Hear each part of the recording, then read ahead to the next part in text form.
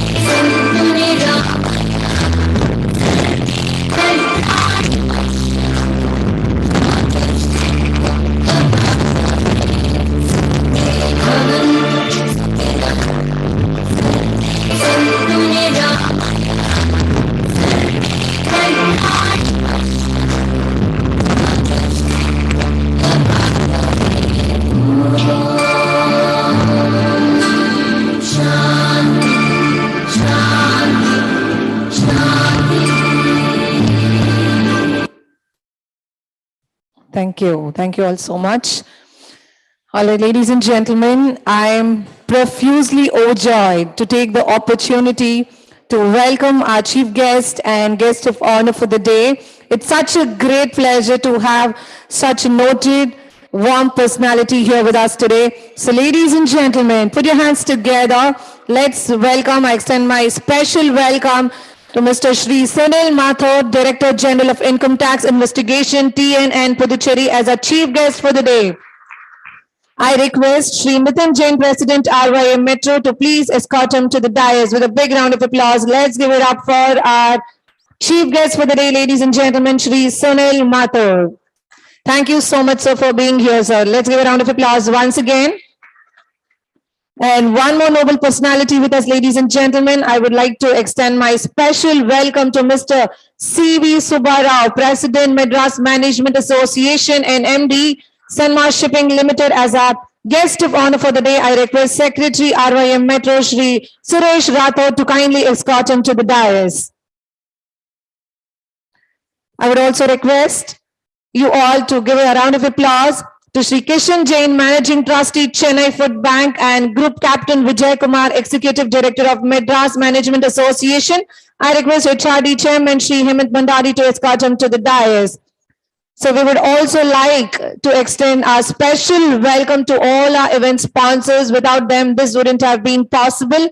So once again, we thank you all so much for your wonderful support and contribution being delivered. Thank you. So ladies and gentlemen, as they say, every beginning has to be positive and serene. On that beautiful note, let's start it by lighting of the symbolic lamp. I request our chief guest and guest of honor for the day to kindly do the honors for the lamp of lighting.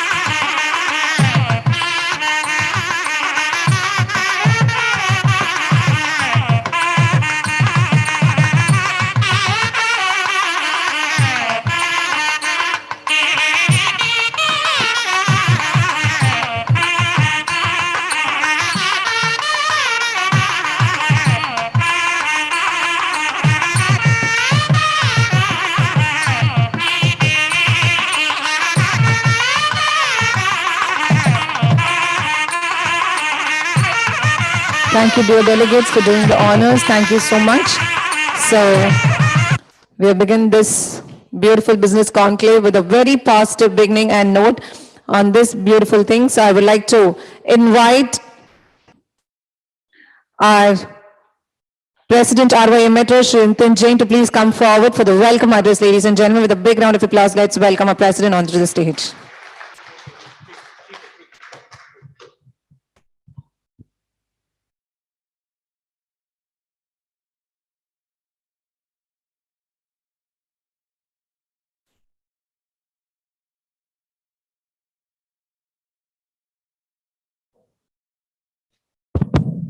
A very good morning to ladies and gentlemen.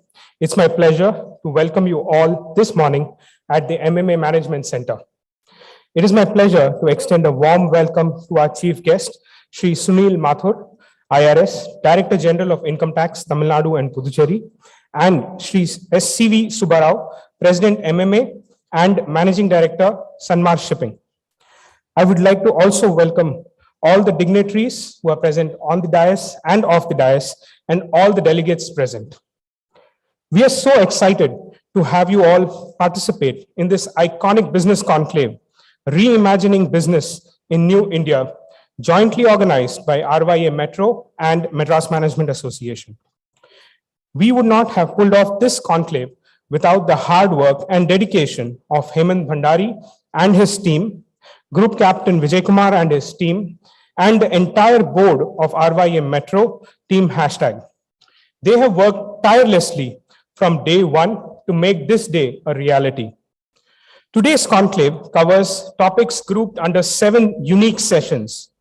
Each session is being handled by an expert from the industry who will share practical knowledge and experience about the topic of the session. Technology has helped India to gain a global presence from the early 1990s. Even today, technology has propelled our growth. The sessions throughout the day would give more insights into specific areas where technology could be used to enhance our businesses. Also, with the younger generation joining the businesses, transition in family business is becoming ever more important. Our session speakers would share insights into how this can be achieved efficiently. The details of each session and its speakers is available in the book shared with you in your conclave kit. You can scan the QR on the page to visit our website, conclave.ryametro.com, for more detailed information about each session.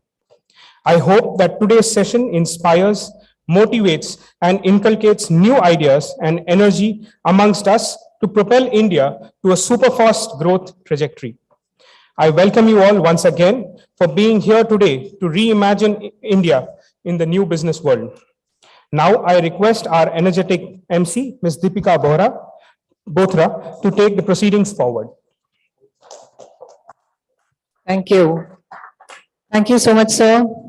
All right, ladies and gentlemen, I am profusely delighted to have this opportunity to welcome our chief guest for the day, who is really a very warm and a noble personality, a man with a great vision and a mission, and a fountainhead of illuminating ideas.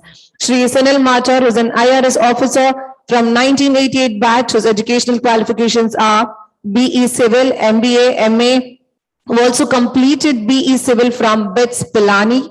He's also done 1-year course, Masters in Public Management from NUS Singapore in 2014 to 15. He's took over charge as Director General of Income Tax Investigation, Tamil Nadu and Puducherry, Chennai in July 2021. He has worked in various capacities and in various offices of the IT department in Gujarat, Rajasthan, Delhi, Kolkata, and Uttar Pradesh. He's also worked as a director in Ministry of Labor and Employment in Government of India. It's indeed a great pleasure and privilege to have him here with us. So let's give a round of applause, and I request Shri Nitin Jain to kindly felicitate as a small token of love and appreciation. Thank you so much, sir, for joining. Let's give it up once again for our chief guest, Mr. Sunil Mathur, ladies and gentlemen.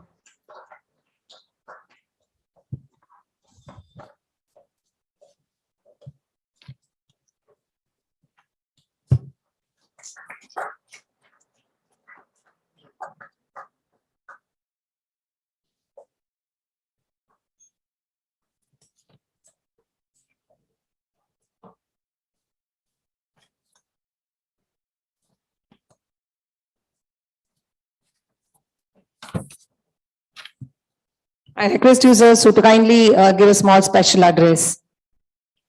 So the stage is all yours. So we are eagerly waiting to hear you. Thank you.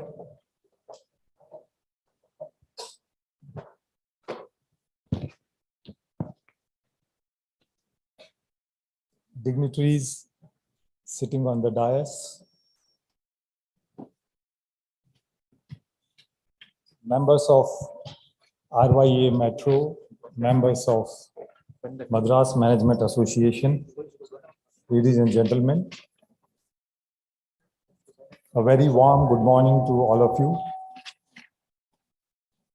First of all, I would like to thank RYA Metro and Madras Management Association for having given me this opportunity to interact with all of you. When Mr. Nitin came to me and discussed about this program, I realized that the topic which has been selected for discussion in this program, reimagining business in New India, was a very relevant topic. Today,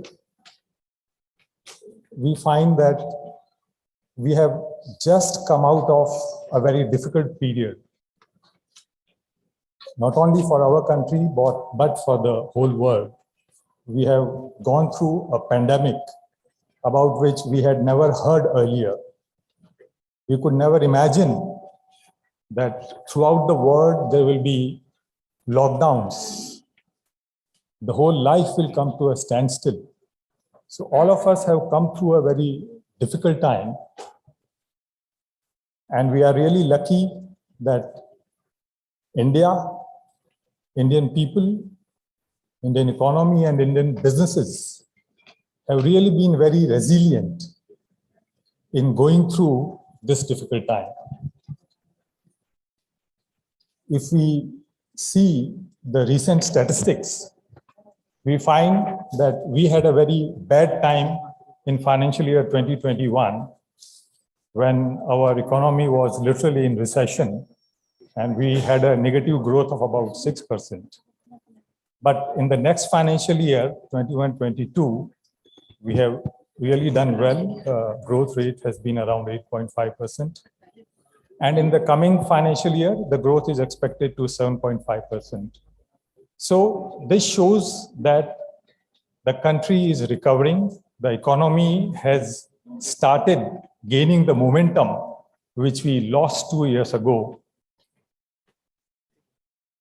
This fact is also borne out by the robustness in collection that we are seeing, the revenue collection of the central government. Last year, the government had targeted revenue collection of about 22 lakh rupees, 22 lakh crore rupees. But the revenue departments could achieve about 27 lakh crore rupees, which is 5 lakh crore extra. So that shows that revenue collections are rising and there is momentum in the economy. This year also, after the first installment of direct tax collection, we find that there is a growth of about 45% in the net collections. So these figures indicate that yes, our businesses have done well and they are ready to take India into the next level. So in this context, I find that the theme which has been chosen for today's conclave is very relevant: reimagining businesses in New India.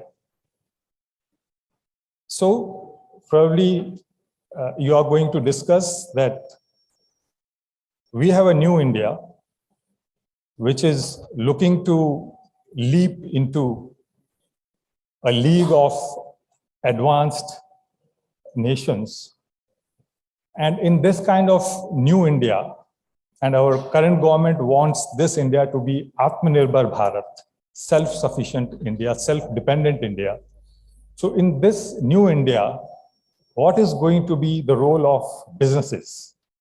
So that is what is the theme which is going to be discussed today. So I'm really very happy about the topic which has been chosen.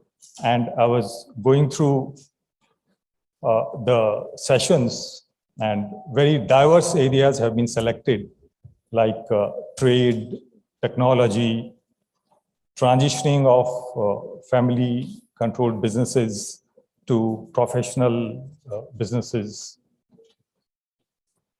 discussions about shares, discussion about alternative investments. So a wide variety of topics have been chosen which are of relevant to the new businesses, to the businesses who are now trying to grow in a new India.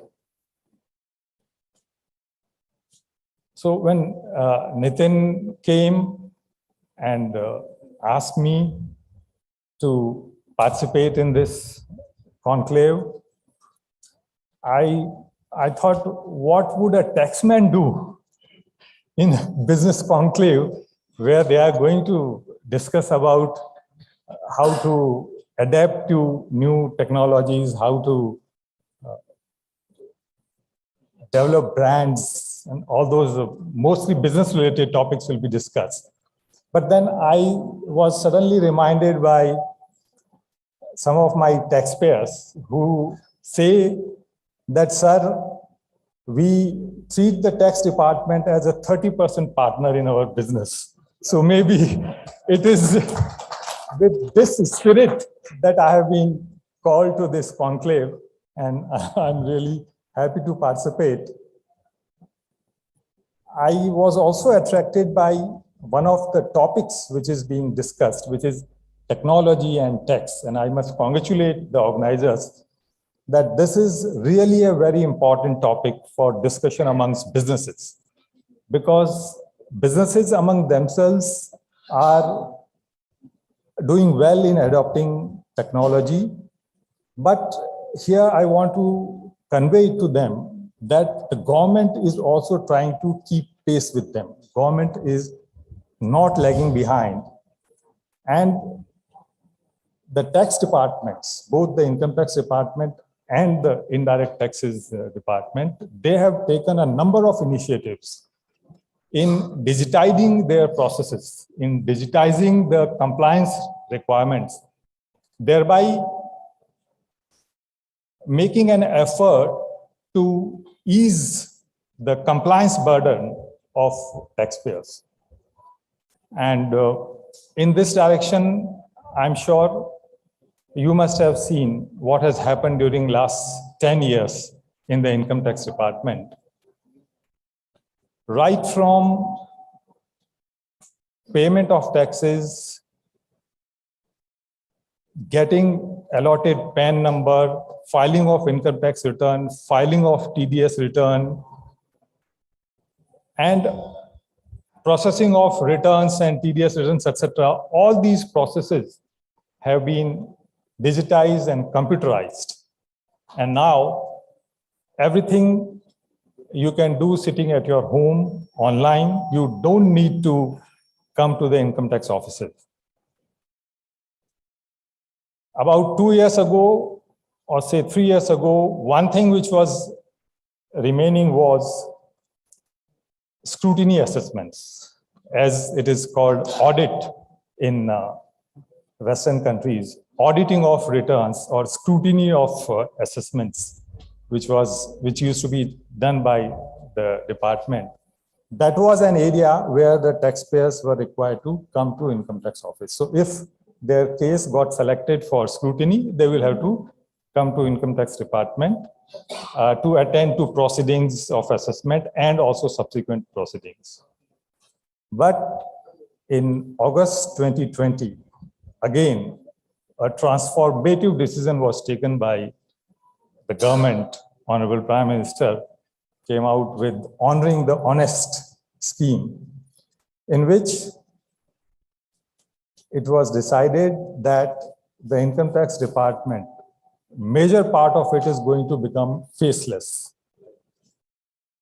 And here we are, after 2 years, we have almost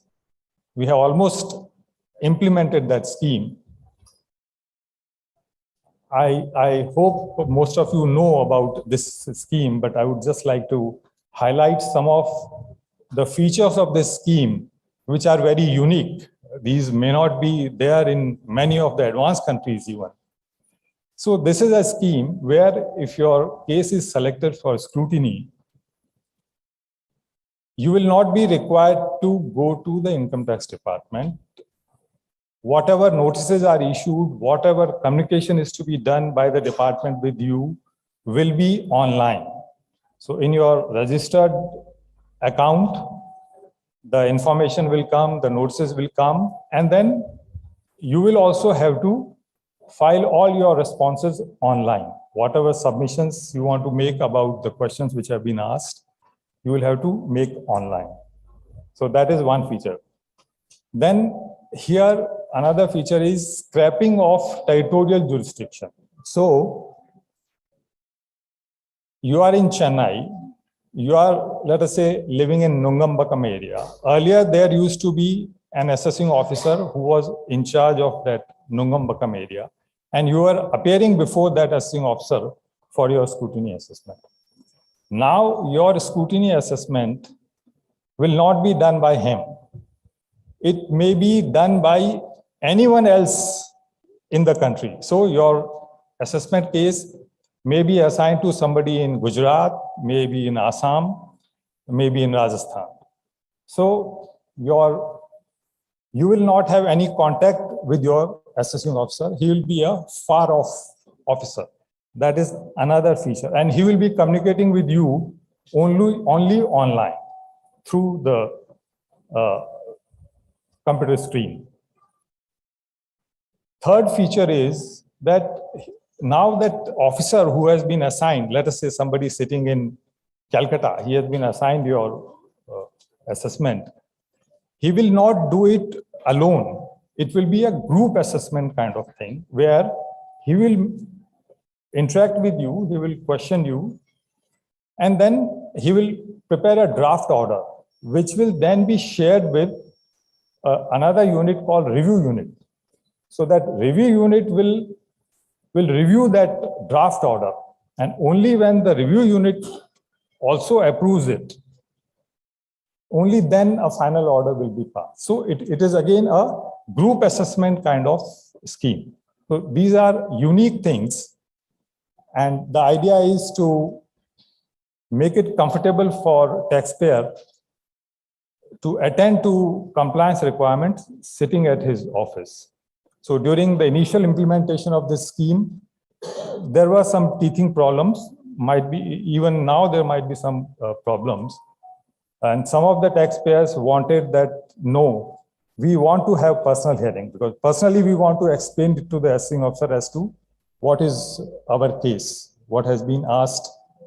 They want to explain that personally. So now the government has allowed to have a personal hearing also, but again that personal hearing will not be face to face. It can't be face to face because the officer is sitting somewhere else.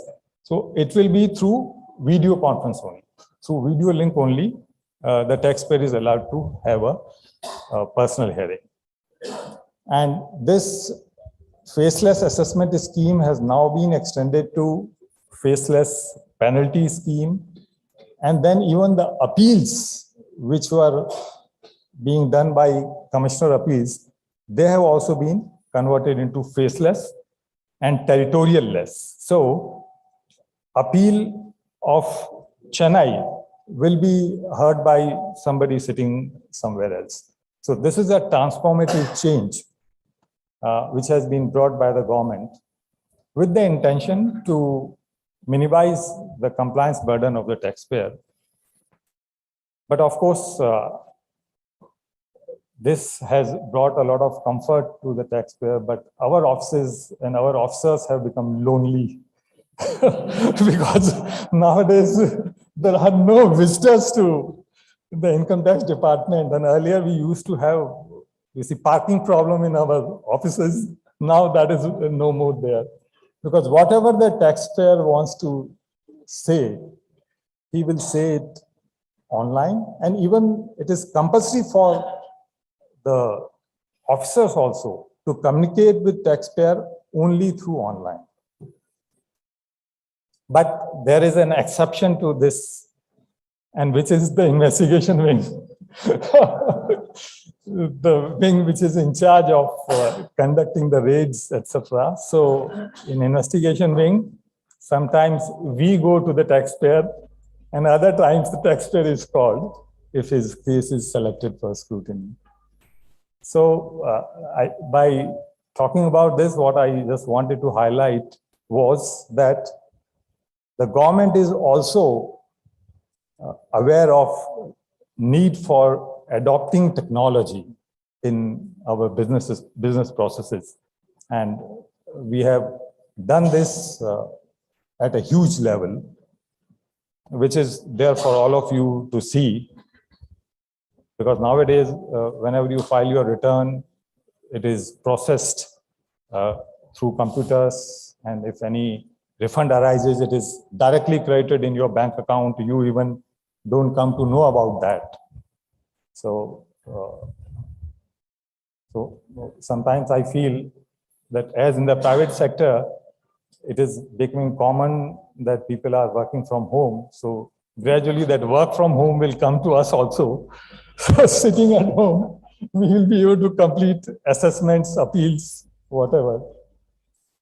So yes, thanks once again, the organizers, Madras Management Association and RYA Metro for giving me this opportunity and opportunity to speak to you and interact with you. Thank you.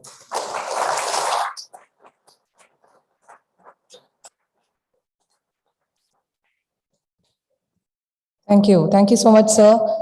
All right, ladies and gentlemen, now I'm profoundly delighted to introduce our guest of honor for the day, Mr. C.V. Subbarao, who's graduated from Marine Engineering College, Kolkata, and spent 10 years at the sea. Rising to the position of Chief Engineer on merchant ships, he is currently placed with Chennai-based multinational, the Sanmark Group, and heads its shipping business as its Managing Director. Subbarao completed MBA from the Open University Business School, Milton Keynes, UK, and is alumnus of IIM Ahmedabad Senior Leadership Program. He is on the boards of Indian National Ship Owners Association and on the advisory committee of Lloyd's Register Asia. He is a fellow of the Institute of Marine Engineers India and served 2 terms as its president. Subbarao is currently elected as the President, Madras Management Association, Chennai for the year 2021 to 22. So let's give a round of applause, ladies and gentlemen, for the guest of honor. And I request Shri Kishan Jain to kindly do the honors, a small token of love and gratitude, ladies and gentlemen. So we thank Mr. C.V. Subbarao for taking his time and being here. Thank you so much, sir.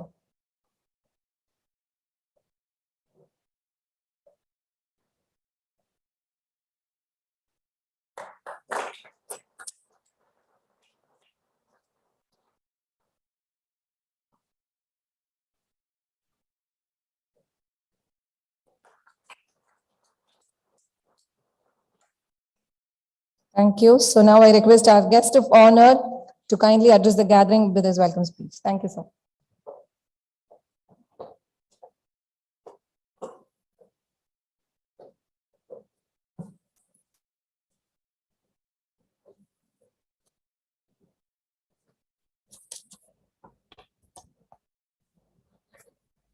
The chief guest, Mr. Mathur, dignitaries on the dais, ladies and gentlemen, good morning. I'm very privileged to be at this session, which as its president, Madras Management Association, as an office bearer, and we're very pleased, proud to have this event in conjunction with RYA. I'll keep this speech a bit light. Reimagining business in a new India. Jawaharlal Nehru in 1930s, he used to write letters to his daughter, Indira Gandhi. And in one of the letters, he writes that, there are so many diseases. There have been so much of advances in medicine today, yet we seem to have diseases. I mean, this is something that we can echo even today, almost 100 years later. Despite all these advances, we still continue to have something affecting us. The question for me is, what is new? I mean, what we see today is new, and therefore, on that premise, we try and work a program for our future. The technology, as we see, has changed over the years. In the past, even before the Common Era, it's not that technology did not exist. We know that the pyramids were built with a lot of science and technology in mind. That was before the Common Era. So the word technology today is being used more of a jargon which says that you're speeding up a process. The speed of response to a particular event has been increased to see that you cut your time and do a lot more than what you could possibly do. So whether it's the pyramids or the sundial in Ahmedabad, I don't think science has missed anything. It is just that we are trying to increase the speed of response. Now, all this again comes back to the question, then what is new? So how do you reimagine India? How do you reimagine businesses in India, in a new India today, as we call it? Again, when it comes to technology, then we come to disruptions. Now, this is again another jargon that we've been using nowadays. It's not that disruptions did not occur in the past, but as management students today, many of us use these new phrases. But disruption has continuously happening, and I don't think mankind has ever prepared for any particular disruption. They didn't sort of guess the Spanish, nor did they guess the COVID. They did not even guess the Ukraine war. So again, what is new? How do you manage for the new, or what we call today as the current normal?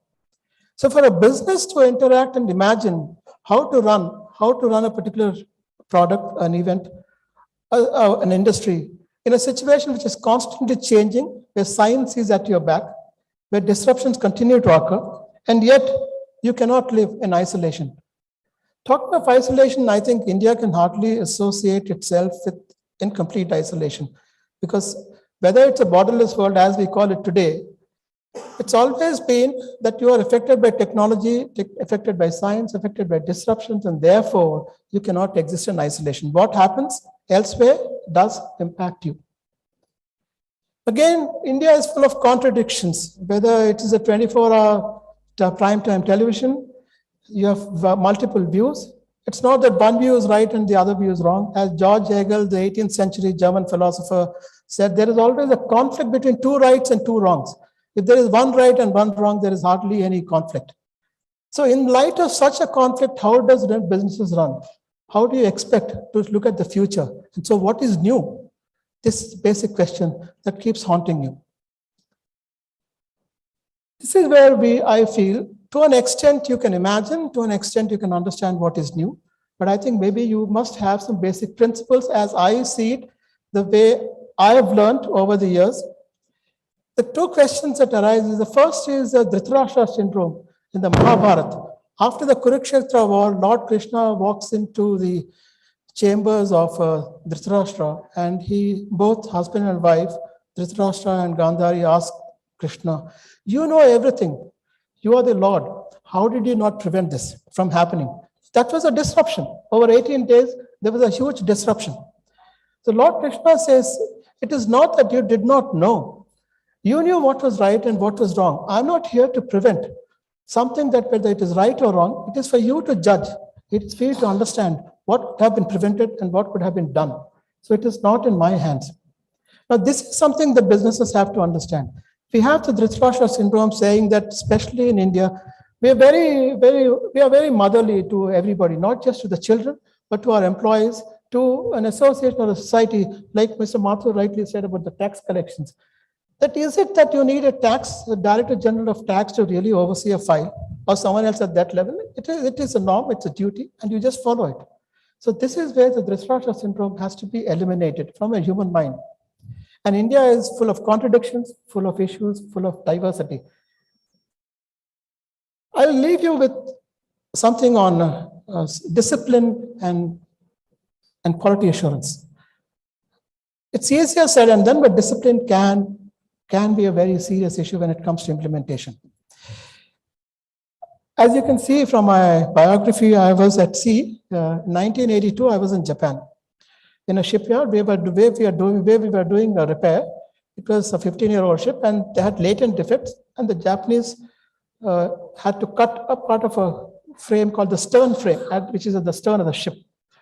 So this takes some time. They cut it, they put a new plate, they welded it back. It's a structure, and it is vetted by a body called Lloyd's Register. It was at that time a classification society, and they found a bit of incorrection in the welding. So there was a meeting, the production meeting, and there was a production manager. Then there was a company head. I was a junior engineer at that time, so I was in the background just watching and listening. It was about 11 o'clock in the night, and the discussion went for 1 hour. The Japanese the shipyard people, the classification, which is the Lloyd's Register, my technical manager, they were all discussing. So the Lloyd's was recommending, okay, you can do this, and this can be done. This is the correction, half an hour work. Suddenly, the production manager, the Japanese, gets up. He says, we do it again. We will meet the schedule, but we do it again. So he calls in the team. That was almost 1 o'clock in the morning. They started the work at 4, and that takes another 18 hours. They cut the whole thing, and they put it back. Flawless. 1982, 37 years after the war. Now we are 75 years after independence. The two protagonists of Second World War, Germany and Japan, rose from the ashes in 25 years. Now you can say many things. Population, small population, big population, money. I mean, if you were to see Hamburg in 1945, it was razed to the ground. Of course, none of us were there, but the history says it was razed to the ground. You should have seen Hamburg in 1976. I haven't seen it. I've seen it in 82, but it was a fully fledged city. In Japan in 1982, I bought a player. You know, those days you have these round players called linear tracking. It was no longer going round and round, which is what used to come into our movies in 1970s. A linear tracking, so the needle moves across. This is quality assurance, and this is discipline. They did not want to correct, and they did it for themselves. They didn't have to. They could have corrected, the ship would have run fine. But that's a decision they took at that time. This is it. So I can imagine New India, I can imagine businesses, how a business will run in New India, unless myself, have the discipline to do something which is good, which is right, which is the fundamental. I always question myself, and we all discuss what is honesty and integrity. Some of you know me, some of you don't. Those of people who are in the hall who know me know I am honest. Whether I am honest or not, only I know it. That is integrity. Thank you.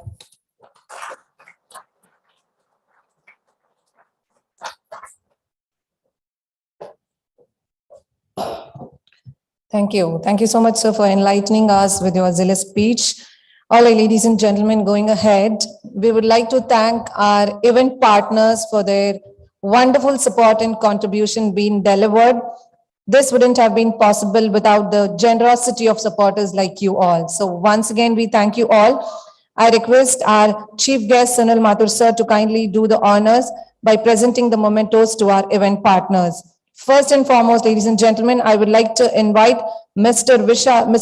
Naveen Ranka from SPR. With a big round of applause, let's give it up for Mr. Naveen Ranka from SPR, who have been a great support for us on this business conclave. So let's give a round of applause for Mr. Naveen Ranka from SPR City, ladies and gentlemen.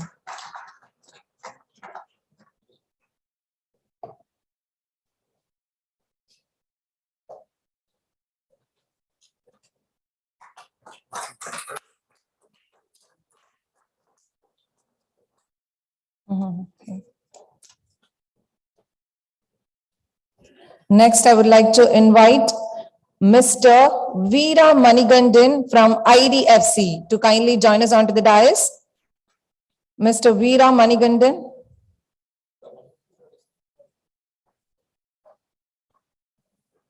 A round of applause, ladies and gentlemen, for all our event partners.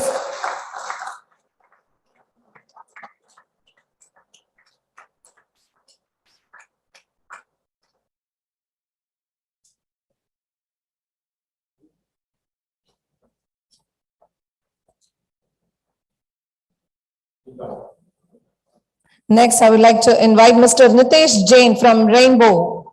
Can we have Mr. Nitesh Jain from Rainbow to please join us?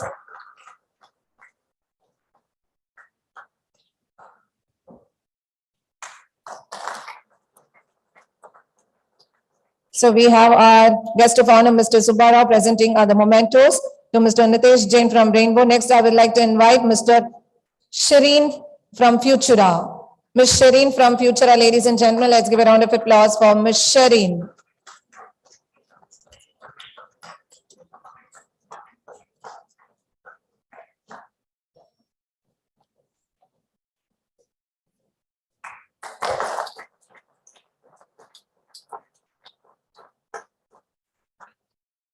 Going forward, I would like to invite Shri F.C. Jain from Excipient's House.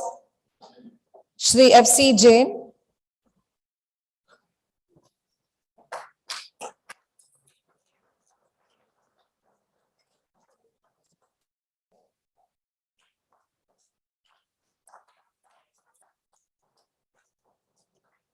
Further, I would like to invite Mr. T.R. Jain from Rakesh Trade Credits to kindly join us onto the stage.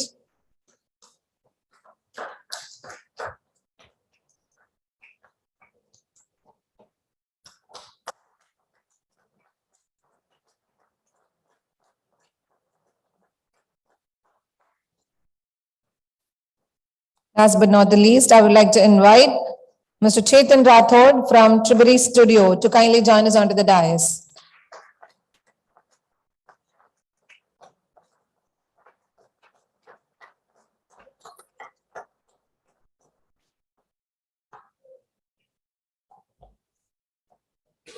Thank you. Thank you so much for doing the honors. So ladies and gentlemen, to deliver the word of thanks, I would like to invite Secretary RYA Metro, Shri Suresh Rathod, to kindly step forward.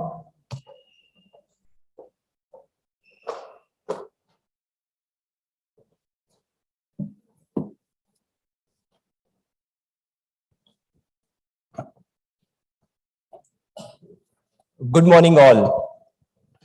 I deem it a great honor and privilege to propose the word of thanks on this memorable occasion.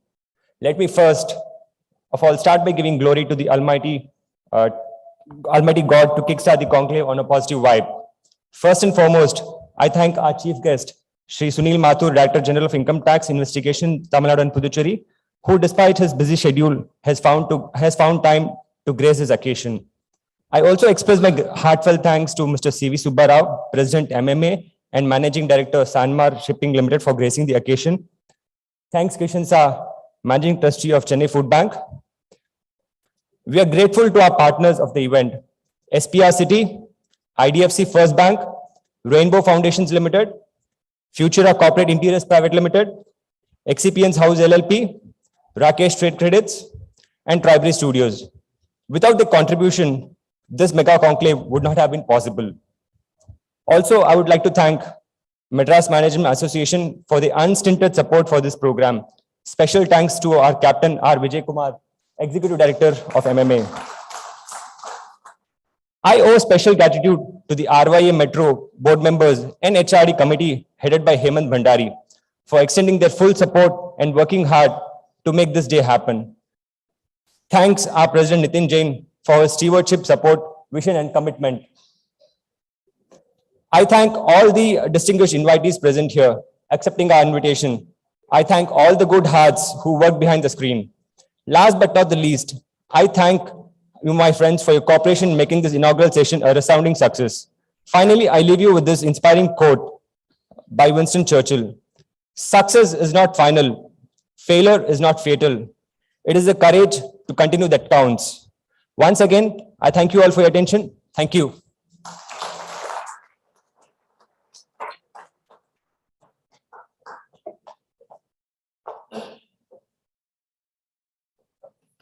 Thank you. Thank you, sir. Once again, we thank our chief guest and guest of honor and all our eminent delegates for joining. So ladies and gentlemen, the moment we've all been waiting for, we would be starting our exceptional speaker session in under 10 to 15 minutes. So we are going to break for a small networking time and for tea. So kindly request all of you to kindly join in next 10 to 15 minutes so that we can start our first speaker session. So see you all. Thank you.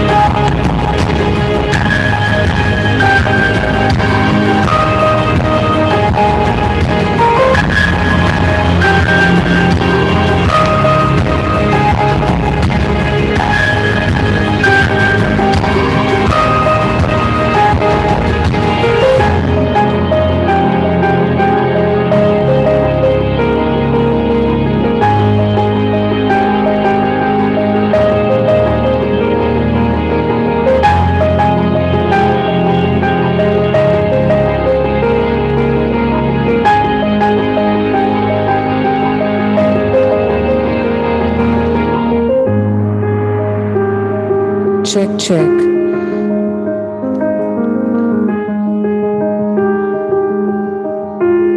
My dear ladies and gentlemen, requesting all of you to kindly come inside the hall. We're about to begin our speaker session in the next 5 minutes.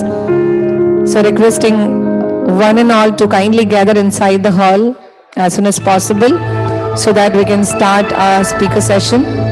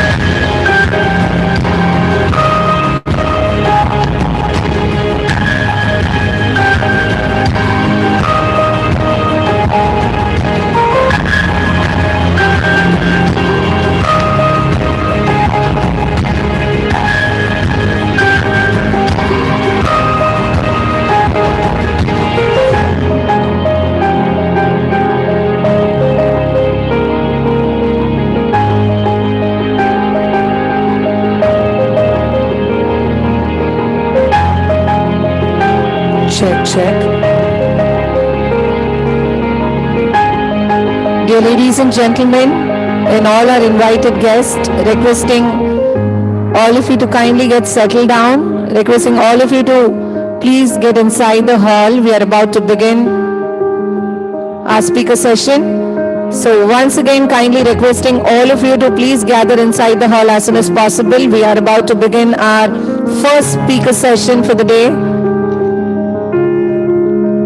I'm requesting all of you to kindly put your phones on silent mode.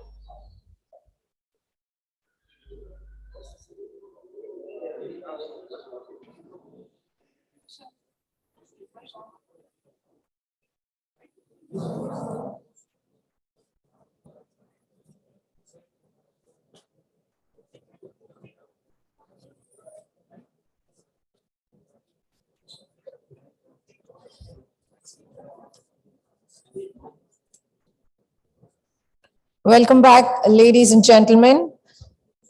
I believe you all are refreshed and rejuvenated. So let's start our first speaker session for the day. And it's a great pleasure and privilege to introduce our first speaker for the day, Mr. Santosh Parekh, one of the founding partners of the iconic Tulsi Silks in Chennai. He started his career as a sales executive in a family-owned textile store in Ooty before starting on his own. A school dropout who has learned the business from the grassroots level. He and his elder brother jointly worked tirelessly to create one of the best silk sari stores in Chennai. In his 4 decades of experience in the silk sari business, he learned the art of weaving and now is an accomplished textile designer. So with a big round of applause, let's welcome Mr. Santosh Parekh for the session on re-engineering of conventional business using technology. And to honor him, I request RYA main president, Mr. Dinesh Mehta, to kindly join us onto the dais to kindly honor our speaker with a small token of love and gratitude. So let's put our hands together for Mr. Santosh Parekh. The applauses are very less, ladies and gentlemen. He's going to be, let's all stay super energetic and enthusiasm. Our first speaker session is going to be truly, truly vibrant.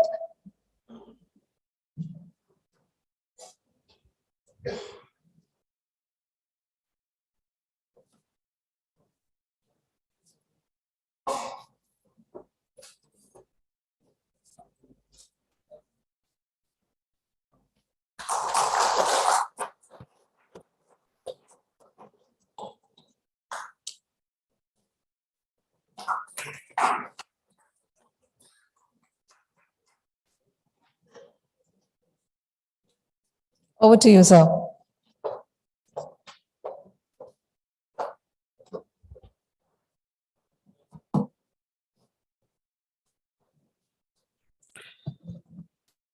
Hi, good morning. Namaskaram.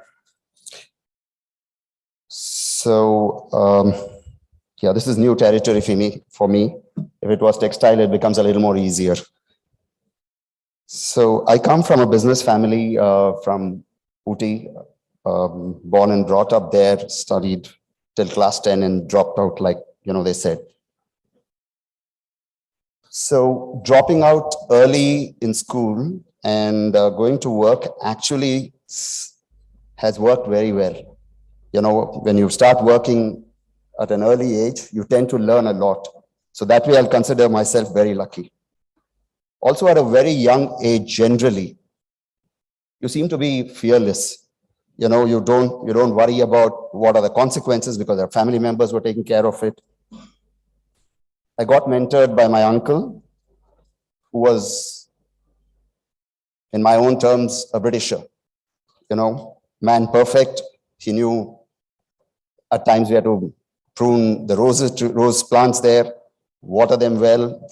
So at an early age, when you get mentored by those kind of people, you bring in discipline. Also, there's clarity of thought. Now, for me to address people here, mostly it is to do with family-run businesses, okay? It's not to do with people who are already into technology, who have gone far ahead. But for small family-run businesses, it is very important that we make the shift now. So after having moved to Chennai after 13 years, when I was 26, my brother and me moved to Chennai. We had to move because dad's health was not all right and the family compulsion. So you had to take that call. Moved, started a sari store here in a very small way. Couldn't afford the rentals in T Nagar. So decided that jahan sasta hoga, jahan sabse kam milega, wherever we can pay the least. We decided and then moved to Alwarpet. So dad, he passed away, ill health, he passed away, and then, we were pretty much on our own. This is about 30 years back. My brother and me, he's been a pillar of strength, immense strength. started up this store. 3-4 years later, we were doing well, growing at a steady pace. Suddenly realized that, in Chennai, if we talk about silk saris. We probably sold everything that we could, a cotton, a crepe, a georgette. We could sell almost everything. When we started pushing customers to look at Kanjivarams, invariably the reply was, no, that we go, I go to Nali. It's, a family tradition, it's luck, all sorts of things. When that happened, for 2-3 years, you thought, okay, maybe it'll happen. Then at some point, we realized if we don't break into it, growth is going to be, steady, but it's not going to shoot. So my one and only visit to T Nagar stores was in 1997. I walked in and for my own learning to understand what is that they were doing that was very different from us. The two things that came to mind first was if we showed a product, it was just one. They had the same product in 100. The second thing, there was probably a difference about 5 to 7%. So the quantum and the pricing was the differentiator. Now, how do you bridge that gap? You need finance, you need probably, enough money to advertise, to get that word out. We had neither. So the other option was then, you come back and you think the option is to say, I'm going to do something better than what is out there. So the first thing that I did, I went to the loom, stayed there in a weaver's place for 3 months, non-stop, learnt weaving first. If you don't understand your product, how do you sell it better? India as a country, as business people, 90% of our sales, us are traders with very little knowledge of our products. Unless we move from that part to where we understand what we are selling, what goes into it, what's the end consequences of having bought it, how do we use it, what is the shelf life, I think we'll just be a country of traders. We need to move beyond that. So I did that, came back. In 1998, our one and only ad in the Femina of a particular product which we designed, we sold them in huge numbers. To be exact, we sold 8,000 sarees of one color and one design. That's massive. It's massive for a newcomer. We have never advertised after that. We've just grown organically. So that changed it. We moved in 2000 to a new building. We grew again, exponentially. We just grew about 200-300% that financial year. But then came a point, the pandemic hit us. It didn't hit us because as a business, we hardly leverage, we keep quiet, we are all by ourselves. So we are fine. The backward integration that happened in 1998, we set up our own looms, set up our own design team, created great products. So there was not much that, our competitors could actually, affect us in that way. And being small and niche, it's easier to handle because I'm doing the salesmanship, I'm designing it, I'm attending to you when you walk in. I'll have a conversation on any subject. You could be a doctor, you could be a lawyer, I could do all of that. But then in 2018, the Tatas decided to get into saris. They first got into jewelry, organized it, and jewelry was a business where you could organize it. Though it was very unorganized, I don't know how many of you all from jewelry trade, but I don't know how it affected you. And my belief is that it's going to get even more organized. It's going to disrupt. The word disrupt probably, Subbarao said, it's not right, but I would say it's going to disrupt a lot of traditional jewelry businesses. Scale is there. They have the financial backing and they should be able to do it. It's not just them. I think if it is lucrative, most MNCs, most business houses are going to do it. So they got into saris and they came to us because we are also into manufacturing. We are also supplying. So they came to us. The last 20 years, we have been archiving and documenting everything that we have done. It's essentially R&D. For a retail store to tell you that, we are spending an X amount every year in research and development of our products is very unheard of. So you need to be end-to-end integrated to do that. So last 20 years, we have been archiving, and they got to know about it because one of the directors is also a customer. So they got to know about it and they came to us. They had 3 meetings with me at various levels, asking us to, probably join them, do something. But then through those meetings, they saw our archives, they saw our systems, and then came back to me. So one of them in the team asked me this question. Now, that is disruption. Okay, I think the slide has to come on, doesn't matter. Anyway, so they came to me and they asked me this question. I can do it here? Okay, I'm sorry. As much as I'm speaking about tech, this is my experience. And this is the turning point. So they came to me and asked me, tell me, Santosh, what can disrupt you? So the answer was immediate. And I told them, we are small, we are niche, we are end-to-end integrated. We know what we do. We actually see 8 samples before we end up making a product. There's very, very little chance that people can disrupt us in the scale that we are. Unless we want to grow, that's where we'll have a challenge. So at the scale we are, there's very little chance that you can, because I'm attending to the customer, I know what they want, I can create it, we can get precise to the point that you want. If you say I want it in 60 grams, we'll finish it in 60. You want 62, we'll finish it in 62. We are so precise. So I said, there's not much that can disrupt us. But then just momentarily, I related to them as Tatas and realized that, of course, they have the financial ability to do what they want, but then TCS. That brought to me that maybe technology can. It's a thing that can disrupt us.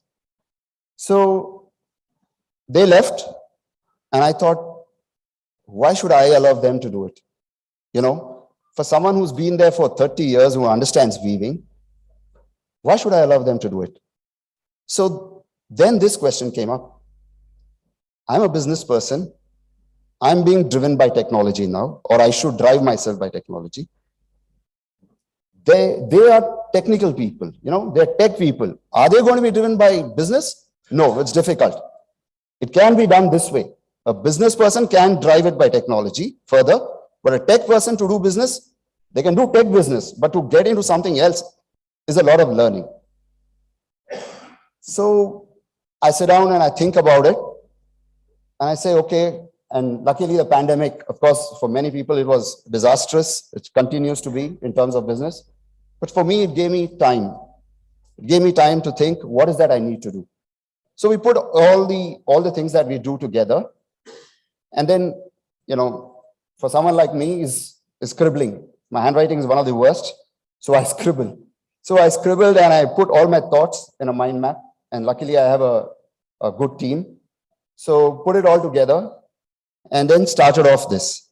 So it relates to my business, whatever our business here, my brother and me, it relates to their business. We put everything together. And then once you've mapped it all, you start off. To me, the first way to do it, or probably the only way for a traditional family-run business to do it, it has to start from the top. You have no answers from coming from down. It's not going to come. You can bring in the best team, the best people, it's not. Unless you know what you want for yourself in technology. And I'm stressing on this point that I'm trying to relate to the family businesses here.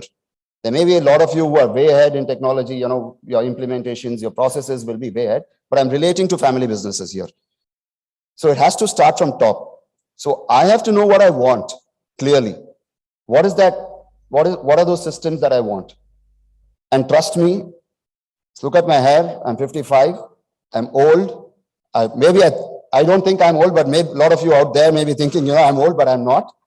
So at 55, we have this, maybe 55, 60, 65, we have this feeling that we are not the right people to go down that path of adapting technology. We think it's beyond us. It's not true. It's absolutely not true. It's the other way around for family-run businesses. It's very easy for people who have done it for the last 30, 35 years. They know exactly what is required to make that change. So experience in business helps, drive that tech change in your business. Now, Tata's came or the Reliance is also getting into it. The Birlas have got into it already. Reliance is also into it. They're buying out, there's acquisition, all those kind of things are happening in the sari trade. But it is an uphill task because it's one of the most unorganized sectors in the country. Hand woven. I'm not talking of power looms. I'm talking of hand woven stuff. It's very, very difficult to break into it. Though handicraft and handloom is our second largest employer, to reorganize, to get it organized and, in a structured way is going to be impossible because it happens at the weaver's place. It happens at his house. Manufacturing happens at the weaver's house, at their convenience. So I asked myself, how do we insulate, this thing? So we were spending on R&D, part of our top line was going into it. The other thing I said, invest in tech, digitize how much we can, increase efficiency. These were the things that I also realized as family-run businesses, we were not attracting the best of talent. Most of them end up going into multinational companies or, they're being absorbed. How many of us actually attend, college recruitments? We don't. We should be doing it. We should think about it. Our recruitment should be, we probably are far better equipped to teach them, to get the best out of them, than a structured layout where, there is a HR person who's interviewing you. He has no idea what that person is, how much time it will take to integrate. There are cases where there are exceptional people who land up in businesses. There is growth prospects, but for us, we have to see what we need to do. So I think recruiting the best at a particular cost is well worth it. We should think about it. Okay, so what were the challenges that came to adapt tech, to adapt, our business into tech? The first and foremost challenge is the mindset. Are we thinking right? There's so many things that we do it in, a parcel comes, iska chalan banaya, you got that. Did we send this parcel off? Did we speak to this customer? It's like that. So the first thing is that we are doing everything ourselves. We need to change that. Now the mindset has to start from the top, like I said, and then comes implementation. Now, most next generation people want to push this through. They have this, they come back from business schools, they want to just push this through, we need to do this, we need to change that, we have to get an ERP, all sorts of things comes. But the implementation part, according to me, has to be done very, very slowly. Because you're going to disrupt existing businesses and we can't afford to do that. Now the advantages. Like I said, if you move to tech, which we have in a certain, we have not through, we are yet, it's a work in progress. You recruit good people, it's far more easier to retain them when it is tech driven. They tend to relate to it and it's far more easier to retain them. It has reduced flaws immensely. Our weavers have apps now.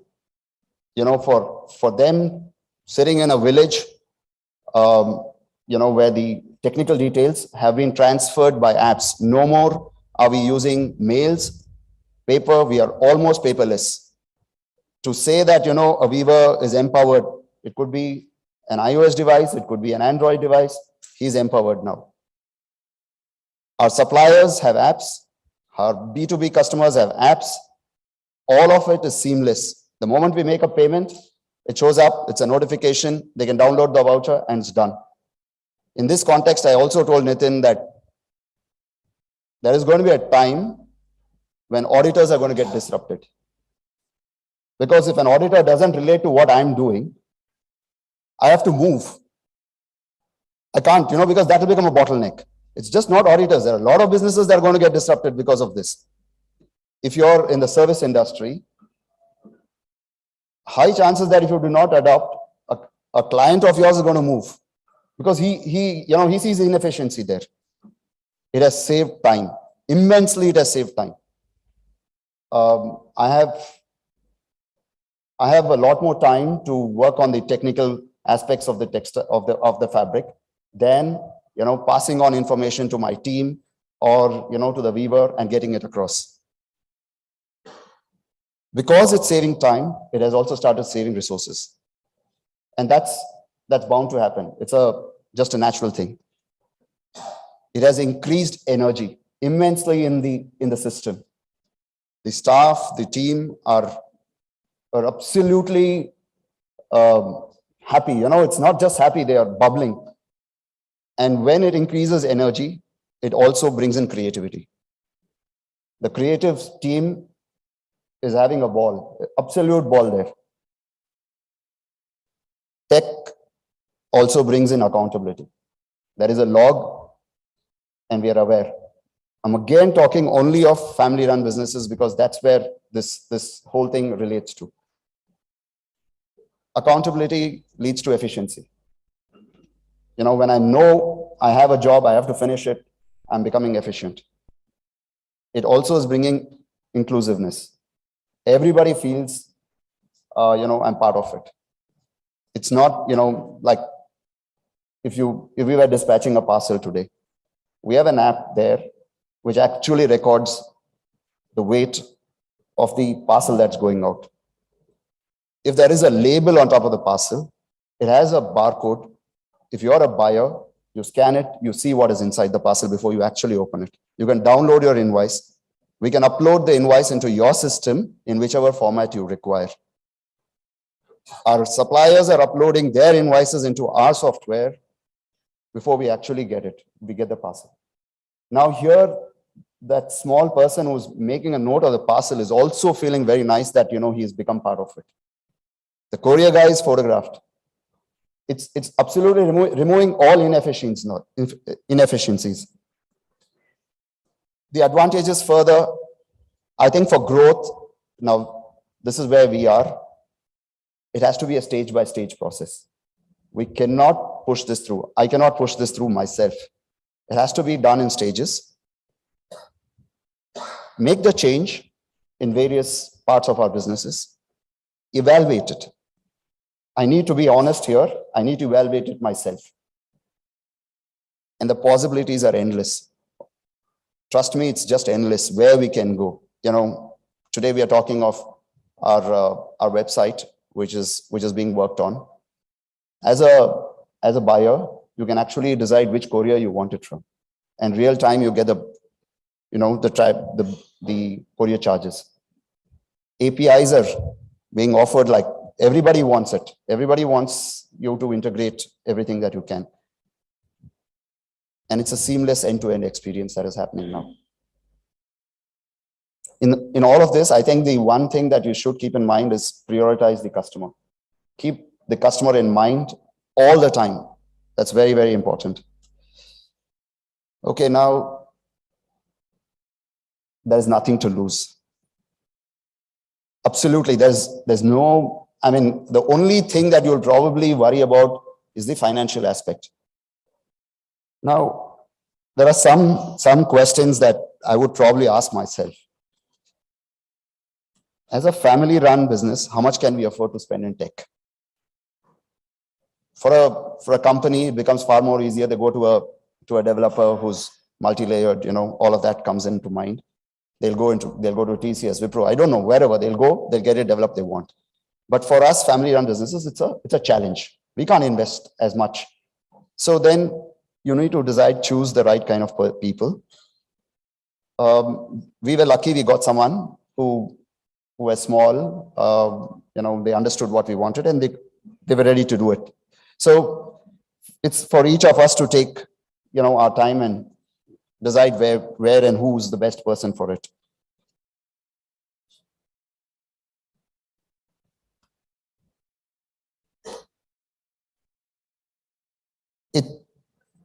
The other learning that I have is that it cannot be done in isolation. If you're a family of 4 people in one business, you need to get everybody on board. It's not easy. Sometimes there are, contradictory views, and but if you keep the organization paramount, then you're going to see this through. And trust me, I'm feeling like 25 again. Here, I know clearly that any challenge you throw to me today, I will be able to overcome by tech.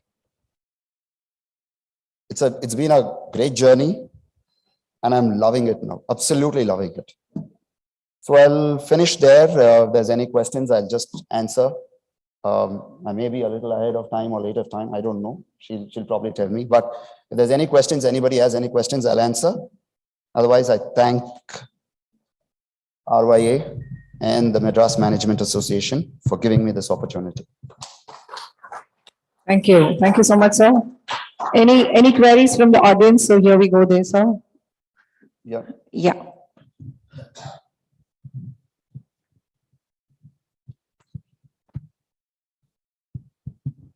How much have you planned for your R&D or whatever new techs and for IT? All this barcode and other things. How do you play that? So if you're going to ask me in terms of percentages or numbers. That is safe. I don't want numbers. Huh? I didn't get you. I give it in percentage. Or if you're open, you can just tell the other way also. So I am under strict instructions from my auditor not to reveal any numbers because there are IT people around. So yeah, that's a joke. But anyway, I think that's the advantage of being part of a family-run business, because you're not restricted. Based on the need, based on the requirement, you can take a call. I think most family-run businesses are self-sufficient already. At the end of it, we may have one building less, and I think it's worth it. You may have 2 properties, 2 assets less, but it's the experience that will matter. It has kept us ahead of the curve, and I think it'll keep us, continuously keep us in that stage. So do not put a number. It's difficult. My requirement, because I'm into weaving, I have the need to develop a lot of apps, different kinds of, because I can't obviously make it too complicated for the weaver. It has to be seamless. It has to be small. So my need will be very different from anyone else's need, but it's a call you can take, and you don't need to push it through. I think you should do it in stages. Why? Maybe a 3-year plan, 5-year plan, do it slowly. There's no rush, because we are running a business. You can't disrupt it. You know, the one more thing I'll say, this is like you're moving from meter gauge to broad gauge in a train. What are you going to change first, the engine, or you're going to change the track? I think the track has to be changed first. The engine can come later, because you get a powerful engine, you don't run it on the track, it's no point. So let's do it slowly, change your track, get your length done, and then change the engine, and you should be fine. So there isn't a number. I mean, and I wouldn't try to divulge, because I don't have it either.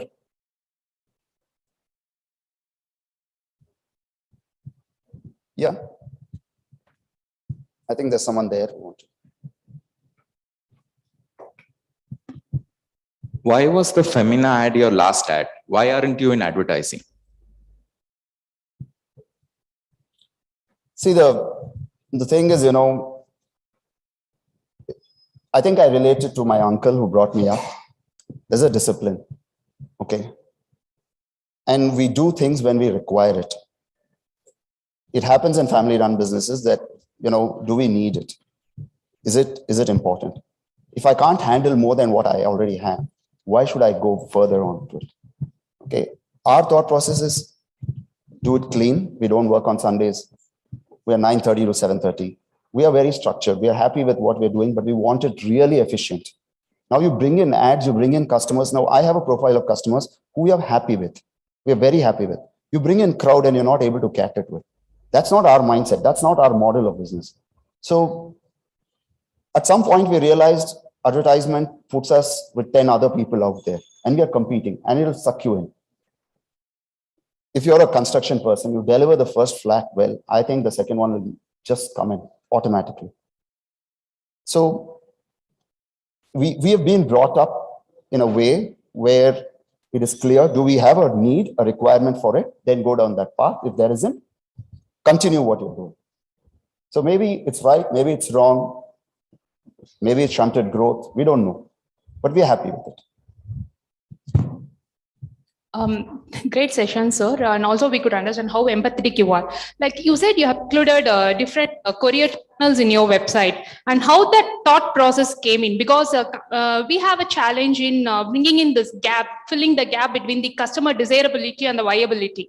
So this thought process of bringing in different courier channels inside the website is a very, very simple thought process, but still, how do you make it possible? Because why did you make it possible? How you weigh that one idea has to be there in your website? So you're a buyer, okay? You're willing to pay 100 rupees for a sari to be couriered. There is a buyer out there who says, I just want Blue Dart. I want like FedEx, or I want Blue Dart.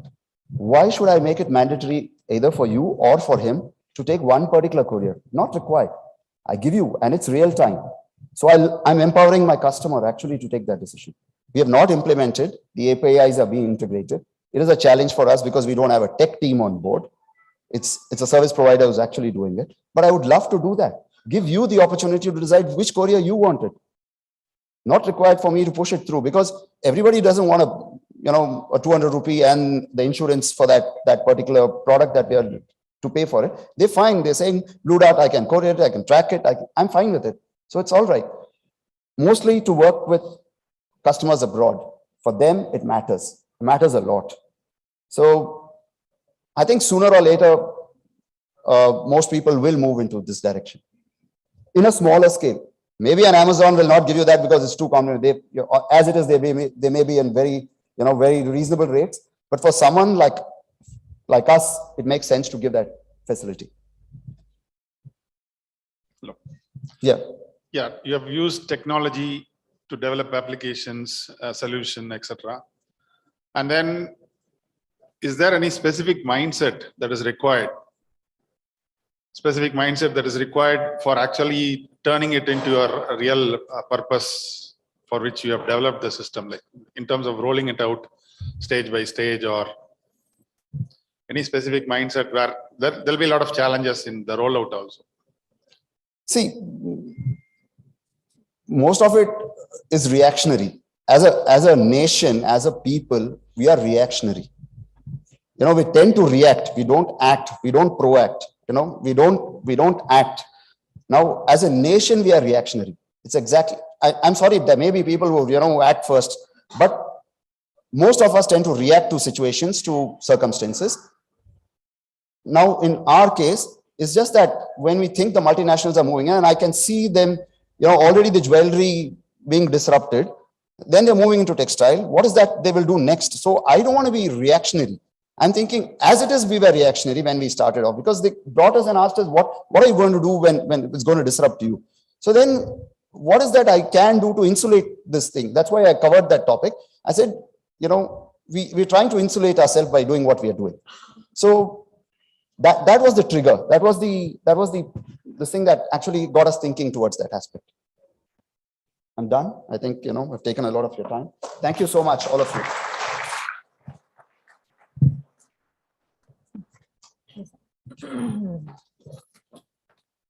Thank you, sir. That was a great presentation and an enlightening speech. Let's give a round of applause, ladies and gentlemen. Great enlightening session.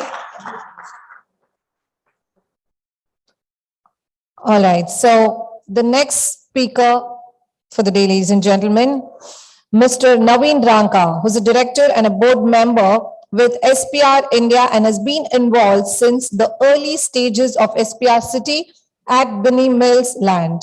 A chartered accountant by profession, he brings a variety of experience from domain of PE, tax planning and transaction advisory. Prior to SPR, he was an entrepreneur running a consulting firm. He was also an associate with Urban Infra VC Fund and so on. So a lot more to know about this wonderful speaker, ladies and gentlemen.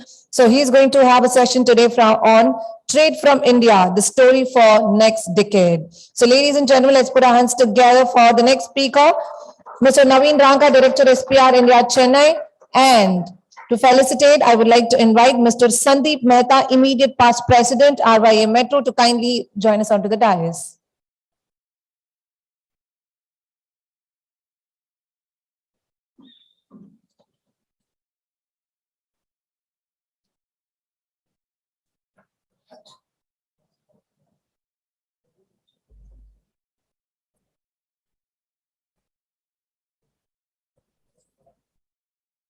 With a round of applause, ladies and gentlemen, let's welcome Mr. Naveen Rankar and Mr. Sandeep Mehta.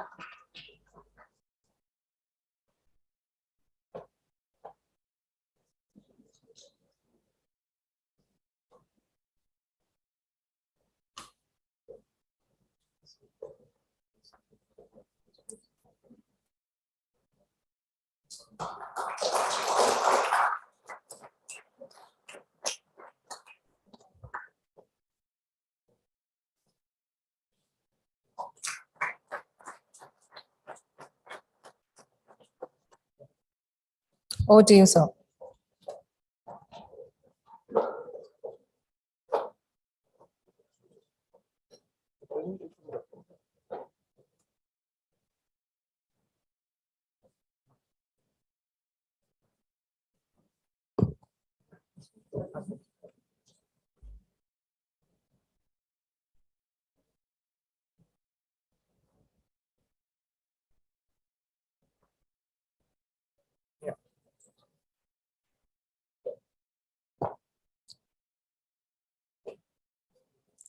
Hello, friends.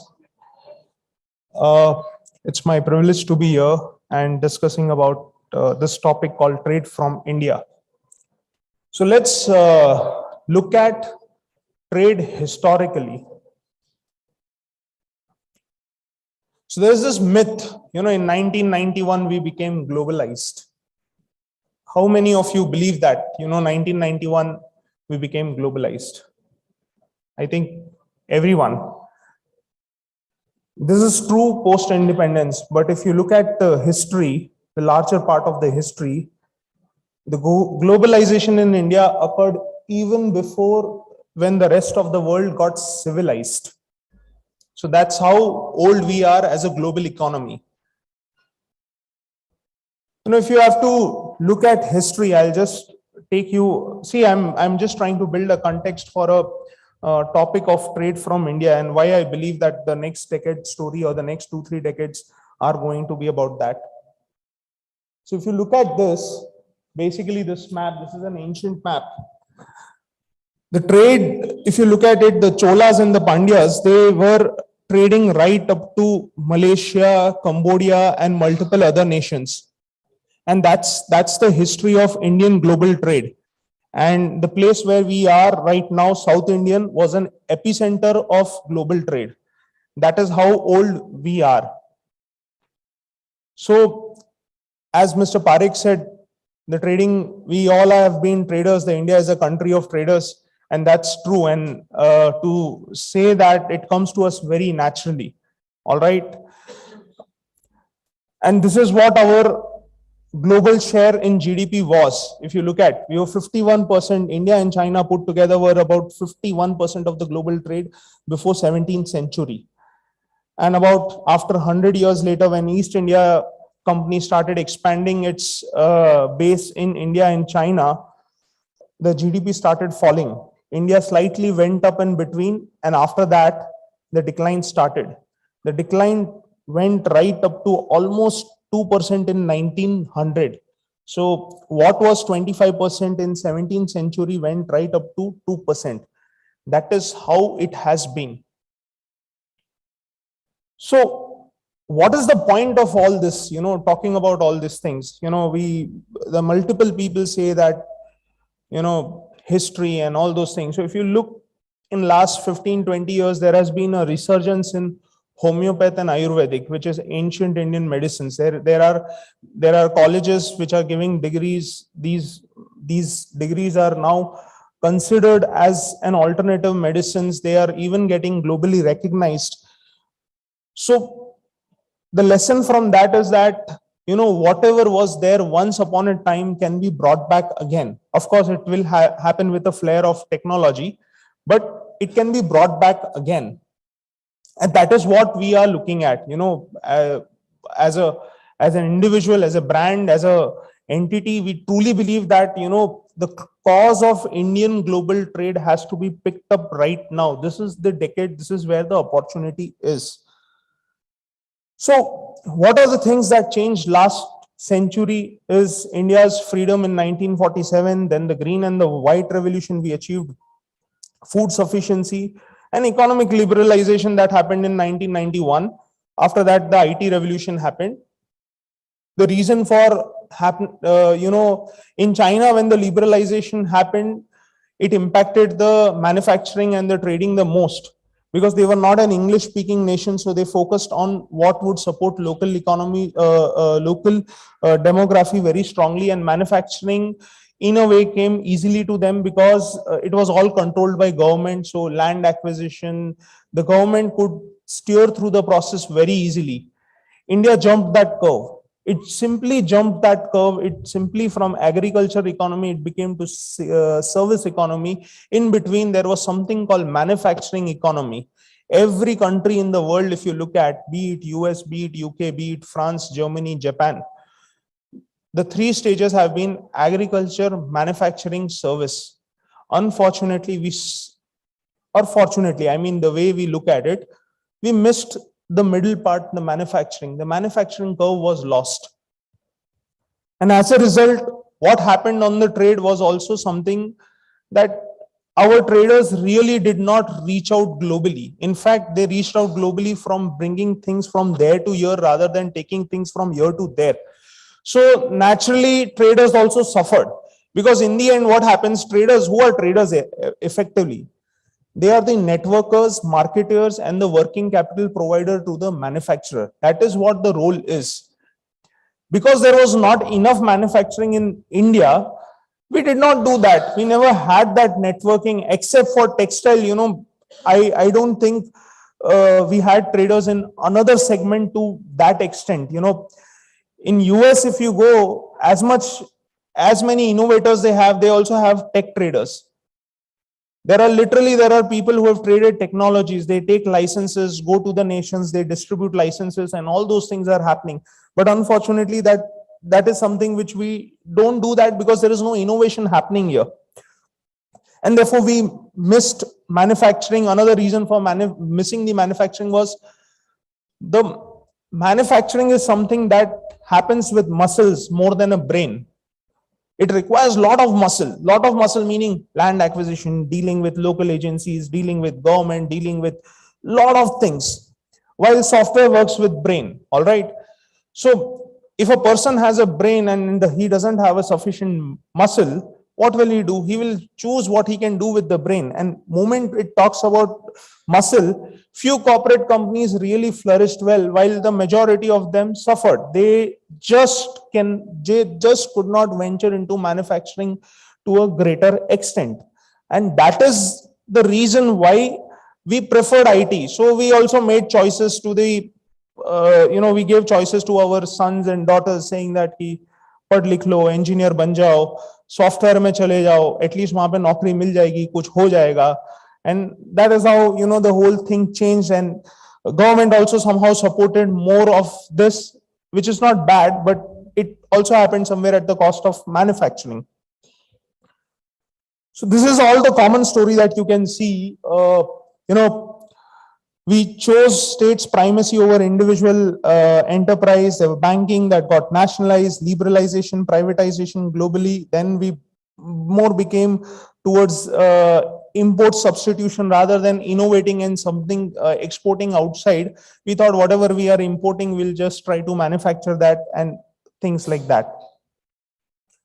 So 3 things that are going to change next decade is Make in India, energy revolution, and artificial intelligence. It is clearly happening as we are sitting here, and that will happen. So now what's in for the trade? That's the core point. You look at China. There's a China map over here, if you can see. Look at how they started. 49% of the toys are manufactured by them. 70% of the world's umbrella, 72% of the shoes. 60% of the world's button, 85% of the Christmas lights. That's how they started. Now just tell me, are these high technology items, any of the things that you're seeing? What is the complexity of the product? Toys are not very complex products. Umbrellas, not a complex product. Shoes, do you know Nike has a factory in Chennai? The majority of the shoes which they are manufacturing now, it has got one of the largest facilities in Chennai. It is not a complicated product. Buttons, again, it's not a complicated product. Christmas lights, least complicated product. That is how they started and dominated. And from in 2005, they were about 733 billion. I clearly remember in 2004-5, when I was doing my internship, there were those 100 rupees radios selling outside Andheri station in Bombay and elsewhere. And that is what we were picking up. All right. At that time, they were 733 billion, and today they are almost 3.8 trillion. That is how big they have become by simply starting on a smaller note. So what made them so successful? You know, these are not some complex items. Why? They focused on variety. So what do you do with the variety? Where do you get them? So basically, they became a global outsourcing hub. And what happened is they started having these huge trade places. Now I'm coming straight to the point that they started having these huge places where things are available at one place and a lot of things can be brought and sold together. That is something which has happened in China. And India, this is now what is happening. You know, in last 5 years, if you see electronics, toy recently, I mean, government is promoting toy cluster. In fact, they have banned import of toys from certain countries. You know, in textile, we already have a cluster, Surat, Tirupur, Ludhiana, Bhilwara. If you go to Surat, there are these huge textile markets. That is what makes their textile trade very successful. Huge textile markets. Each textile store has about 500 shops, 1,000 shops, and similarly in Tirupur, Ludhiana, and Bhilwara. So how did it happen so soon? Is it just because of manufacturing? Partly yes, but it's also because of the trading. They promoted trade tourism. Trade tourism is the thing which will give huge boost to the manufacturing, because when people from other countries flock over here, when people from smaller towns flock towards the district, the manufacturers know where to go and sell. There is a trade environment which gets created, and that is where, you know, the maximum kind of trading happens. So basically these mandis, China has these huge mandis, huge meaning just for I was in Guangzhou, there was a market which was only into zips. Whatever zip you talk, purse, wallet, belts, pants, whatever, bags, handbags, suitcase, all types of zips were being traded. And these are low technology items. Eventually, that is something which will happen in India also. So as government is looking towards promoting manufacturing, the next thing that will happen is boost in tradism. So trade tourism. So anyone over here who thinks that as a trader, my future is bleak, my future is dim, we are not coping, we are not able to cope up.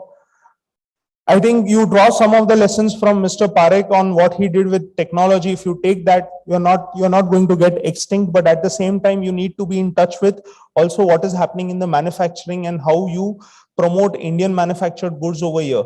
So if we are able to create a platform where Indian manufactured goods can be displayed, and even along with foreign goods, I'm not saying that we will still remain an open economy, then that is possible. So what is the current challenge if you look at, promoting trade tourism, if I may use that word? Parking, safety, sanitation, goods movement, legal hassles, fire risk, the poor infrastructure. We all know what happens in the rain. So these are some of the issues which are prohibiting us So if you are expecting a foreigner to land in Chennai and come to you in one of these old markets, it is not going to happen. If you're expecting, say, from other cities also people to come, say from, far off cities, Hyderabad or Bombay or whichever cities, if the infrastructure is not very attractive, their frequency will be very less. They will not come very often. So what is the solution? The solution is having a good trading infrastructure, port infrastructure, logistics, loading, unloading, all this thing is known. But one of the major thing is trade park. Trade park is something which is going to be the need. Surat and Ahmedabad has done this in great extent. This is something which is required in every state capital. Let me put it this way. There is some stories about Gujarat model. It worked in this domain is basically because the traders are hyperactive in promoting whatever goods they get. That is a culture which eventually has to pass on to every other city, So be it Chennai, Bombay, Delhi, Calcutta, Bangalore, Hyderabad, Indore, wherever you go, you need these huge trade parks. So these trade parks are nothing but those shopping malls where you don't get things which you get in, say, Phoenix, EA or elsewhere. There are so many things. So for example, just buttons, just shoes, just particular commodities. We need these trade parks. And they are going to come up. They are coming up. One is already, we are working in Chennai. There is one project someone has done in Orissa. There is someone who is doing in Udaipur. So these are the places from where you will be able to do business very effectively and get more and more people to your shop or your place of work. So examples of trade park in China, majority or many of you would have been there. You know it. Yiwu, Foshan, Louvre, and many more. If you go, there is, for every item there is a huge shopping mart, and that is what we are looking at in Chennai. So what are trade parks? If you look at drawing references or parallels to the IT, okay, when government thought that will promote IT as it will bring huge employment, they came up with IT park policies. They came up with ID Park right back in Tamil Nadu. It happened in 1999, 2000 with Tidal Park. All right. In other places also they were building. So to promote IT, you had an IT park. To promote trade, you will need a trade park. All right. The trade park will be able to attract trading talent, young people, young traders from an unregulated market, boost trade tourism, generate many ancillary blue collar and white collar investments. Trade park will become a hub for wholesale and retail, and every tier 1 and 2 city needs at least 1 or 2 of them. So what we are doing here is India's one of the first Trade in India center to say so. It will decongest Georgetown in a greater manner. All right. We are looking at promoting global business tourism. We will be working towards technologies and having those platforms where we can promote Indian trade abroad and attract trade tourists to India, a world-class infrastructure, and at the same time economical shop. You are attracting a trader. So trader's investment has to be kept in mind. His working capital is supposed to be in his inventory and not in real estate. So it has to be all in the range of, say, 50 lakh to 1 crore kind of a thing. So that is the spot that we are looking at. And then it also somewhere aligns with Smart City Mission, Make in India Mission, and Swachh Bharat Mission, because the existing places of trade are have not been able to comply with these things. If you look at Saukarpet, particularly in Chennai, it doesn't work that way. So our effort in this direction is basically Market of India. It's a project with about 5,000 shops. I'll not elaborate too much on this. I think many of you know about it, but the whole idea is basically to make you aware about what is the concept of trade park. And we are looking at about a huge central plaza of about couple of acres with about expecting footfall of about 1 lakh people every day. That's the kind of footfall we are looking at. And 9 markets across 1 lakh products, 10,000 plus vehicle parking, 7 large atriums. These are some of the features that we are working on. And this is what we are looking at. 40 lakh, sorry, not 1 lakh per day, it's 40 lakh per month. It's about, we have already signed an investment in this direction, and we are looking at about 5,000 co-traders in this, basically in this project. And it will have all issues with respect to logistics. The shops are legal. They are not, they are not unauthorized. 365 days access, round the clock international security systems. Year around brand showcase in Atrium. We are going to conduct a lot of trade fairs. That is another plus point. And this is the opportunity where traders get to sell locally and go global, while manufacturers get themselves to display a lot of goods and services in these trade parks. So this is something which we are doing, and I think with these kind of trade parks coming, the next decade, you will see a trade revolution happening in India. That's about it.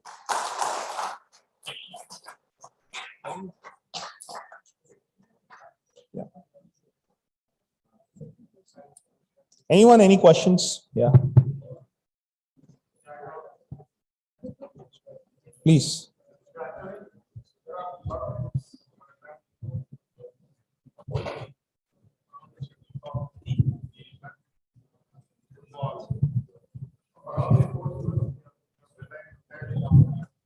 Japanese or Chinese. Correct. Like that, even shoes. I'm not sure whether there is a kind of a limit always the manufacturer sets for the shoe size also. Even if I want to wear an Indian brand shoe, it's not possible. There is 12 is the limit. So like that, there are a lot of opportunities and issues. So what is your say on, like you had mentioned about Chinese, this one, but there are a lot of products we in turn use internally in India without a choice. That's the only option. The imported good is the only option. See, I think that is a question which each manufacturer will have to answer for what can be done in this regard. I mean, it's very product specific, category specific. All we are looking at is creating a market where all types of goods and goods can be displayed. It's a buy, sell, display, buy, sell kind of an environment that you keep. And naturally, when you keep that and one person comes and keep an innovative items, others that will catch on like a fever. See, once you have created a marketplace, you have ensured that, everyone will try to innovate and make customer happy. And we need these marketplaces. That is all I can say. So whatever you are looking at, when all these manufacturers and traders come and sell at one place, another will learn from the previous one, and that is how they will keep innovating and bringing in more variety that is for the local and international audience. Yeah. Navinji, the presentation which you have shown is about massive digital, the physical infrastructure. Yeah. The presentation I would like to understand is missing on the part of digital asset for the people. Correct. And your profile told that you have been startup in the Yes, yes. So could you add certain light on digital? I have, footprint, yeah, I digital have asset? deliberately missed on that part because I feel that the digital part in India is well taken care in terms of the evolution. We have enough startups coming. So there is a Dukaan.ai which has come up, which does this. There are a few other startups who are working. Mishu is there, which is working in this space already. There are quite a few people doing. Alibaba has already done in China. So people thought that, maybe with digitization, this physical infrastructure is not even needed. But I will tell you what happens if I have to place an order of say 10,000 rupees, I will order it online, and digital infrastructure is good enough to take care of that. But if I have to order 10 lakh rupees, I will want to know what is the address of my person. I would like to go and meet him. I will want to have a relationship with that person. And then after that, looked at once the relationship is set, then the digital process is to take care of the backend. Then your backend is smoothened. So that is something which we are already working on towards how do you manage those things with market of India. But there are enough apps and websites which are already doing it. This is having a physical infra is actually the difficult part which we have taken. Yeah. Navinji, good morning. I see that we are coming up with the market of India, which is a unique project, I think a first of its Yeah. kind in Chennai. But to make this a success, accessibility is the main thing, which I think is lacking in that place. Okay, so this is a project specific question. Yes. I'll put it this way. We are already in talks with government. If you look at it, Perambur Barracks Road is already in the widening priority list. It is under the 13 most important areas which needs to be widened. Secondly, if you look at the connectivity from the Ainavaram Dadavadi side of road, if you look at it from that road is already about 100 to 150 feet widened. So from there, the access is not a problem because Cooks Road is getting widened, and then even Stephenson Road is getting widened to the 100 feet. In fact, Stephenson Road, government is making an investment of about 40 crores. It is one of the first of its kind road which will even have a bicycle lane. This is the first project of its kind in Chennai. So that ways infra is quite well taken care. In terms of planning, in terms of execution, it is happening as we are talking. So how long do you think it will take for these things to 24, by 24, I think much of the physical infrastructure will be in place. So in next 2 years, so Stephenson Road and Cooks Road already the widening process has been initiated. Dadavadi Road is already widened. So I don't see that as an issue. Yeah. Okay. And what about the water logging problem? We have got a dedicated 300 mm dia pipe directly from the Kilpock water station, and from there I think it's a dedicated line to SPR city. No, I mean in the rainy season it is like almost flooded all the time. I'll put it this way: you should have come to site during rainy season wherever the work has been done, wherever the excavation was there. So naturally water will go to the excavated areas. But apart from that, there was not a single inch of water getting accumulated. There was a wall collapse in between. That was at the 70-year-old wall collapse at the area where the excavation was already there. Okay. Yeah. So thank you. Thank you.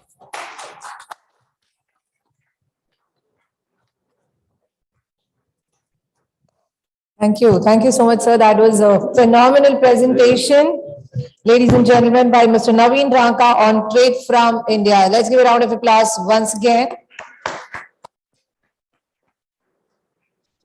All right, going forward, the next speaker for the day, I would like to introduce Mr. Vijay Parthasarathy, an IIT Kanpur IIM Ahmedabad alum with 35 years global experience across verticals of FMCG, OTC pharma, consumer electronics and telecom with P&G, Colgate Palmolive, Johnson & Johnson, HUL, Tata Group, and so on.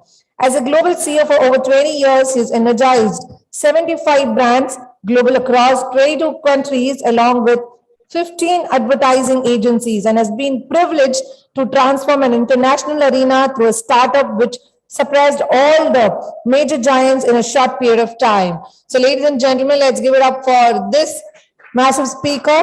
Next, who is going to take a session on brand building for success. And to honor him, I would like to call upon Mr. Kamal Fowler to please join us onto the dais. Let's give it up for Mr. Vijay Parthasarathy, ladies and gentlemen, brand specialist, Mind Code speaker from Bangalore. Thank you so much.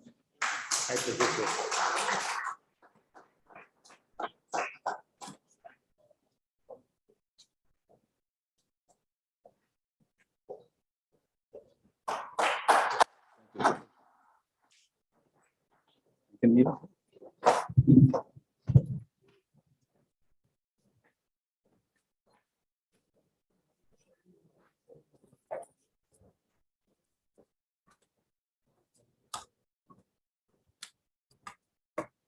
Is it on? Can you hear me?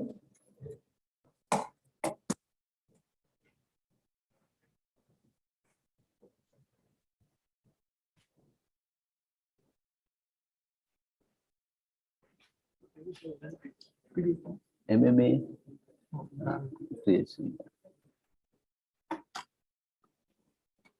Video separate, huh?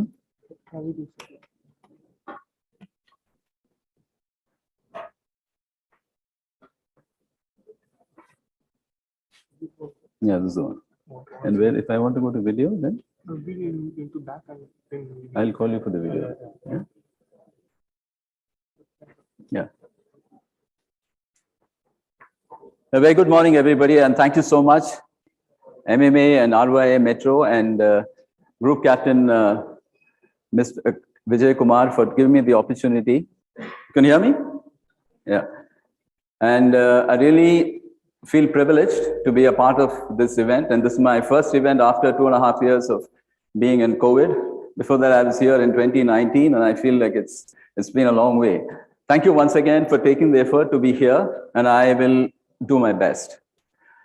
Now, a lot was said, actually very relevant, from Mr. Santosh Parikh, who talked about tech, and Mr. Naveen, who talked about manufacturing. These two have a key role in the whole concept of brand creation, because tech, a lot of people can create brands, but tech is only an enabler, as long as we understand that, and that's the key. And manufacturing is the key to be able, everybody has services and you want to get products online, but there are no products there, then you don't have anything to do in terms of service. Having said that, in terms of brand creation, first and foremost, let me share with you a couple of disclaimers. Number one, there's a notice that Group Captain has put outside that if it says that if you think you're the smartest person in the room, then you're in the wrong room.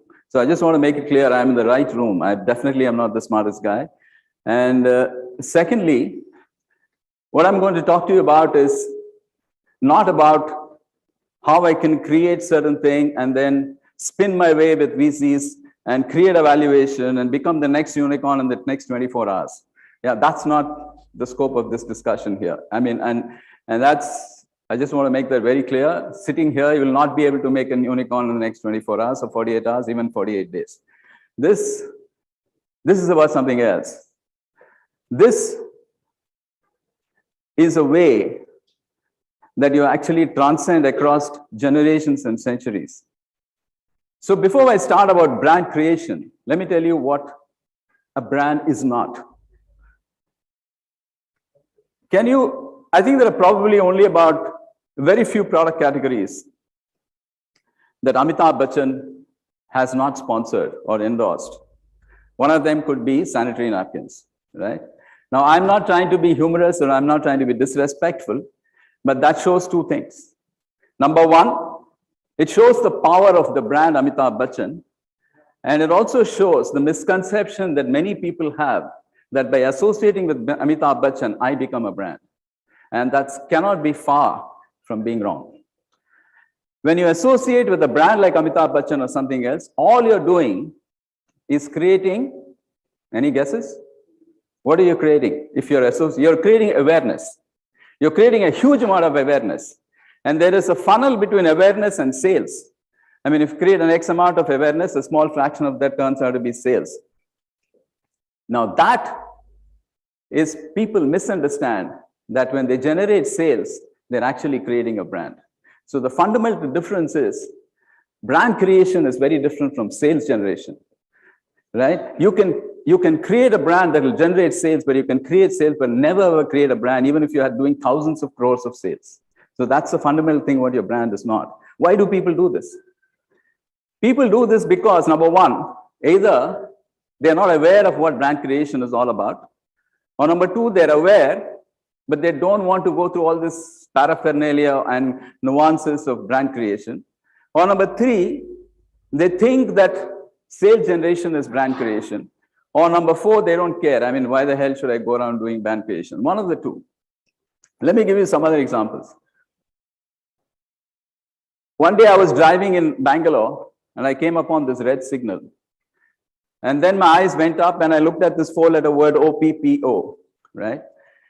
Now, I did not know whether it was a toothpaste or a condom, but this organization had spent a huge amount of money getting a huge amount of audience, out of which a small fraction was going through this red signal, out of which even a smaller fraction was actually go and look it up.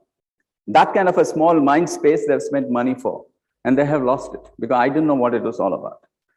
Couple of weeks later, at another signal, I happened to see upstairs and then onto a hoarding, and I saw Oppo camera brand. Didn't do anything to me here.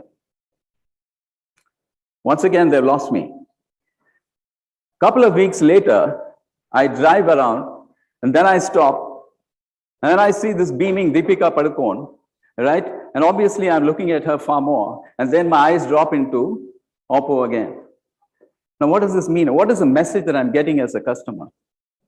That means here is a brand that does not feel that it has an identity of its own or is not able to get something on its own. It needs a Deepika Padukone to come and it says, please look at me through the eyes of Deepika Padukone. How, I don't know what it is. I mean, do you want somebody to be recognized through the eyes of someone else?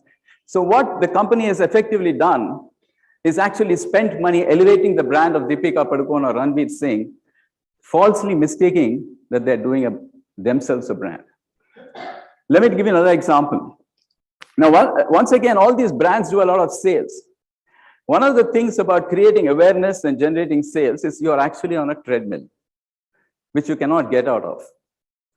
The more sales you're generating through more awareness, you need to be constantly in this. The day you drop Amitabh Bachchan, you need a Virat Kohli. The day you drop Virat Kohli, you need something else. The day you drop everybody else, you also drop. It's because you're linked to somebody else and your dependence is on somebody else and not on yourself. So that is the disadvantage of linking awareness and sales constantly. You take us, now one more thing that happens constantly in what is not a brand. You must understand this because that's when we realize what is the brand creation all about. A superstar cricketer goes with his girlfriend and endorses a particular method of clothes that he would like to get married in. But when he actually gets married, he marries in a different dress altogether in terms of a brand, which is one of the biggest brands. What does that do to me? It shows the credibility. The cricket star doesn't lose his credibility. What we lose as a brand, the credibility that this person cannot really sustain what he's saying. Let me share with you something else. Can you actually visualize an Amitabh Bachchan weaving through himself through the bylanes of Paris Corner, T Nagar and Adyar and saying Talikopa on his two-wheeler? You will not. It sounds bizarre, but there is a company which will want him to endorse that, and they will want to generate sales. So this is all about how a brand should not be. So then what is it a brand all about? Let me share with you. Okay, one more thing all these people do is they talk a lot about their features. I have got this, I have got the 7 cameras, I've got it does 80 kilometers, it goes through this, the television actually comes into the kitchen and makes pasta, whatever it is, all kinds of amazing features, benefits, technology, and they constantly talk about, oh, I have this, right. Let's see if this works.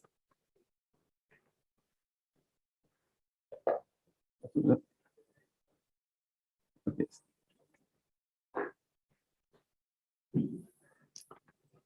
Okay.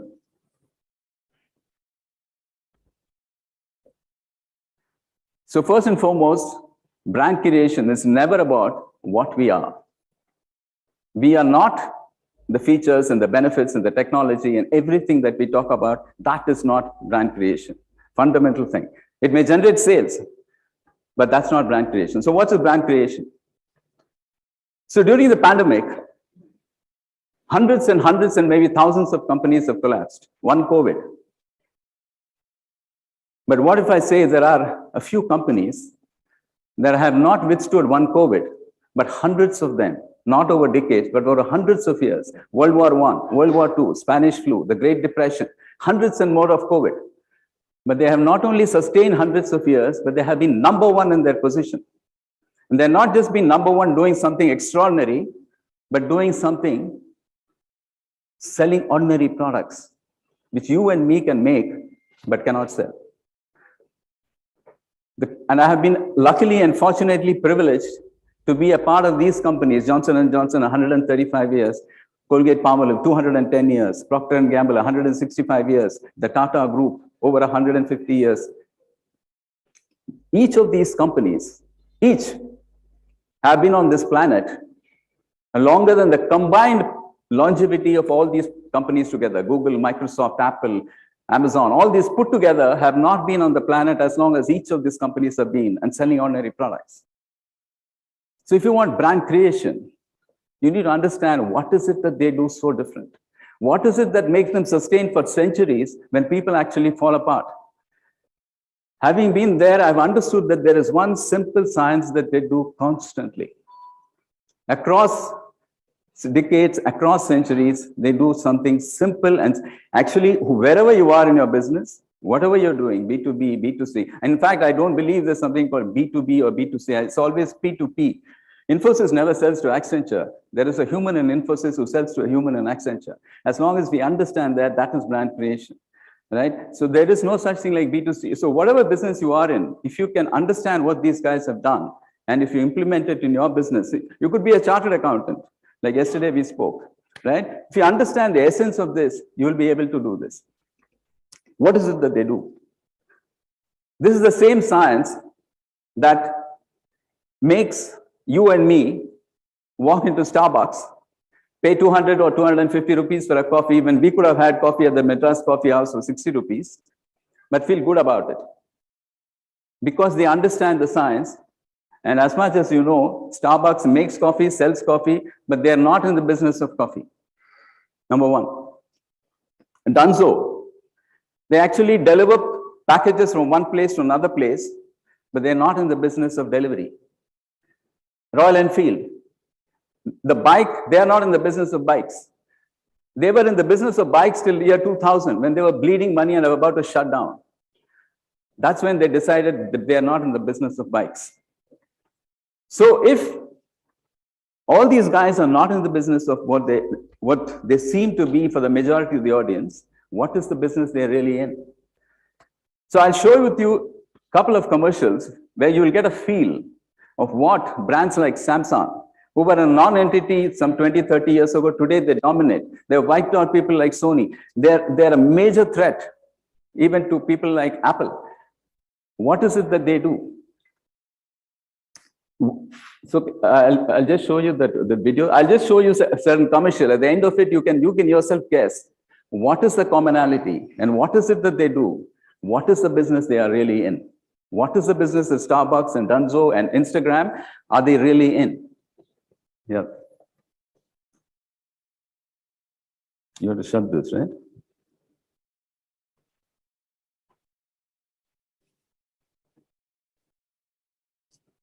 This commercial of Samsung was one of the highest ever in the history.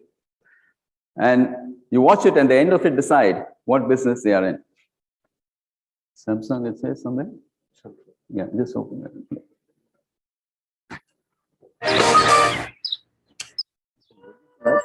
Hello hello ma'am मैं Samsung से अमित बात कर रहा हूँ। जी अमित, आपने TV की complain करवाई है? हाँ हाँ, क्या आप 7 बजे के पहले आ सकते हैं? जी जी।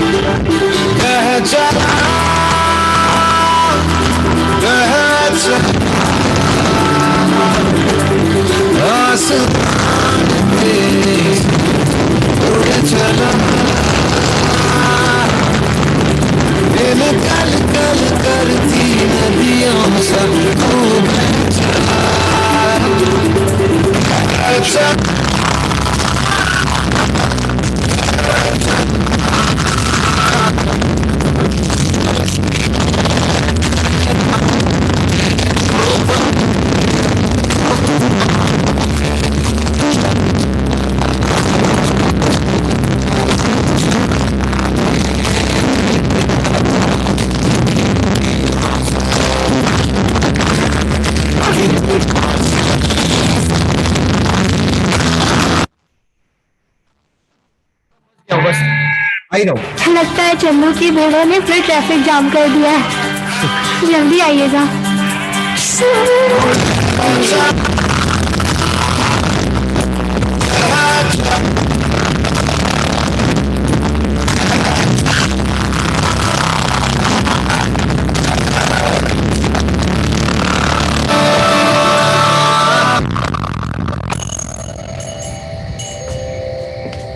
अमित,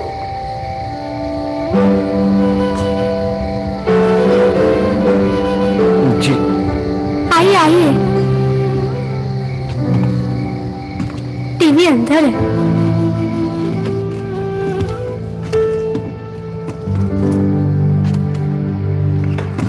टाइम पे ठीक तो हो जाएगा ना? जी मैम।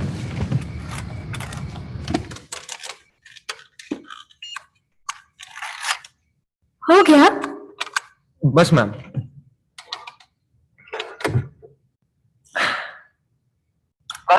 हाँ अब ठीक है।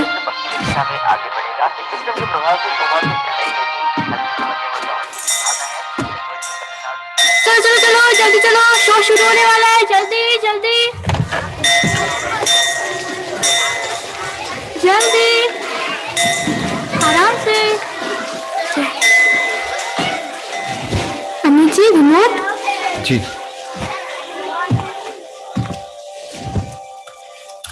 Welcome back to junior Indian icon. और आज की पहली कंटेस्टेंट है सबसे कहीं की प्रेरणा।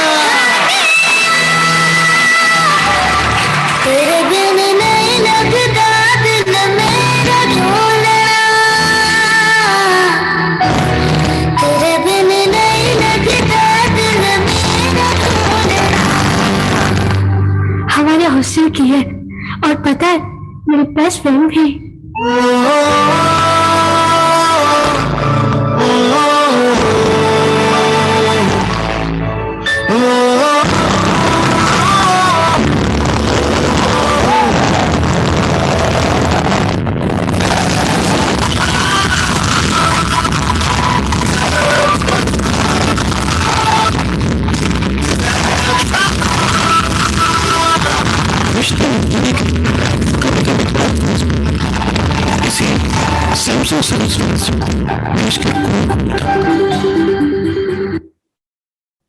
If you really believe that Samsung is in the business of TV service center, they're not.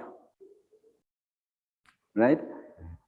Just keep guessing as to what business they are in. Let me show you something else. Another company which has been there for 135 years doing one single thing. Gillette. Just can you play this again? Sorry. A longer one, sorry. Another video. Gillette.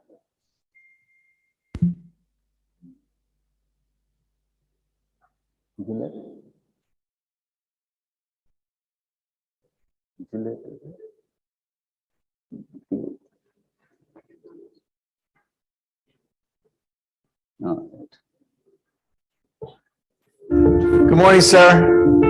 Ready to get up? I'm gonna get your feet up. How you doing today? Okay. Good morning. I remember always looking at my dad's arms like when I was like 8, 9, 10 years old. He had arms like Popeye. He was a tugboat captain. And I so admired his physique. And now it's a different story, you know? And that's just the way it is.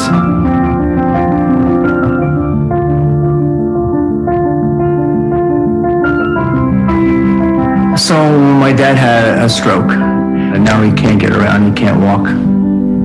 And he needs me to help him out. And my son Luke and I have been doing it.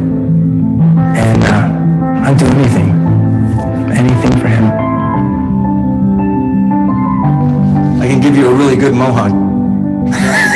You look like a punk rocker. There's a definite role reversal that happens. I have to wake him up in the morning and take care of him and groom him and shave him and shower him. It's actually an honor to do that for your father because he did it for me when I was a kid. My dad's got the greatest face.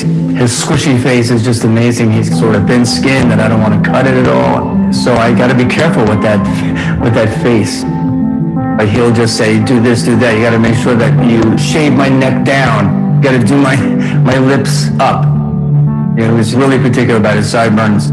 That's where your sideburns start? I'm not gonna touch your sideburns. Okay, good. Okay?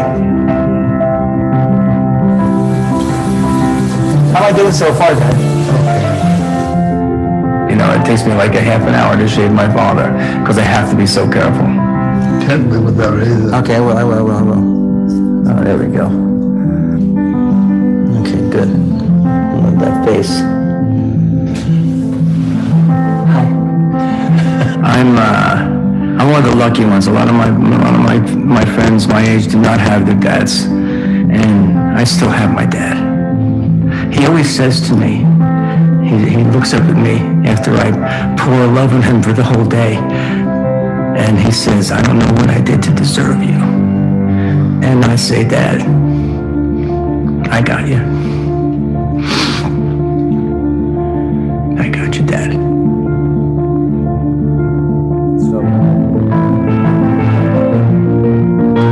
Gillette doesn't sell razors. Gillette doesn't sell shaving creams. Gillette is not in the business of razors. Just keep thinking, what is the business they are in? Next, another video. Let me talk to you about something today.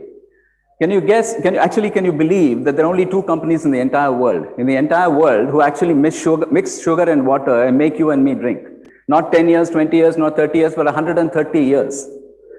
Coke and Pepsi, right? Coke, one company which is 4 times the next competitive rival at $60 billion today, ranks 6th in the world in spite of all the Google and the Amazon which are coming up today.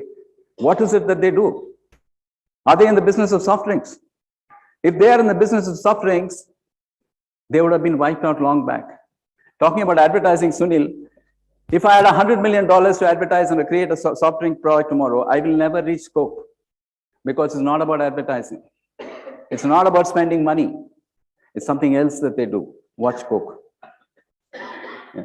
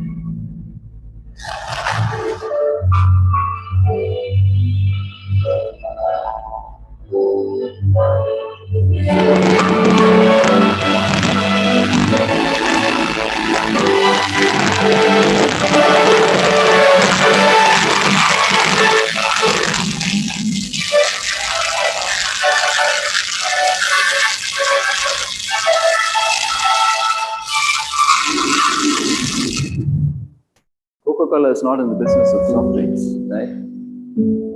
So what is the business that these guys are really in? They're in the business of one commonality that goes across centuries. That's nice. Yeah. Keep guessing. Yeah. Very valid point. Good point. Good. All are correct. Let me share with you something. The important part is, over centuries, hundreds and hundreds of things have changed. In fact, even in the last few decades, many things have changed.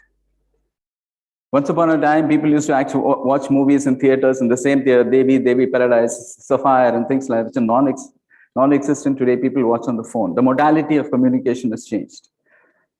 Once upon a time, my mother used to write a letter to me. It used to take 7 days to reach Kanpur, and from there, it used to take another 7 days by the time, and she was quite okay. Today, at 8:12 a.m., if I send a message, and at 8:32 a.m., if I don't get a response, especially when the other person is the last seen at 8:22, I start asking, is she still in love with me? Right? The speed of communication has changed.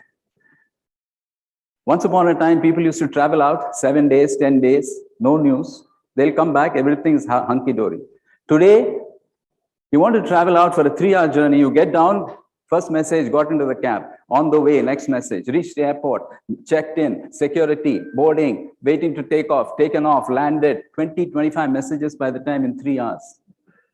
The intensity of communication has changed. Our faith in the universe and the faith in at large has almost come collapsing down. But there are certain things that have not changed, which is what these geniuses understand. Because if you keep working on things that change, then you have to constantly be running on a treadmill. Getting Amitabh Bachchan once, Virat Kohli another time, Dhoni another time, constantly. You'll be doing sales. But these guys understand what is it that has not changed.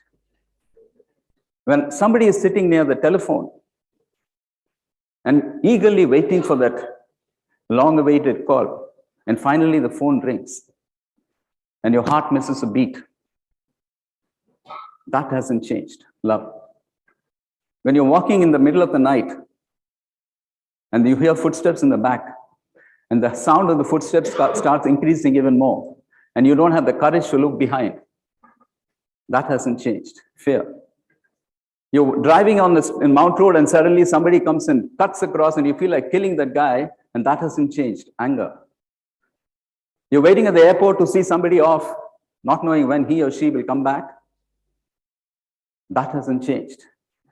What you feel here, sadness. So these feelings of love, fear, anger, sadness, they have all not changed under one umbrella called emotion, right? So why is emotion so important? Is this, yeah, is it on? Yeah. So like I said, it's never about what we are. So what business are you really in? You're in the business of emotion. Why is emotion so important? I mean, what's so great about emotion? I mean, everybody knows this. And here's the thing.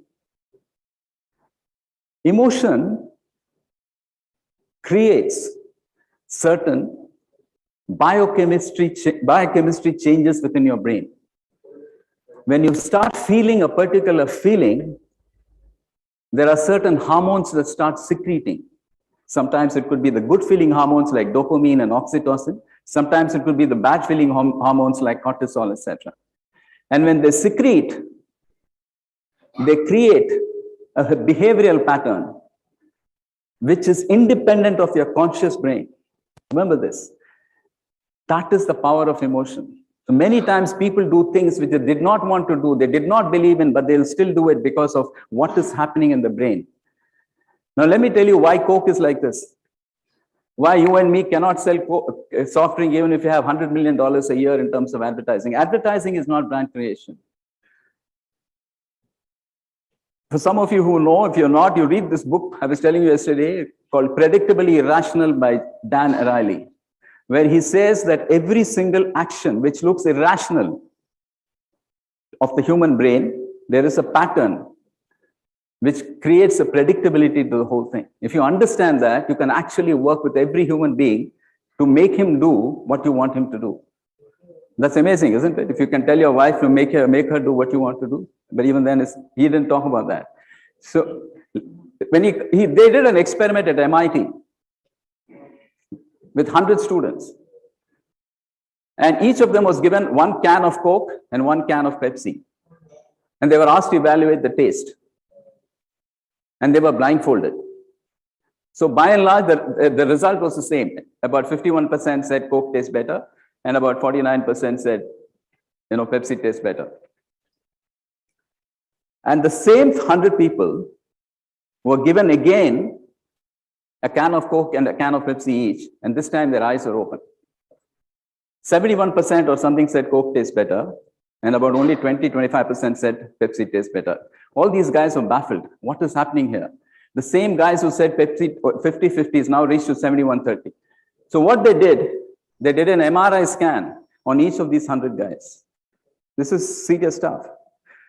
They put all these guys on an MRI machine, all these 100 guys, and ran the tube with Coke and Pepsi coming into each of them. And they did a brain mapping study. What they found was, in our brain, in the center of the brain, there is something called the prefrontal cortex, which is responsible for the emotions of the brain. Now, Coke and Pepsi, because of the sugar content, had managed to create an emotional content which triggered the frontal cortex. Therefore, Coke and Pepsi were okay at a particular level. But in the frontal part of the brain, there is something called the dorsolateral prefrontal cortex, which is responsible for the higher emotions of the brain, like cognition, like memory, like associations. What Coke managed to do over the period of time is they managed to actually trigger that too. And there is, between the frontal part of the brain and the pleasure centers in our brain, there is a dopamine link. So when people saw Coke, they immediately, of all the associations that they have had, kickstarted this pleasure center and released dopamine. Dopamine is a pleasure chemical, pleasure hormone, biochemistry at its best, literally happening. When it secretes, you have no choice. You will say Coke is best, whether whatever happens at the conscious level, you will say Coke is the best. Now coming back to Nike, and that's why Nike, for example, doesn't sell shoes. Many people know this. In fact, even one of the headings of this particular topic is Nike doesn't sell shoes. What does Nike sell? Any guesses? What does Nike sell? Performance, greatness. Anything else? Sorry? Experience. All this gets, when Rafael Nadal is playing and about to win his 14th French Open on the 5th of June, and he manages to hit that final shot on the line, and he wins that 6-3, 6-3, 6-love. And all the people who are watching him, who are fans of Nadal, or even people who are interested in tennis, and when that point comes through and he wins the championship, there's a tremendous feeling of exhilaration in the viewer. He feels very inspired. Something about to be aspiring for. At the age of 36, the guy can actually win the 14th championship. There is a sense of, a phenomenal sense of leadership, etc., and that gets inspired by you. At the same time, the camera pans across the bandana of Nadal with the swoosh there, and it pans on the shoes of Nadal. Now here, you're actually seeing the product in real-time association with the brand, and you're feeling that emotions. When you feel the emotions in the real time, these emotions get translated onto the brand, and the brand starts resonating with that emotions. So the next time you're sitting with a Nike shoe, you're not wearing a shoe. You feel like a winner. You feel like a decision maker. You feel like a leader. You feel like you can achieve anything. Just do it, and you will do it, irrespective of the price that they ask you, irrespective of the fact that there could be 10 other shoes who are doing better than you. That is Nike. Nike doesn't sell shoes. But there will be other people who will be selling shoes and be having a lot of sales, but that's not a brand. That's why Nike has created a revolution in terms of what you can read. This book called Shoe Dog, was written by the founder of Nike. It's a Bible of how to do brand creation. At 4 a.m. in the morning, why you should be doing brand creation. At 4 a.m. in the morning, Phil Knight, the founder of Nike, gets a call saying that the distribution ship of Tiger that he was actually representing from Japan going to be cancelled overnight. What he had built over 8-9 years was coming crashing to zero. That's when he realized he needed to create his own brand, and the story of Nike. You should read this. So this is why emotion is that constant which actually defines us as human beings. It actually scripts our DNA. It makes us do things by inheriting and incorporating stuff where we are psychologically actually unable to do otherwise and do this right now. So that is what an emotion does. So in fundamentally, first principle, so coming back to it, what is the business that Samsung is in? Emotion, yes, but what is the business that they're in? Emotion, we have talked about. The fundamental principle of first brand creation, don't talk about features, don't talk about benefits, don't talk about technology. These are all passé, because the day you talk about feature, another guy will come and tell you how he can do it better than you. 6 months, 1 month, 1 day, right?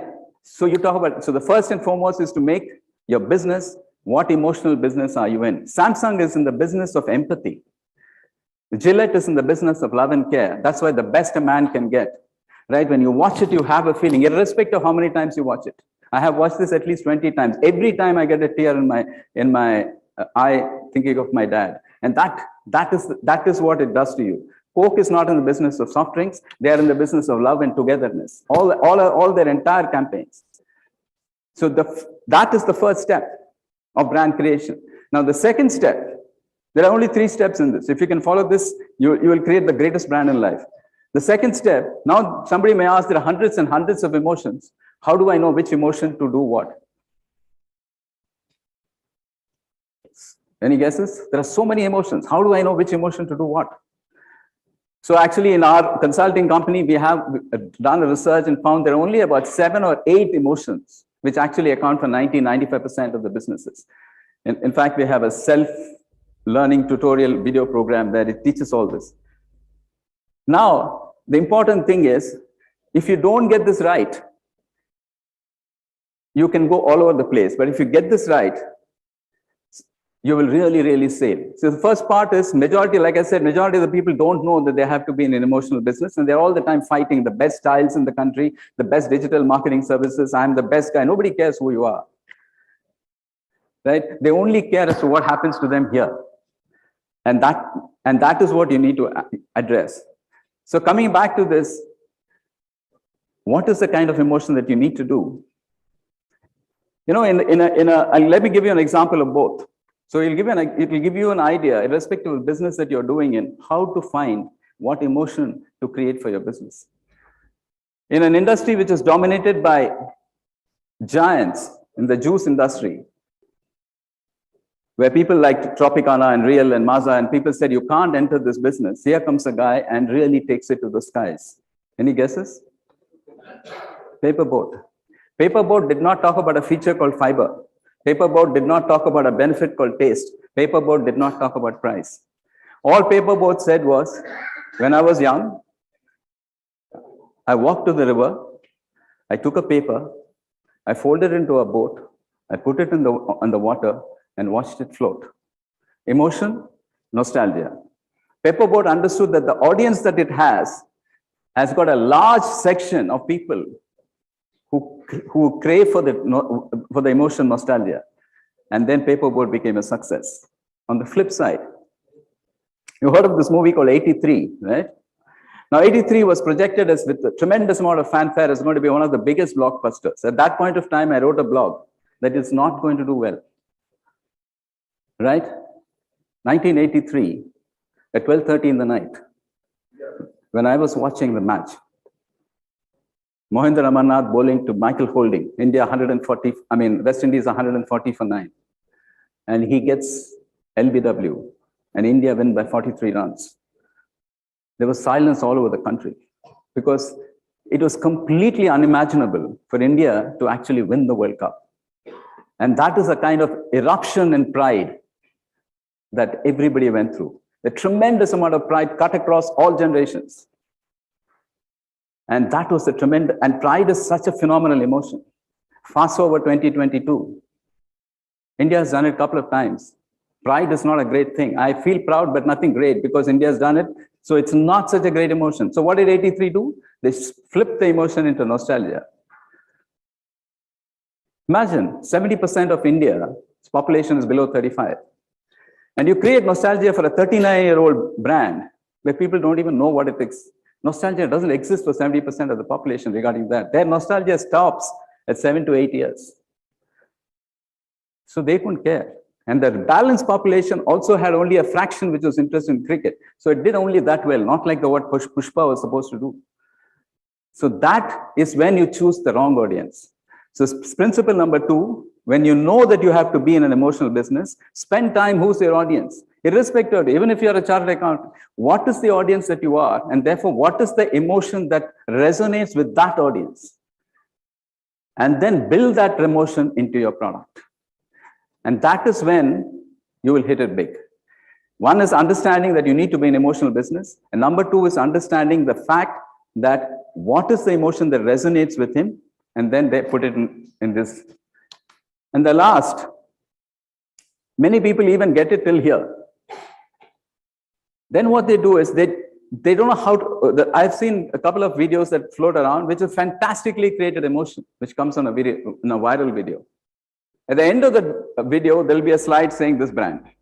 Because they don't know what to do with this. They've created a fantastic emotion. That slide can be replaced. It could be a tile ad, it could be wealth management, it could be a watch, it could be anything else. So the important thing is how you integrate this emotion that you feel as your audience has across, starting from the name. Like somebody talked about how Tata's disrupted the jewelry industry. Phenomenally done. And the biggest success story of a brand creation, Tanishq. Tan means body, Ishq means love. Starting from there, every single thing, they understood the emotion and integrated it, starting from there. If you talk about Just Do It, every single thing, the Just Do It line itself changed the company's turnover from 83 million to 9 billion. Just that line. People, the same line which Tata's had, the cheapest car, collapsed the brand. So it is every single thing that you integrate from starting from the name till the end. When you integrate this, that is when you complete the brand creation story. Number 1 is in terms of creating what is the emotional business. Number 2, firstly, recognizing that you have to be in an emotional business, whatever you're doing, whether you're doing anything. And then what is the emotion that you need to be integrating with, and how do you integrate it through and through? So like I said, it's never about what we are. It's only about who we are. Who we as human beings resonate with somebody else. And only then can you create brand creation. Now here's another question. Somebody may ask, why go through all this? Why do I have to create brands and all that? I'm quite happy, doing sales, doing this, I'm quite happy. So there are 3 factors in this. Why you need to, I feel we need to create a brand. Number 1, if you create a brand, you got a price realization of sometimes 100, 10,000 times.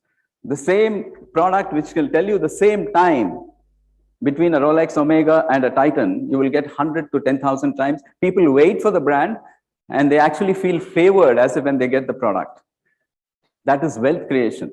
That is the first thing that you need to do if you want to create a brand. Next, we all come into this world and we'll leave the world planet soon, at some point of time. We have the choice either to come, eat, sleep, make love, go away, and do nothing. Or we have the choice to leave a footprint on this planet, leave a legacy for the world, for our family and children, and live beyond our time. Because if I ask you who are the last 4 CEOs of Nike, Coke, Unilever, Pepsi, you will not be able to name it. Because they've all been cogs in the wheels of creation. But the real fulcrum, the person who created the wheel, is whom we remember, be it Steve Jobs or Elon Musk or whoever, Mukesh Ambani, whoever it is. So if you want to be a part of that legacy, that's when I feel you need to create a brand. And lastly, we talked about how people are actually tied to the millstone of business. There are a lot of people I know who, in fact, I know somebody who runs a 1,000 crore company. but he needs to know which shipment is going by a truck in Nagpur at 11 o'clock in the night. He also needs to know how much is the canteen bill in that factory. He's 83-year-old. What is the point? So if you are on the treadmill where you cannot relate to, and you cannot get off, and you cannot do what your passion, what you want to do, that's when you need to create a brand, because that's when you'll generate freedom. Freedom to pursue other stuff and other things. So this is what I believe is the reason why you should create a brand. And the reason why people like Phil Knight or Steve Jobs or whoever it is remembered is because they've left this legacy. And so yeah, that's what is brand creation all about. If you want to know a little bit more, I mean, you can connect with me on my website or on my mail ID or my WhatsApp number. And if you have any questions, and I hope I haven't overshot, right? Have I overshot my time? Quite a lot, is it?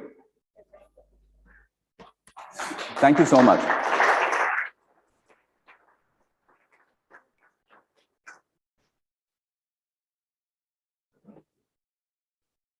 Thank you. Thank you so much, sir. So probably we are up for the next speaker session. So any queries from the audience, you can probably make it one-to-one, sir. Yeah. That was a spectacular presentation, sir. Absolutely loved it. Especially how to integrate emotions into the business and branding. Very super presentation, sir. Thank you. Can we have a round of applause, ladies and gentlemen, for our fabulous speaker and the spectacular session. Thank you. All right, ladies and gentlemen, going ahead.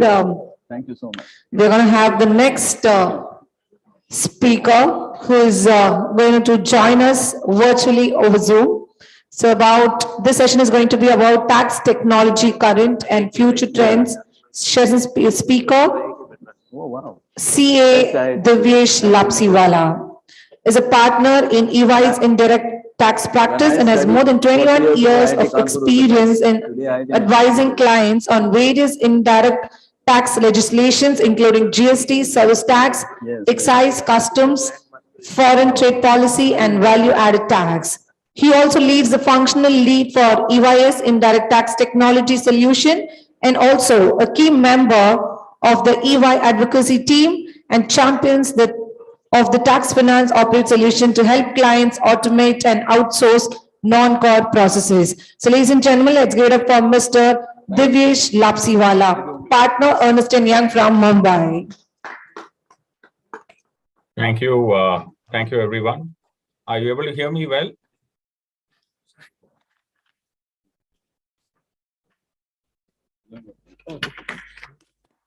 Just need a confirmation if the audio is okay.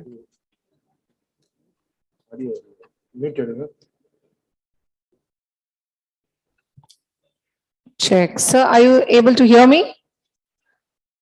So you're on mute. Can you Would you hear be me please now? able to unmute your video? Can you hear me now? So it's not audible. Okay, I'm not on mute. Can you hear me now? The Check. original sound is off.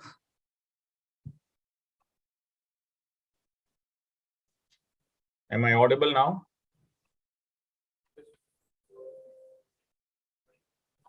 So Hi, can you hear me now? Yeah. Is it audible?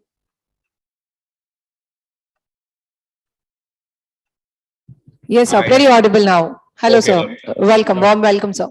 Lovely. So good afternoon to all of you, and my gratitude to the forum to have given me this opportunity. And also my apologies for not being there in person. I was supposed to fly this morning, but I had some temperature last night down with a viral infection. So I decided not to travel. But nevertheless, it is always a topic which is very close to my heart. And I would love to talk about this. In fact, sessions on this topic generally go on for 2 to 3 hours because it is that engaging. So I'm trying to encapsulate that in the 45-minute window we have. Or do we have a shorter window? Please advise me. I will pace my conversation accordingly.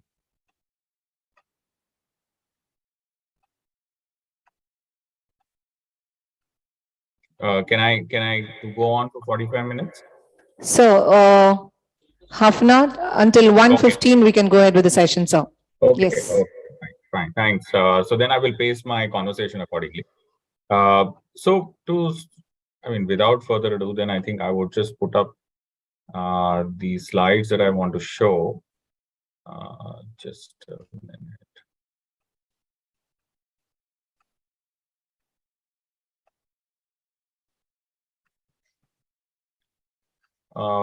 Okay.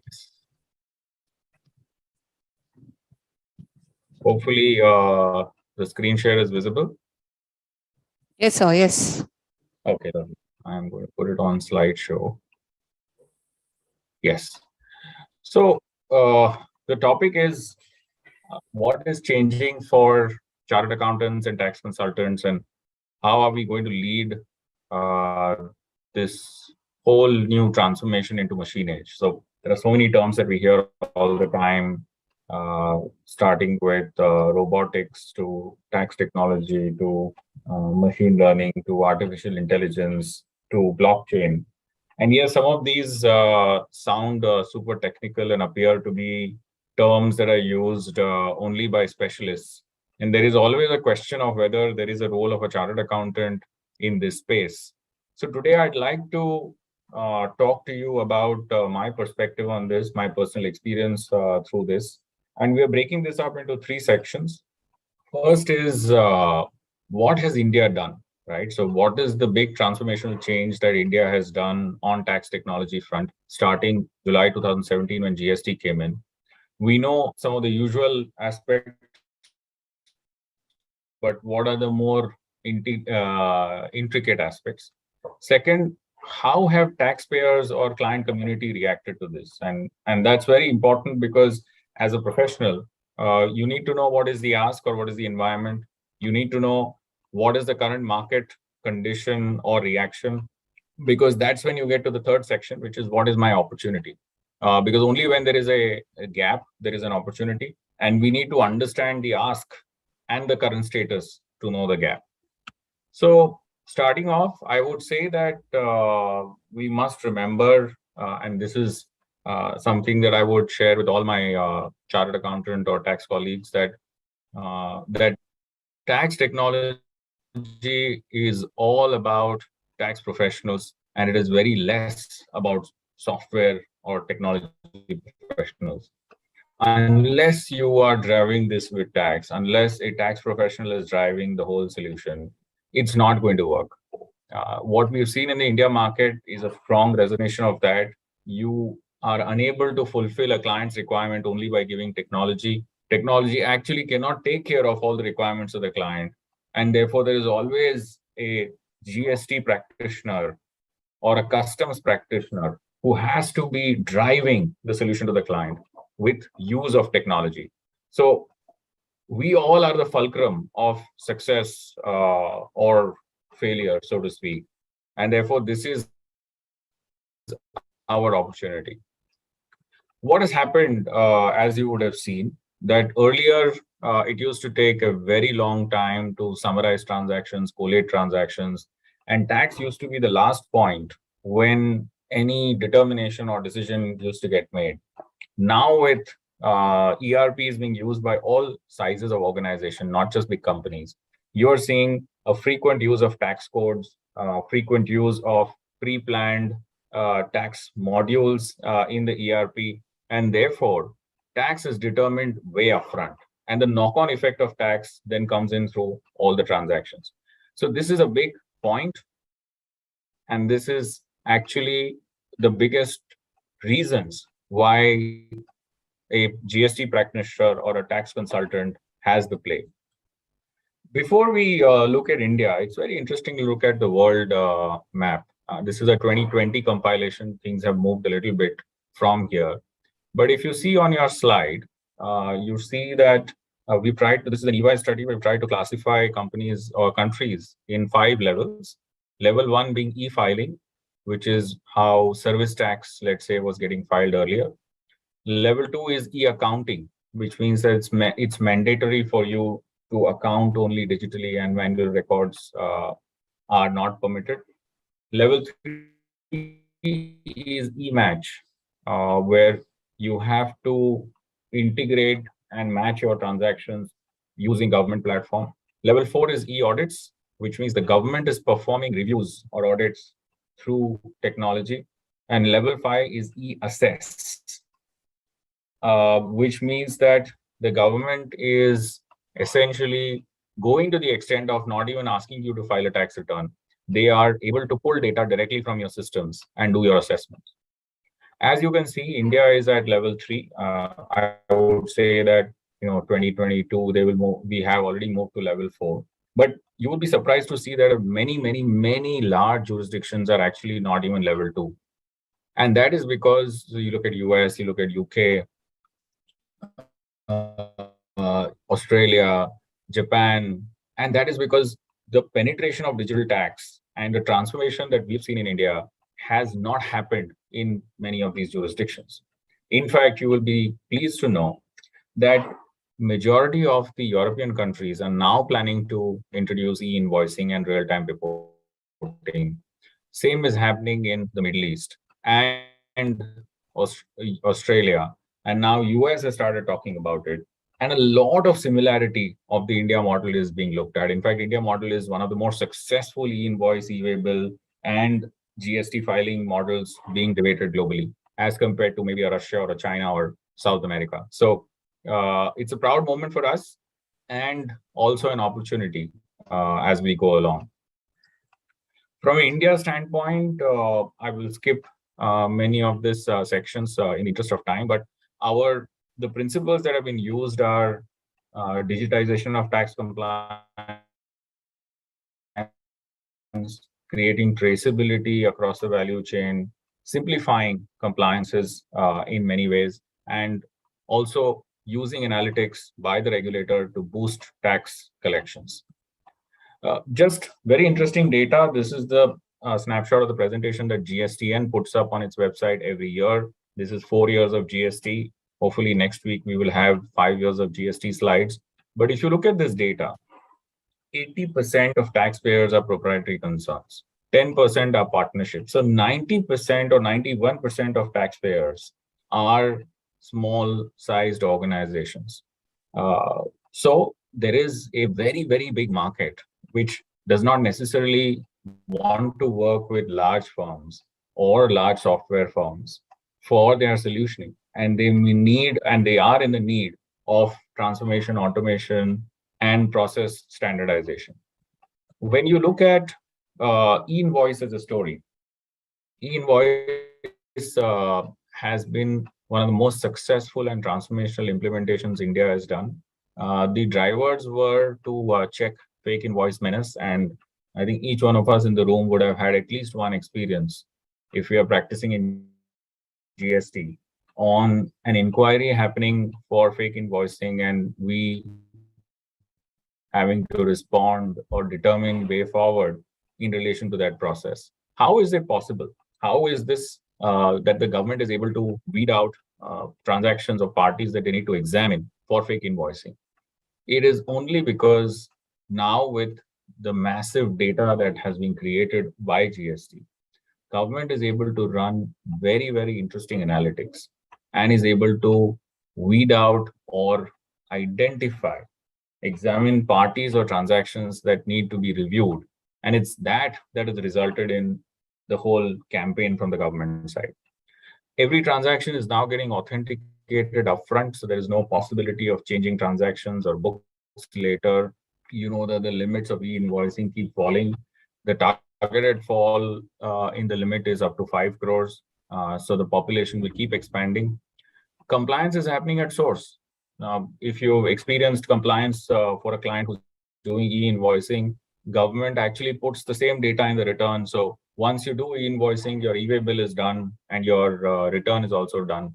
The same entry is getting posted in GSTR 2A, and therefore your vendor side ecosystem is also done. So you are able to receive vendor invoices in a seamless and immediate manner.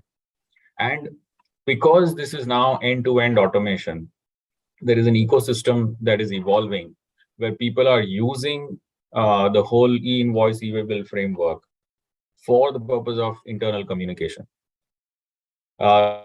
We will skip the strategy part, but this again, I find very, very interesting.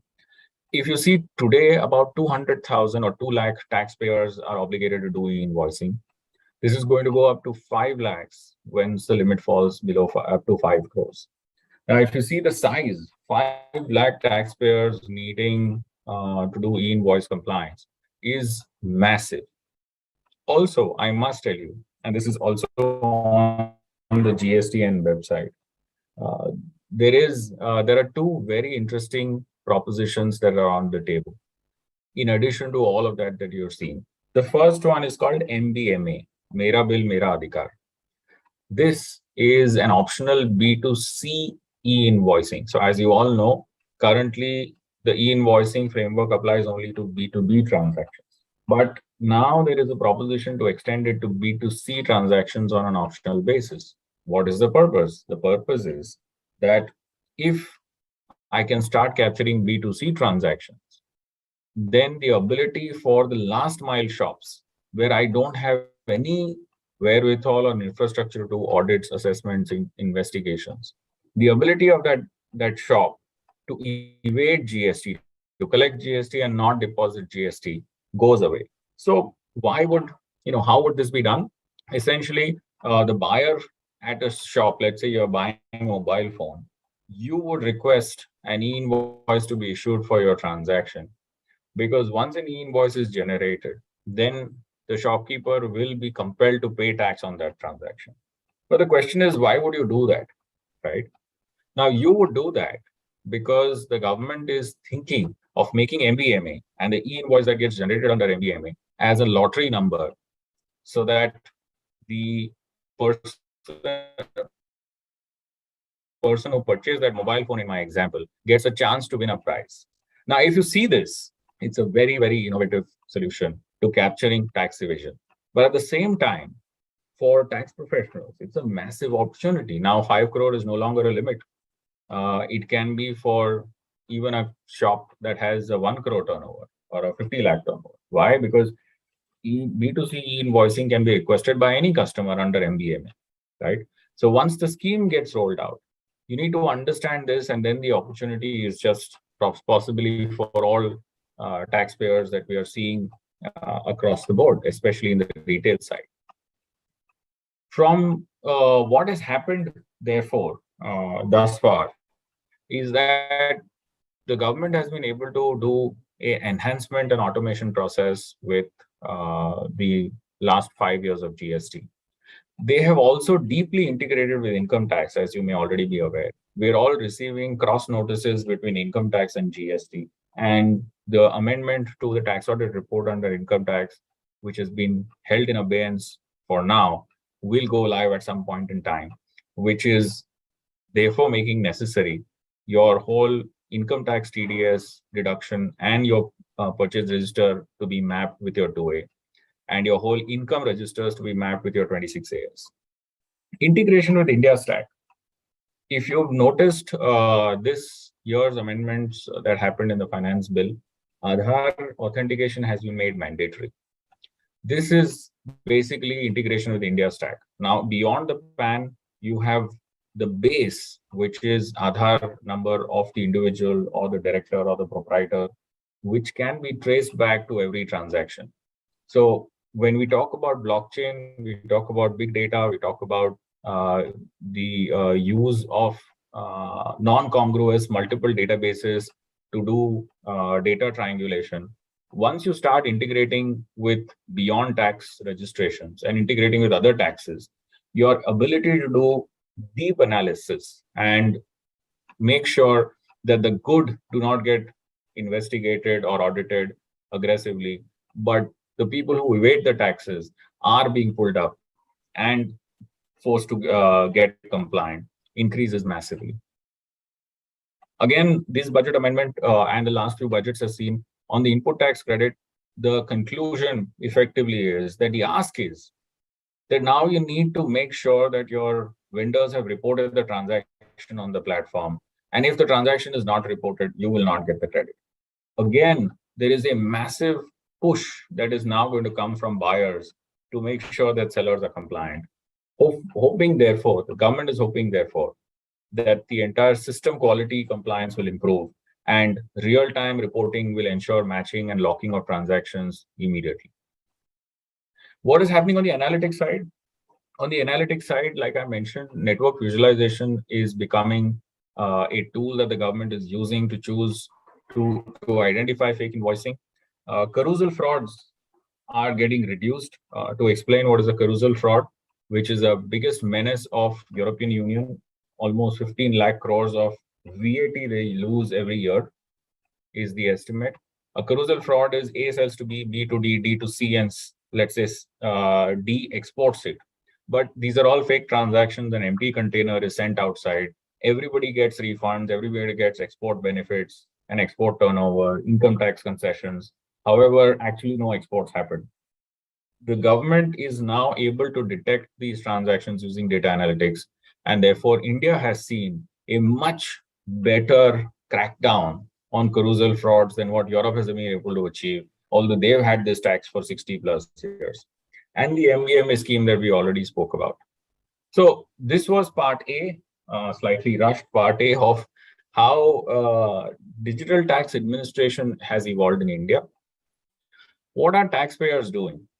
Taxpayers are primarily, unless you're a large organization with a big strategy on tax and tax technology, are primarily dealing with this issue in three ways. First, they're firefighting issues. So whenever an issue comes up, there is a team that gets assembled. There are people that get responsible. There's somebody who's now required to spend significant amount of time digging the past information, digging the past Excel backups, trying to make reconciliations of work that was done in the past, trying to open emails of people who have left, and so on and so forth. So firefighting has been the key strategy. Second, resolution in isolation. You're only resolving issues one at a time. So even if you've had, let's say, a 26 AS to your GSTR1 reconciliation query in one state in 1 year, you have doused that fire, but you've not set up a system to say, why can't I do it for all registrations for all years? Why do I not do it? Because to do it for 1 year was a nightmare. Because my strategy was firefighting. Because I deployed so many people who stopped doing their regular work and started doing all this. I cannot continue to spend their time to build it for all the states. We will see when it comes. And then another state will come up with another requirement of, withholding tax return or TDS deducted with 2A. And again, you will have the same crises. So you're only resolving issues one-to-one. And therefore, you're not building a broader vision. You're not thinking through to say, what is the future ask? And why you're not thinking through? Because you've not done that even in the past. Even in the past, if you would have seen the trends of Section 1 that we spoke about, you would have built a strategy of how you will deal with the audits and assessments and investigations that will happen on you in the next 3 years. You've not done that. So today you're spending huge amounts of time in managing those. And you will again be behind the curve with the government. And again, when you're 2 years down the line, you'll again be behind, possibly even more, and so on and so forth. So you're in this vicious circle of firefighting and resolution one-to-one, and you're not able to build a strategy or an organization. And many companies are struggling here because they are trying to do all of it themselves. In fact, GST practitioners are understanding the problem, but maybe not taking full charge of the problem because they also believe that that is the only way to deal with it, right? And that leads to poor data management. It leads to person risk, key person risk. One individual leaves and you have a massive issue. You don't have supporting documentation. Your systems are poorly designed. Your processes are poorly designed, and it keeps getting worse and worse. So what is the new approach? What is it that we can do? What is it that needs to be done? How should you think about it, right? So the first is clearly reuse of IP. If I create a program which can do matching of 26 AS with GSTR1, I should not do it in an Excel file. Okay. Can I create a small intellectual property for it?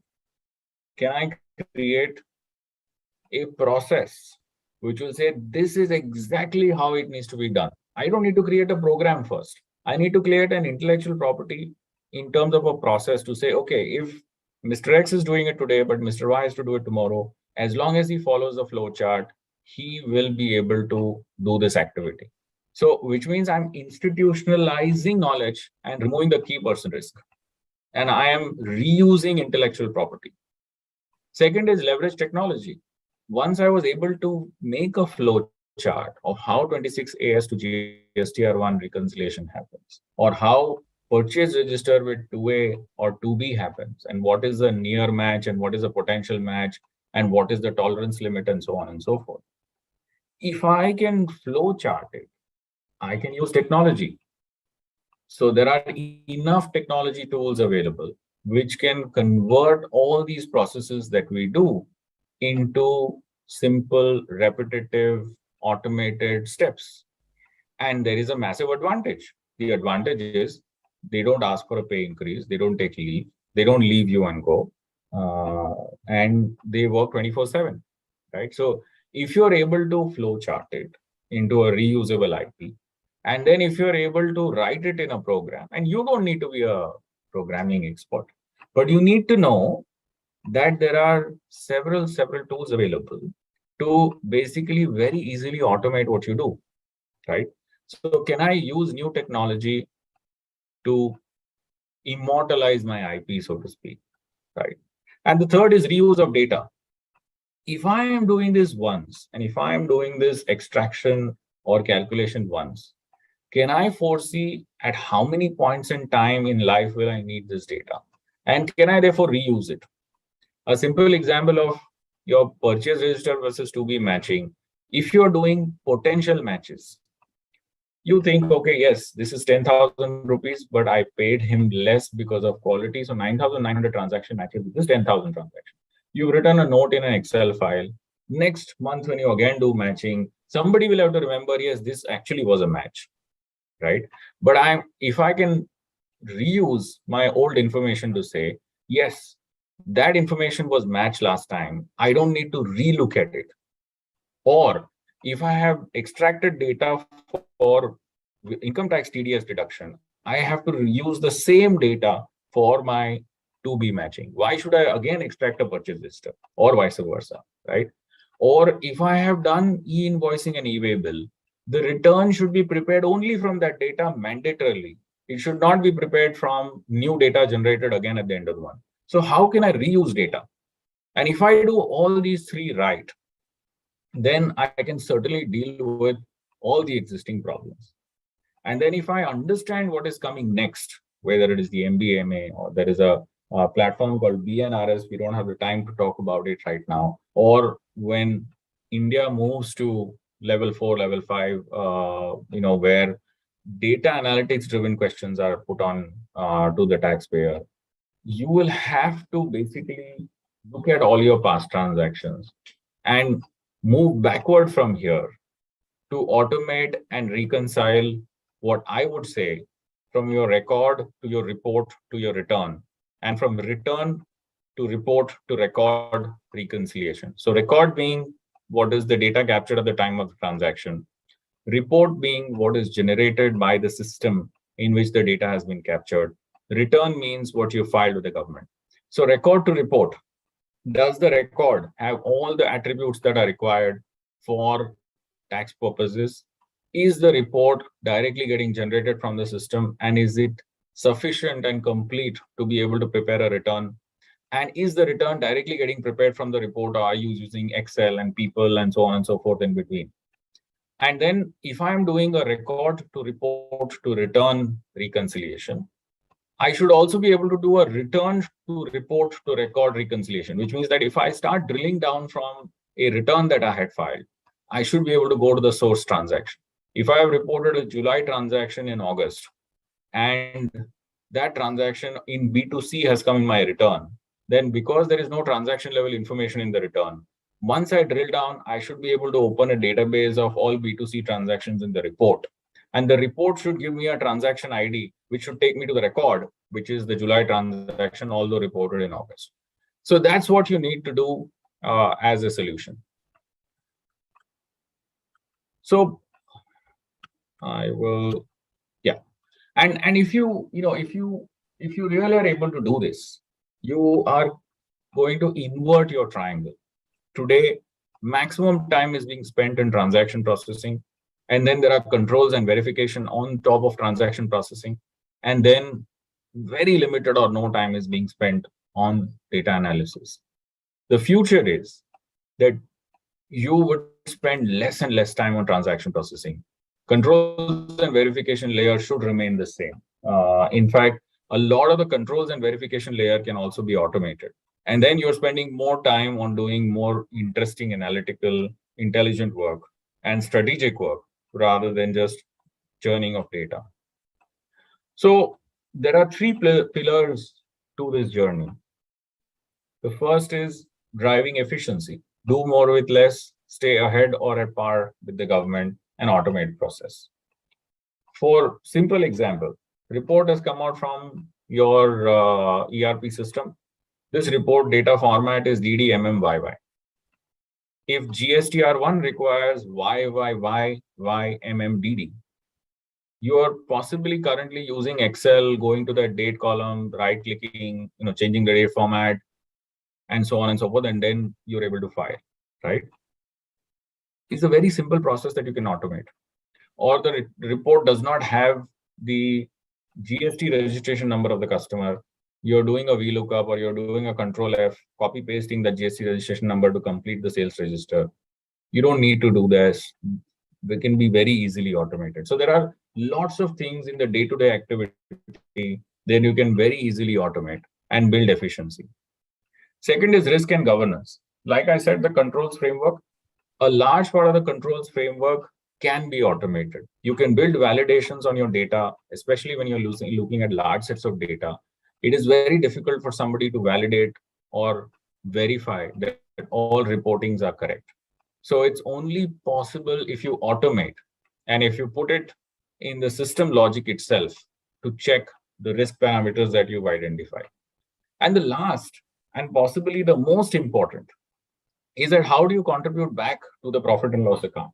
How do you ease out working capital? What is the value optimization of GST technology? And to my experience, this alone has been the biggest reason why companies are willing to pay large sums of money for bringing digitization and automation. It's because if I am able to build technology, which is on a real-time basis going to be able to tell you whether the vendor has reported the transaction or not, I will match the transaction even before the payment to the vendor is made. I will make sure that credit is taken on the immediate basis. I will make sure that 17.5 is applied on a strict basis and therefore there is no error. I will make sure that no invoice is sitting in the system, which is sitting in somebody's drawers, and any invoice which is in that situation, an aging report is available. I will make sure that you are paying invoices within 180 days or there is an auto alert that is going on and reversals are then happening. And so on and so forth. I will make sure that Rule 42, 43 calculations are accurate. And I'm bringing more value to the table, or I'm being able to do alternate calculations to find out what is the most efficient way. I will make sure inverted duty refunds are getting calculated correctly. Export refunds are getting calculated correctly. And the list can just go on, right? And these are only GST examples. If you add income tax to this, if you add customs to this, there is just sky is the limit. The point is that in these three lobs, what can we do with the available technology is the challenge. Now, in the interest of time, I had a few case studies to discuss, which I will skip. But I would only say that towards the end, I would say that your role is basically transforming the tax function of your client, thinking through all the point-based solutions that the client needs, and possibly outsourcing the tax compliance and tax function of the organization, providing a managed tax service. There are several technologies that you can use. There are ERP functionalities. There are RPA, UiPath, IQ bots, Python, Flash, and the list goes on. But I would say, in the end, towards the end, I would leave you with this thought that whatever you do, you should think of it as a iOS or an Android equivalent.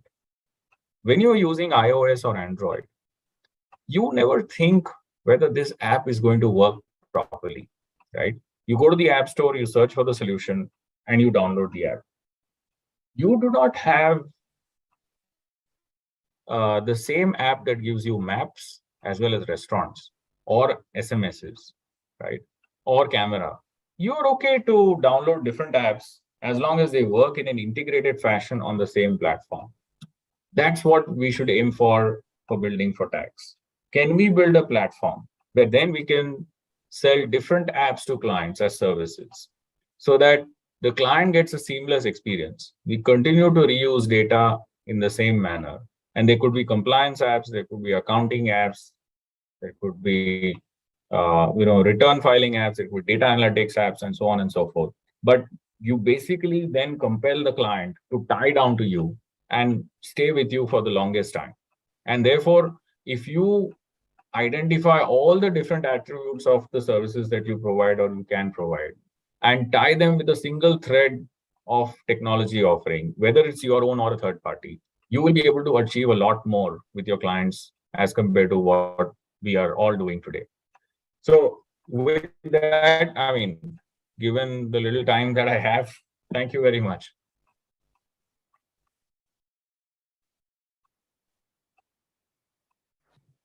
Thank you. Thank you so much, sir, for your wonderful session and sharing your insights. Thank you so much. Let's have a round of applause, ladies and gentlemen, once again. Thank you for being here, sir, in spite of your, you not keeping well, but still you have made it virtually. So we are indeed very, very thankful to you, sir. Thank you so much. Thank you. Thank you. Thank you, sir. Pleasure having you, sir. Thank you. All right, ladies and gentlemen, now we are breaking for lunch for half an hour. So it's 1:15. I request all of you to please gather inside the hall at 1:45. So next speaker is going to be Mr. Sudarshan Loda. So requesting all of you to please gather inside the hall on time at 1:45. Thank you.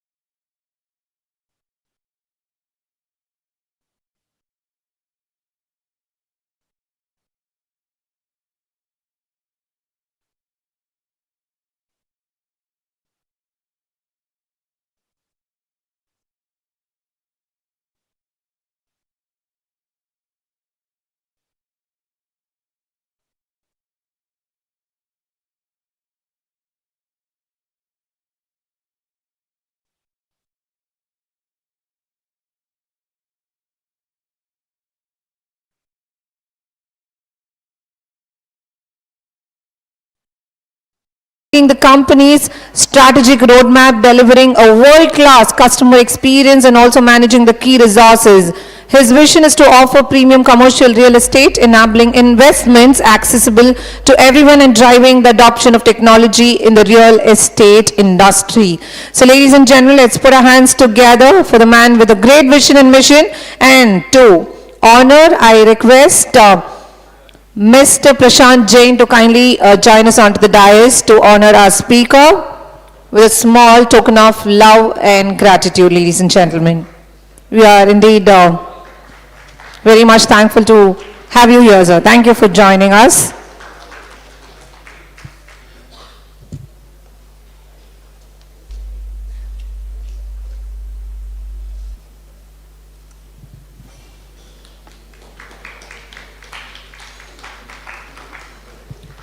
And the topic for the session is going to be stock market and opportunities in alternative investment. So over to you, sir. Let's give it up once again for Mr. Sudarshan Lodha, ladies and gentlemen.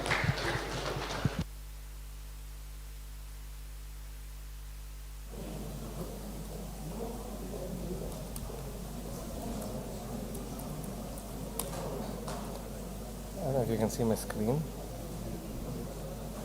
Can you just show my screen? Can you show the screen?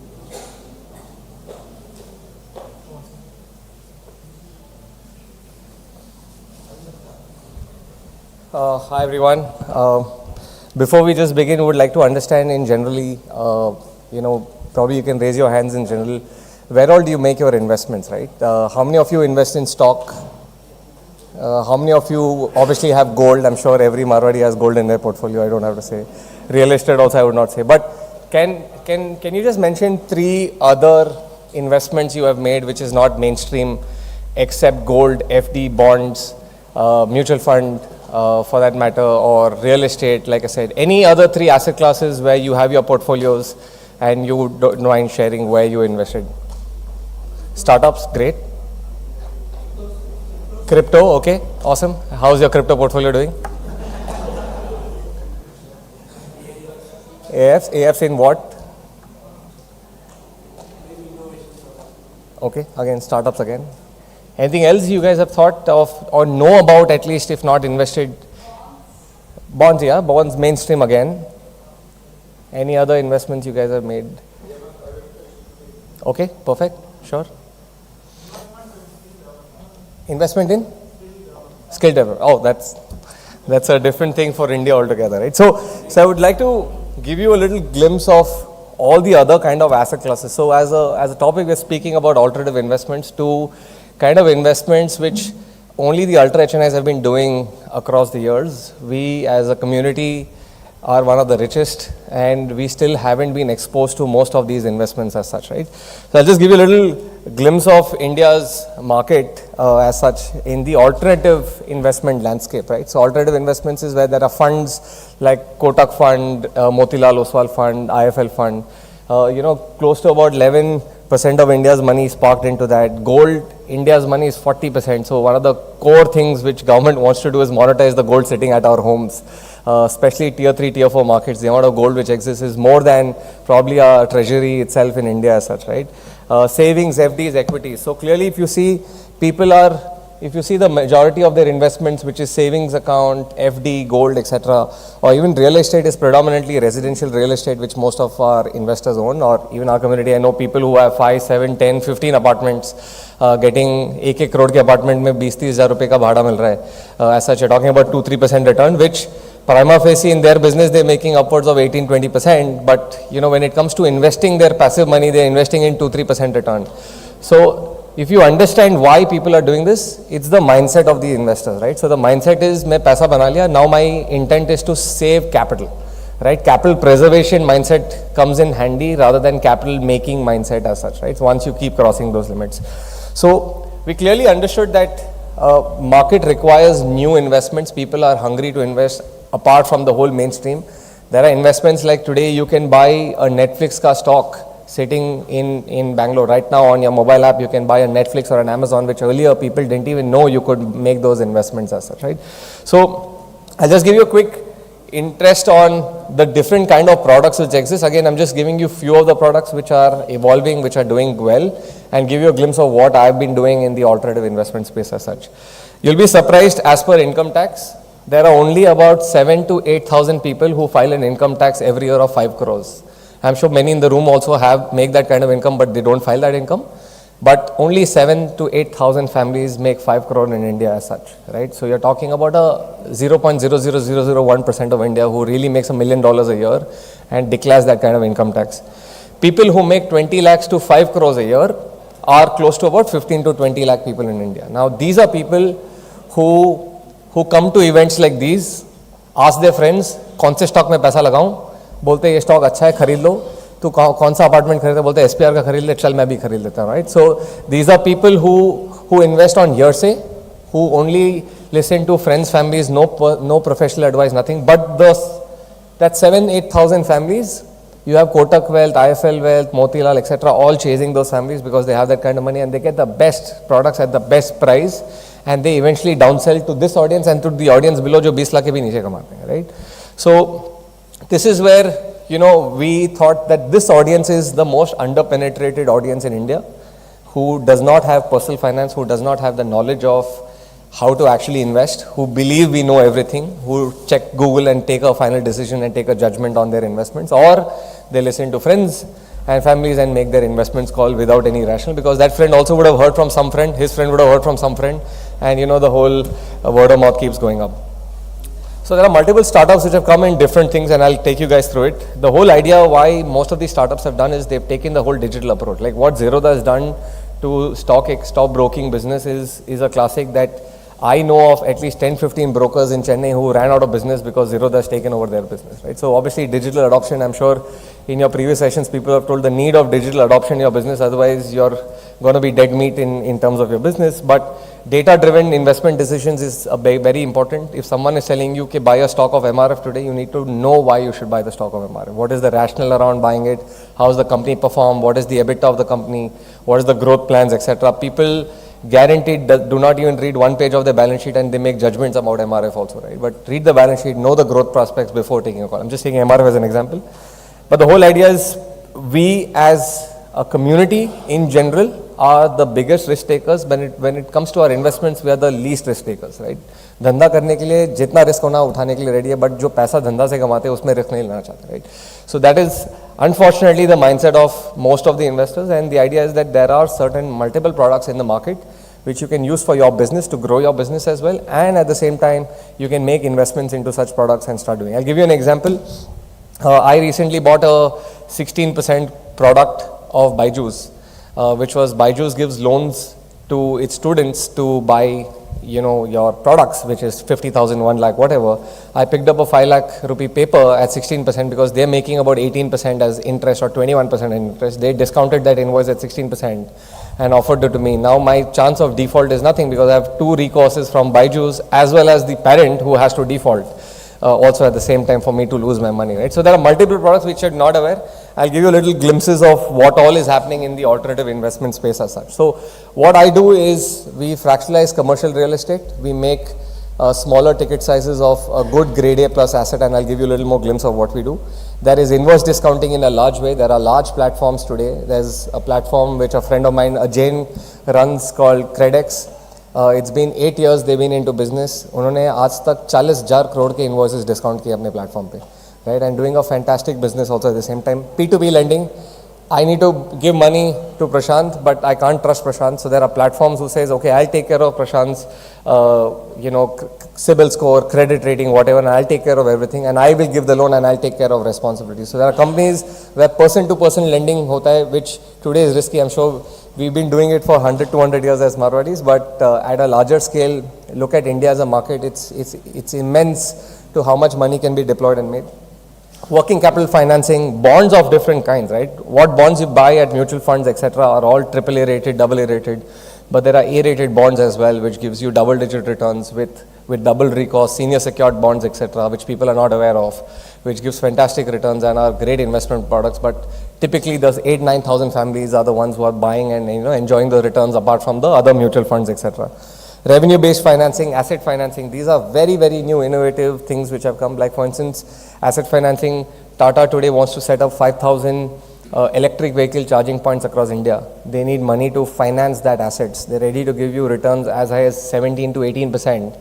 And you have a backing of Tata that, okay, you pay me and I'll keep paying you monthly interest for that till the 2 or 3 years where the asset gets amortized and you get your returns, right? But you're not even aware of such products being existing today. How do you find such opportunities also, right? So this is Credex. This is, like I said, one of our good friends' company.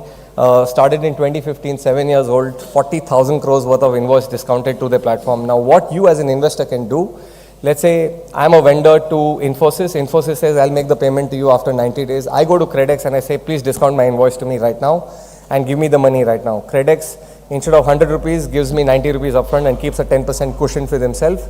Charges 15% per year, 14% per year, whatever as interest. So it's 1.25% a month is what they're charging per month.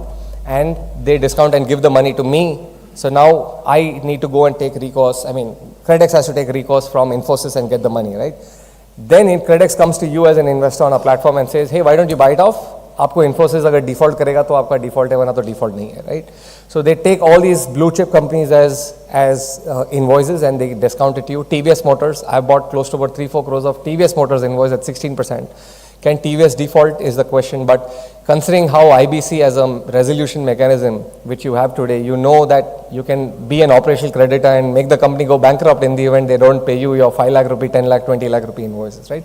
But these are great instruments for you to keep rotating money. These are 30, 60, 90-day invoices which you can keep buying, where you can keep rotating money. So if you're making 15% and 3 months, if you rotate, you know you better Marwadis than me in terms of how much money you can eventually make by doing nothing. It's all online. Entire process is online. You don't have to meet. All the paperwork is handled by the company for a small 1% fee which they charge in return for getting you the services. This is a company called Wind, which today gives access to good senior secured bonds. So senior secured bonds are of two types. One, where bonds में the credit is कि अगर वो default किया तो आप default करते हो. What these guys do is they take double recourse. I'll give you an example. Let's say you're a decently big lending company with 1,000-2,000 crore book right now. Gold loan ही ले लेते हैं as an example. तो मैं gold loan दिया हूँ to Mr. Pallava over here and say, okay, here is 1 lakh rupees, and obviously he'll take security worth 2 lakhs for giving a loan of 1 lakh, right? Or even, let's say, 40% more security than what it is. So वो देता है. Now the gold loan company has more people who are ready to take loan, but I don't have the money. So what they do is they trade the paper.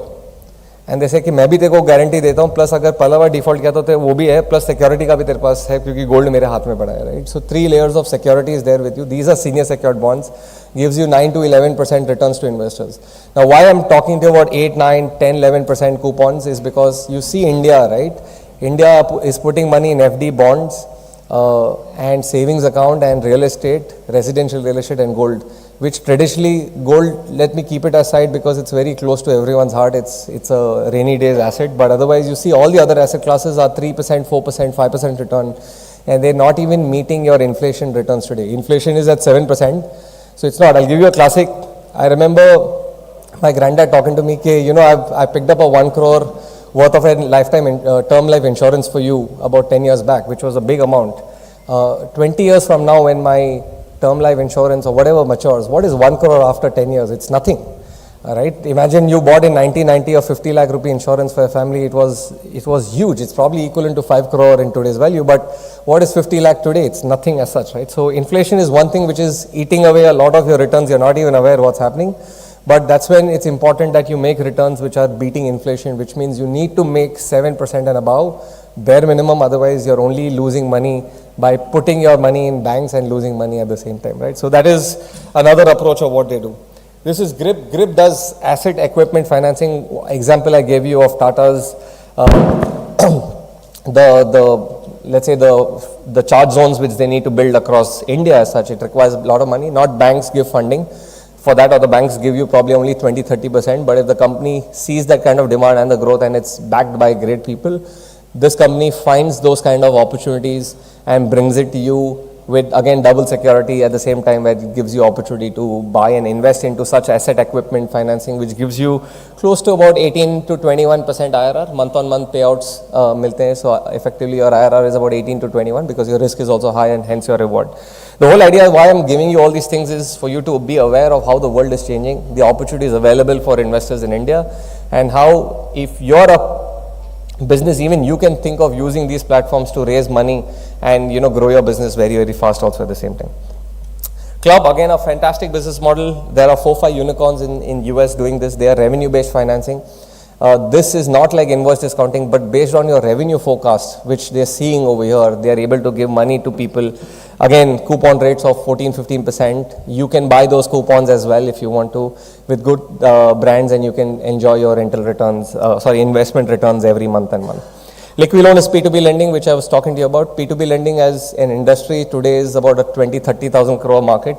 Right now, the market, unfortunately, is more ke log loan lene wale kam mein, paise dene wale zyada ho gaye. So that is where the problem is at the moment. But otherwise, this is also a great thing where you make 10 to 11% fixed coupon. It's like a mutual fund in itself. Even if 1% defaults, end of the day, from your return, 100 रुपए में maybe 0.1% will be your default, 99.99% is still safe, right? So these are just giving you glimpses of different kind of products. There are multiple. There's a platform like Small Case, which is a mutual fund you can create for yourself, where you believe that, hey, I think rural industry in India's growth, or let's say electric vehicle is future as such, but you want to invest into electric vehicle stocks. How do you find? So Small Case is a platform where you can go to Small Case and find all the electric vehicle stocks. So जो electric vehicle के stocks है, जो उनके suppliers है, vendors है, उनका आपको mutual fund बना के 10-20 हज़ार रुपए का briefcase बना के दे देते हैं. आप कितने briefcase होना आप खरीद सकते हो उसके. And accordingly, because then you can back subject to industries as well. So I'm just saying opportunities of investment today are a lot more than the traditional which is there. And you should look at diversifying 4-5% of your wealth to start with. Get a flavor. If you lose 3-4%, life is not going to change. But it's important for you to know what's happening, try and keep experimenting new platforms who are doing fantastic work at the same time. So that's why we also felt that people in India love real estate the most. Who does not love rental income? Who does not love interest income, etc. The idea was that today when you can buy stock online, gold online, why not real estate online as well, right? So we decided to take a biggest challenge where if Ola today can bring a huge customer behavioral change, that my grandmom today can sit at her house, book an Ola, and Ola comes outside her house and she goes to her respective location where she needs to do. I definitely 10 years back when Ola started, never in my life would envisage that my grandmom is going to use Ola, right?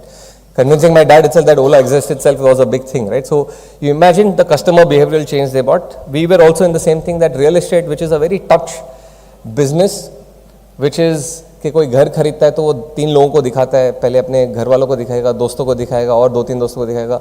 He'll get social acceptance कि खरीद सकते हैं, क्या खरीद सकते हैं, क्या खरीद सकते हैं, as only when he'll make this investment as such. We wanted to solve for that in a large way. That is number one. We all love rental income, but we love rental income in commercial properties more than residential, right? It's a no-brainer. सब लोग जानते हैं commercial में 3-4 गुना ज़्यादा पैसा मिलेगा residential से, but आज 1-2 करोड़ में आप कौन सा कमर्शियल प्रॉपर्टी खरीद पाओगे? आप रिची स्ट्रीट में जाओगे तो आपको दुकान भी नहीं मिलेगी for that kind of price, right? And again, the tenant is not grade A. He's some random guy who's operating, selling some masks or whatever it is for that matter. So it's not even grade A कि कल default किया तो आप कैसे पीछे पड़ोगे? Who would not love to own an Olympia Tech Park, right? Premium tenants have not left for 10-15 years and enjoy those kind of returns as such. So the idea was कि आज आप 1-2 करोड़ में Olympia सोच भी नहीं सकते हो, but you as a group together can invest and own that thing. Now, you as a group will not trust each other, right? Because when it comes to real estate, because it's large ticket sizes, people are very, especially South India for that matter, is very secretive about its investment. They don't want to announce to the world कि मैंने ये खरीदा है. Unlike North, जहाँ खरीदा नहीं है फिर भी बोलते कि मैंने खरीदा है, right? The mindset is very different in general. You know, we've seen that. We've got people, investors who, I mean, obviously I'm from Chennai, so I know, but how simple we are. People who come and we're like, hey, what? And then we turn out and we see that, okay, his net worth is about 4,000-5,000 crores, but such a simple guy. And same guy from Delhi comes who may have zero, but claims that his net worth is 4,000-5,000 crores, right? So in general, the idea is that when you want to buy a property, many people have bought properties with their friends, families, etc. What happens is if there's a large property, let's take 1 floor of Olympia Tech Park, which is 50 crores. You want to buy, आप बोलते मेरे पास 20 है, and you're looking for other investors who have 30. So what you do typically is reach out to your inner circle of friends and ask them कि property खरीदते हैं, चल साथ में, and let's do it. Now 3 things can happen. One, your friend or family might not have the money, liquidity at that point of time to buy such a property like that. Second, he might not trust you, which is I think a very very big thing कि तू मेरे को क्यों दे रहा है, तू तो पैसा वाला है, why are you bringing it to me? Definitely ये कुछ side में कमाता होगा, whatever. And third, he might not see the same vision what you're saying. Like I don't see Olympia Tech Park में growth है, उसके पीछे इतना DLF बना रहा है, RMZ बना रहा है. I don't think so. इसमें भी growth है. या तो चेन्नई में growth नहीं. I don't want to invest in Chennai anymore, right? And then the property misses out because you don't have 50 crores to buy the property as such. Then you come to an event, you tell people, यार मेरे को खरीदना था, and then 2-3 मुझे बोल देता, I would have bought it with you, right? So this is something I'm sure many of you would have faced a similar situation in the past as well, for not just real estate, for any other investment as such which has high ticket sizes. We felt that people are not transacting or reaching only to the inner circle only because they don't trust each other. And if I can create a platform where I can trust, which is the biggest element in real estate investments or general investments as such, if we can solve for that, I think we've hit the nail, and world is a market for me to scale and buy properties for my investors and create rental income portfolio for them. So that is how we started, where we said we'll create a transparent platform for people where they can buy, they can own, and enjoy rental returns, and then we can sell and exit, and with a clear objective कि हम सब पैसा कमाने आए, remove the emotions out of real estate and be transactional. Give you a thing like, for instance, you may have a property which your granddad would have bought maybe worth 50 crores today, getting you a rental of 1-2 lakh rupees only, because obviously you need to invest into constructing that property which might require another 100 crores you don't have. Technically आप 50 crore के return में आप 12 lakh रुपए कमा रहे हो, which is subpar, not even 1-2% as such, right? But what happens, why people will not sell? Because they emotional, नहीं मेरे granddad की property है, उन्होंने खरीदी है, मैं नहीं बेच सकता हूँ, right? But then that's what we come, when it comes to investments, be transactional. When it comes to your house, be emotional. But anything beyond your own house, just be transactional and remove the emotions. That's what we do on our platform. We remove the emotions. मेरे को आज पैसा मिल रहा है, अगर कोई मेरे को 40% ज़्यादा दे रहा है, I am ready to sell. I don't have a problem. I am not emotional about my real estate as such. If I am pragmatic, because I know this market is not going to grow beyond a point, and be pragmatic and make an acquisition accordingly and keep exiting.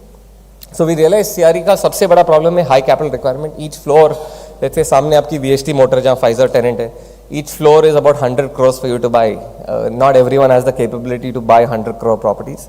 Second, inaccessibility. अगर आपको खरीदना भी है, अगर आपके पास है, how do you find such properties, right? Today, we have investors today from 82 countries who deploy capital with us.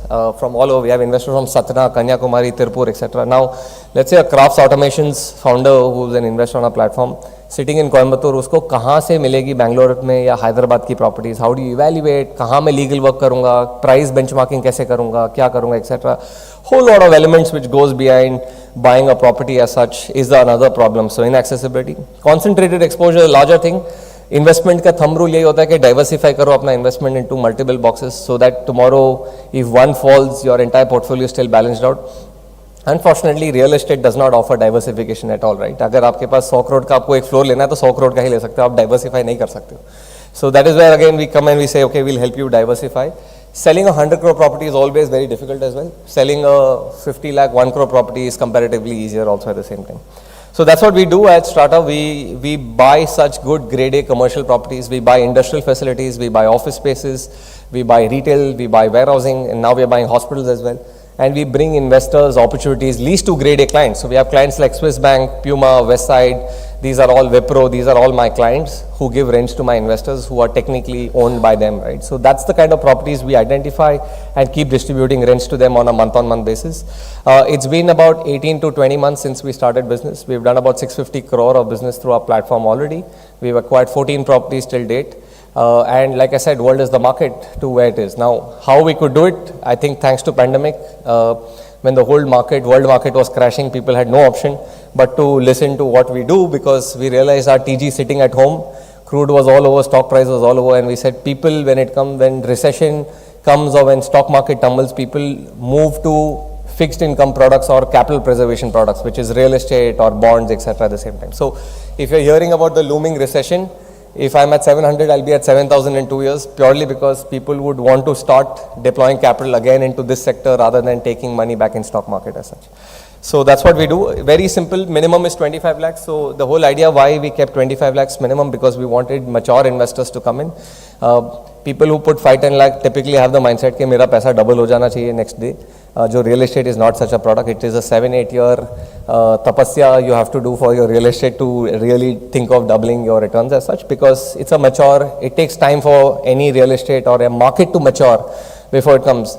Tambram 10 years back, Tambram today, you can understand it's slowly, it's like a slow wine, it is maturing and the price will continue escalating. Will Tambram double next year? It's not going to happen no matter what. Irrespectively if the airport gets extended to that zone, still it's going to take a slow wine because the city has still time for it to move to that direction and do. But it's a 10-year story where you'll see city will do, because urbanization is only going to keep growing more and more. Very simple. They do KYC on our platform and they deploy capital.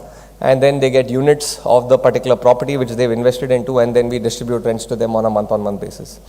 Now, how we choose a property is the most important point, which is where you were saying, hey, you know, बड़े-बड़े builders 600-700 crore 10-10 साल लग जाते हैं, तुमने 18 महीने में कैसे किया? And I can tell you with pride that we haven't met 95% of our investors till date, and 95% haven't even seen the properties they've invested till date.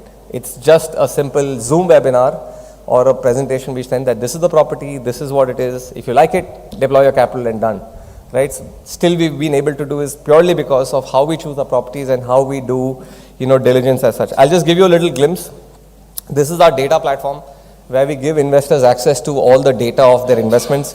I'll just take one property as an example. I don't know how many of you know Prestige Polygon next to Cancer Institute. So what we have done over the years is captured sale, lease, loan, mortgage data of every property in the city. Any residential apartment, you tell me floor by floor, कौन कितने में खरीदा, कौन कितना cash दिया. I have full data with me in handy क्योंकि अगर कोई 10,000 में खरीदा और कोई 7,000 में खरीदा, clearly he is given cash, right? There's no question of him getting the same thing. So this is giving you access floor by floor, कौन tenant है, कब किसने लीज स्टार्ट किया, कब कितना लीज खत्म हो रहा है, उसने लोन लिया, कितना लोन लिया, किससे लोन लिया, क्या इंटरेस्ट रेट पे लोन लिया, because all this is government data and we have access to all that data which we track and we make our investors give them access to this data so that उनको लगे कि जो price जो खरीद रहे हैं is 95% closer to the MRP of the property, right? Because I don't have to sell you if the price is right or wrong in terms of lease and property छोड़ के, so investors are super confident and that trust which is very important of building transparency, we do it very proactively through our platform itself, right? So that's one of our core elements where we use data in real estate and make our acquisitions. Second is asset due diligence. The property I buy is typically a grade A plus property built by a Prestige or a large developer. Now, 4 layers of due diligence gets done before we make our acquisition. First, when the developer buys, he does a lot of due diligence. Most of the developers go to a bank or an NBFC for funding, they do the due diligence. Then a grade A client comes, he does his due diligence, and then I come, I do my due diligence, I acquire. So, a good layer of asset due diligence is done, and all that access to our legal opinion report, to all the approvals, copies, whatever, we give it to our investors on our dashboard कि आप देख लो, अगर आपको समझ रहा है तो आप invest करो, वरना मत करो, right? So we use the best law firms, give investors access to that information, do it. Then comes tenant research, very important. One of the data I showed you how we do tenant research, but very important for us to do credit rating of the tenant. Does he have the capability to keep paying me rents on a month-on-month basis as well?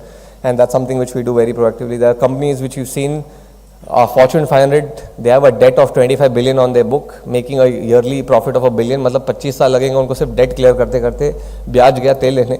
We're like, how can the company survive? There's a good chance the company can shut down. We'll rather not invest in the property because we don't want to have a situation where my investors are not going to make monthly returns. ऐसा नहीं है कि पैसा डूब गया because पैसा is backed into capital, into property itself. We can lease it to some other tenant, but we look at कि 5 साल तक my investor should get monthly rental before a new tenant comes, which is great sometimes because mark to market होता है. Because I might be leasing at 60 rupees market, 4-5 साल में हो गया 100 रुपए, but मेरा तो rental escalation इसके साथ 60 का 70 ही हुआ है अभी के लिए. So if he leaves, I can make it at 100 rupee and I can lease maybe 90 market से सस्ता हुआ मेरी lease हो जाएगी, right? That we do. Very important. So our investors are typically people who put 25-50 lakh. Our people, if you see on our platform, we have about 20-30% NRI base. We have 60% of our bases as salaried people who are CXOs, senior management of the top companies as such, and about 10% as family business as such. Marwadi is a very small community, unfortunately, on our platform, and we rightly understand why they'll not invest because they should have that kind of white money to deploy capital as well, right? But having said that, people who invest are people who work in these companies, right? So like I have a CEO of BNP Paribas, CEO of JP Morgan, CEO of Barclays Bank, vice president at Flipkart, all these kind of investors. Like we have investors from NRI where we have Mubadala ka chief investment officer, we have Tata Sons ka chief investment officer, family office of Tatas right now, Tata Sons. They all started deploying capital because for them they understand that buying a property is one, but managing is a bigger challenge, right? How do you keep leasing? How do you keep paying property taxes, insurance, etc.? Here I have someone who manages everything on my behalf. It's a financial app mein main track kar sakta hu har cheez, and data is also very evident. So people love the entire experience, and hence we've been able to scale, and we'll continue to keep scaling it up. So investors invest whenever there's a live opportunity. Investors do KYC. Everything is again on tech, online. We don't meet, like I said, most of the people. We in fact took our office only 4 months back. इतने time तक office भी नहीं थी हमारी. We were working in shots and doing our businesses and closing transactions. But having said that, investors invest. We have a common master escrow account. People deploy their money over there. We move it into a company which goes and buys the property. This is exactly the same structure what most of the large funds operate. Whether it's Blackstone, GSA, etc. उनका एक trust होता है, trust company खोलती है, company property खरीदती है. हम बस वो ट्रस्ट को निकाल के इन्वेस्टर्स ला दिए, investors invest into the company, company goes and buys the property. It's as simple as that. and then the asset gets acquired. So technically, you're not the owner of the property, you're owner of the company which owns the property, and the company has no other business except owning that particular property. So if I have 14 properties, I have 14 companies right now running, whose only job is to collect rent and distribute rent to investors on a month-on-month basis. So that's what we do, and then we manage the entire shebang of managing the investment on their behalf. So we have a dashboard for the investor. There's an app as well. I'll just give you a little glimpse of the dashboard.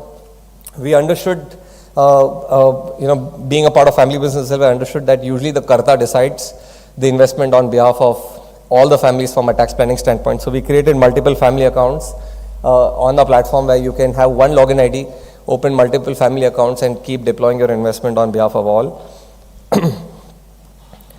Then you can see an overview of all the investments you made. कि मैंने 50 crore की property खरीदी थी, आज 54 crores है. Again, this is data back. It's not कि हम हमारे मन मर्जी 54 crores डालते हैं. हम valuation report भी लेते हैं from a third party plus data, which I just gave you a little glimpse of. All the transactions. Sorry, one second. All the transactions जो भी monthly भाड़ा जाता है उनको सब कुछ उनके WhatsApp पे भी आ जाता है. But at the same time, it's there on your dashboard for your income tax filings. Whatever that company में कितना पैसा है, मेरा ownership company में कितना है, और मेरे को मेरा पैसा कितना आ रहा है, etc. With TDS deducted, with property tax, etc. सब कुछ आता है. Again, कोई investor form 15G देते हैं तो उनका TDS नहीं deduct करते. Otherwise सबका हम TDS deduct करके we transfer the funds.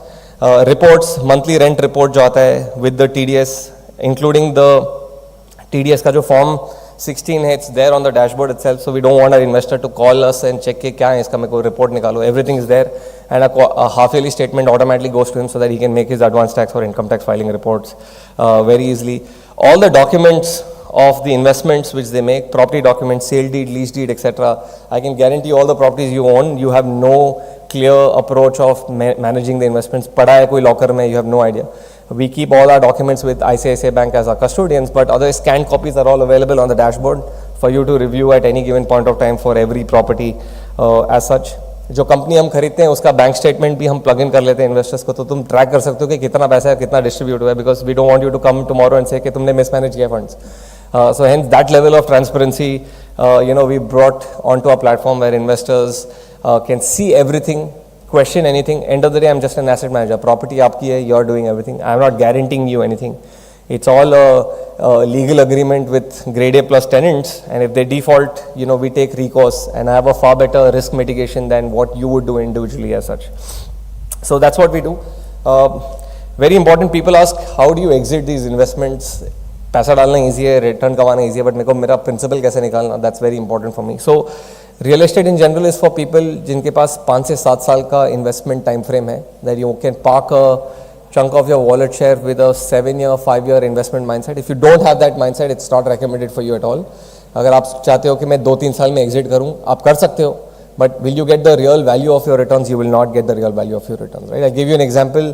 मेरी प्रॉपर्टी 60 रुपये कमा रही है, जबकि मार्केट अभी 100 रुपये पे है, तो आपको रिटर्न भी आपको 60 रुपये के हिसाब से मिलेगा, बिकॉज आप कोई जो दूसरा आदमी खरीदने आएगा वो बोलेगा 100 रुपये मार्केट को मिल रहा है, तेरे को तो नहीं मिल रहा है, तो मैं तेरे को क्यों दूँ value, right? So which means the tenant should vacate or you renew the lease with the tenant to get it at 100, and you'll get your capital value of 100 rupees also at the same time, right? So hence a 5 to 7 year is a minimum investment time frame. If one does not have, it's not recommended for you. Otherwise, we have a resale platform where people can trade units. We have a large fund which we've created as well, where we buy these resale units as well from our investors. अगर कभी भी ज़रूरत पड़े, up to 10% of the property value we buy back. Especially in the second wave and third wave, we had a lot of people, like one of our investors, no more. So handling all those things, taking care of that, we take care of it. Again, everything is online. It happens in a minute. अगर आपको बेचना है, it's all online process. In less than a minute, the transaction can end and it can over, right? So that's how simple we've made the entire process. So commercial real estate gives an investment of about 8 to 11% as average rental return bare minimum. सबसे lowest 7-8% होता है. Average आपका escalations के साथ आपका 11-12% या 10% तक का average return बनता है. And appreciation, being very conservative, is about 3 to 4% year on year. So you're still talking about double-digit returns. And in India, and I'm sure most of the other guys can tell you, if you're making double-digit return overall in your portfolio, you already beaten 99.99% of all the best fund managers in India, because even the best fund managers don't give double-digit returns to its investors today. So that is what real estate can give you without you doing anything. Sit and enjoy your returns on a month-on-month basis, right? So that's what we do. Just about us, so like I said, it's been about 18 operational months, 24 months in existence. We started in the pandemic and we've been doing our business as such. So we have about 650 crore in AUM right now. We're about 670 right now. 2.5 million square feet, 25 lakh square feet under management. We've given properties, we bought properties which are leased to Swiss Bank for a 10-year lease, Rendox for 15-year lease, Stellar 15 years, Gati 15 years, Puma's corporate headquarters, which we picked up, Westside's property.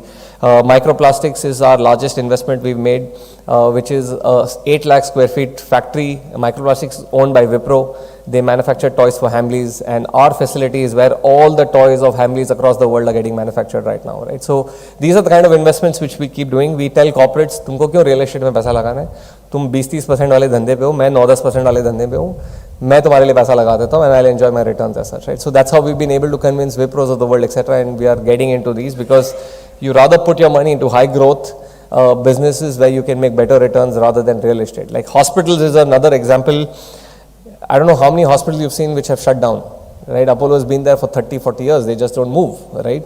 So hospitals are a great investment. And when we went in depth and we understood the thesis of hospital industry, it's not a doctor problem, it's not a patient problem, it's a real estate problem. Because all the hospitals want to own all the hospitals because there's nobody investing into hospitals for them.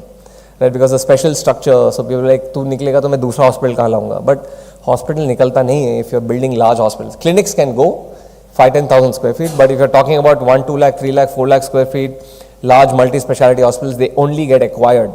They never shut down, right? So this is historic data which we've done, and we are going into that segment. But otherwise, some opportunities we've done. We did our first property in Chennai recently. Otherwise, warehouses and office spaces is what we've been buying predominantly. I run the show along with my co-founder, and obviously we have a large team. As a company, we've raised $7.5 million in funding right now, on track to raise another 40 million as a company to scale this operations pan-India. And more importantly, we see this as a very large global opportunity because what we do, everyone wants to buy commercial properties at the end of the day and create rental income. So for सिर्फ Indians को है तो even an Indian sitting in Dubai also wants to invest into Dubai properties, and an Indian or a Singapore citizen in Singapore also wants to buy Singapore properties where he can put in this capital, and why only the large funds to buy such properties as such. So Elevation is one of the first investors in our company. Many people might not know Elevation as a name, but they run a $5 billion fund in India. They're largest investors of Swiggy. They own 40% of Swiggy. Make My Trip, they own 60% of Make My Trip. National Stock Exchange, Meesho, they own a large stake. Unacademy, etc. They're all their portfolio companies. Kotak for us was a strategic investment. They put in about 2 million in our company. Again, the whole idea is this is the $5 billion real estate arm of Kotak. They really started the whole private equity in real estate business in India. So आज जो भी बड़े-बड़े fund के जो fund managers हैं वो सब ex Kotak है जो यहाँ से धंधा चालू किया था. Mayfield is the first investors of BharatMatrimony.com, Licious, etc. And Gruvas is Zerodha's PropTech fund. So Zerodha is also one of our investors right now. Now, to solve for transparency, yeah. Sure. So short by transparency is where all the property documents, we don't keep it. Custodians, Universal is an ICICI portfolio, they keep it. Everything is online, like I said. So we don't manage a single rupee fund ourselves or money comes. If people ask, do you accept cash? No, we don't. Because like I said, we don't meet people. I have 150 people in every property. I can't say कि सब 5,000 रुपया bank में deposit करो या तुम भेज दो, whatever. So we don't do that. Like I said, we don't meet our investors also because it's all online. You can check everything. I don't know what can change if you meet me than what I tell you on my webinar. So this is what we do in a nutshell, and the idea was to give you an idea about how alternative real estate space and other asset classes. Pallava will give you a better idea on other asset classes in alternative investment, but the idea was to give you how startups are changing the alternative investment landscape in India in a large way. Yeah, thank you.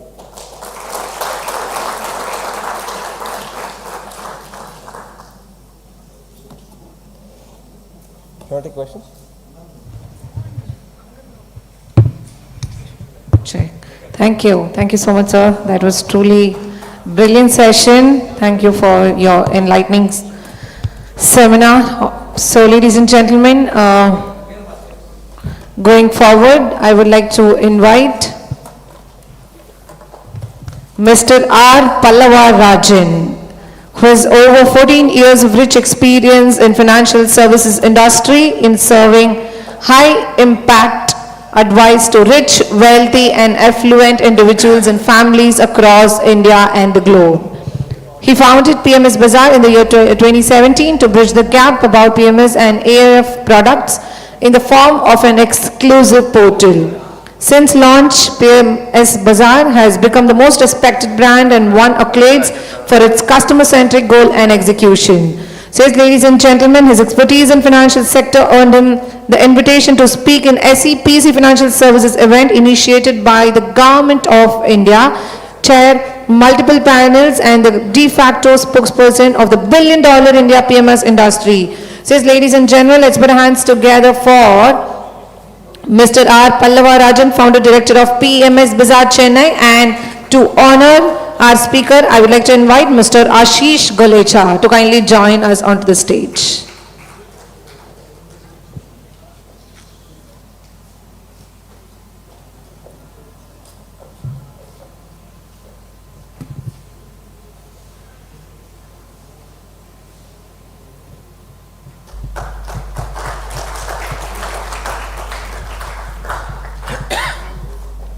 All right, ladies and gentlemen, the session is going to be again on the same topic, stock market and operations and alternative investment. So here we go. So let's once again cheer up for Mr. Pallava Rajan, ladies and gentlemen. Good afternoon, everyone. Hope I am audible. So I feel privileged to be here, and I thank for the opportunity. And also like to thank Sudarshan for not making too much of overlap, perhaps it's a little less. So, and also, given the time, I'll try to cover as much as possible. I understand, sir. First let me talk about PMS Bazaar so that you will be able to understand what we do, and then thereafter you will understand what I'm going to cover. So, first, it's my pleasure to announce, and we feel proud that we have completed 5 years. Today we have more than 40,000 subscribers at the website, and in terms of the number of strategies in PMS, we cover 280 plus PMS strategies. In terms of portfolio managers, we cover close to 150 portfolio managers. And in terms of alternative investment fund, we cover close to 50 funds. And this, but this year we should be having more than 50, additionally we'll be having incremental 50 funds in AIF. So when we started, I'll give you a little brief like why we started PMS Bazaar. I remember in 2017 in Chennai, I met a client who wants to put some 30,000 rupees as an SIP in mutual funds. The same day, I had another meeting where the client wants to put in PMS, in multiple PMS. And in 2017, the minimum ticket size at PMS was 25 lakh rupee. And he wants to put in 2 PMS. So what I did is that I did an analysis for a mutual fund client who want to put some 30,000 rupees in SIP. There were plethora of information which was available on online.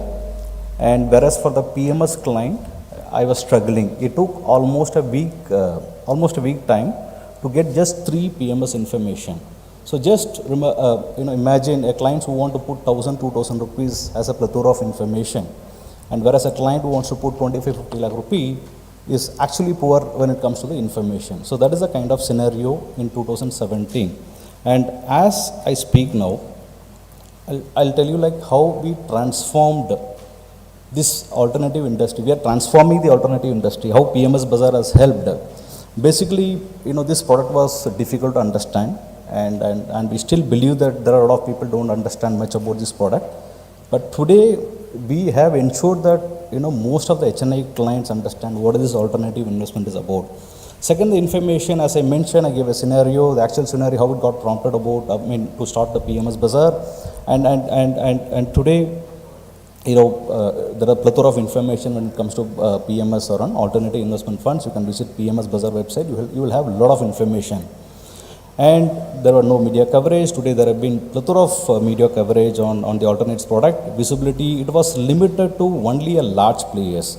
It could be ASK, it could be Motilal Oswal, it could be ICICI or STFC. But today we have a large universe. When it comes to PMS, we cover about 80% of the market share, and when it comes to AF, We specifically in category 3, we have covered a decent size over there, and eventually we'll be covering, almost 70-80% of the market share, under a universal alternate investment space.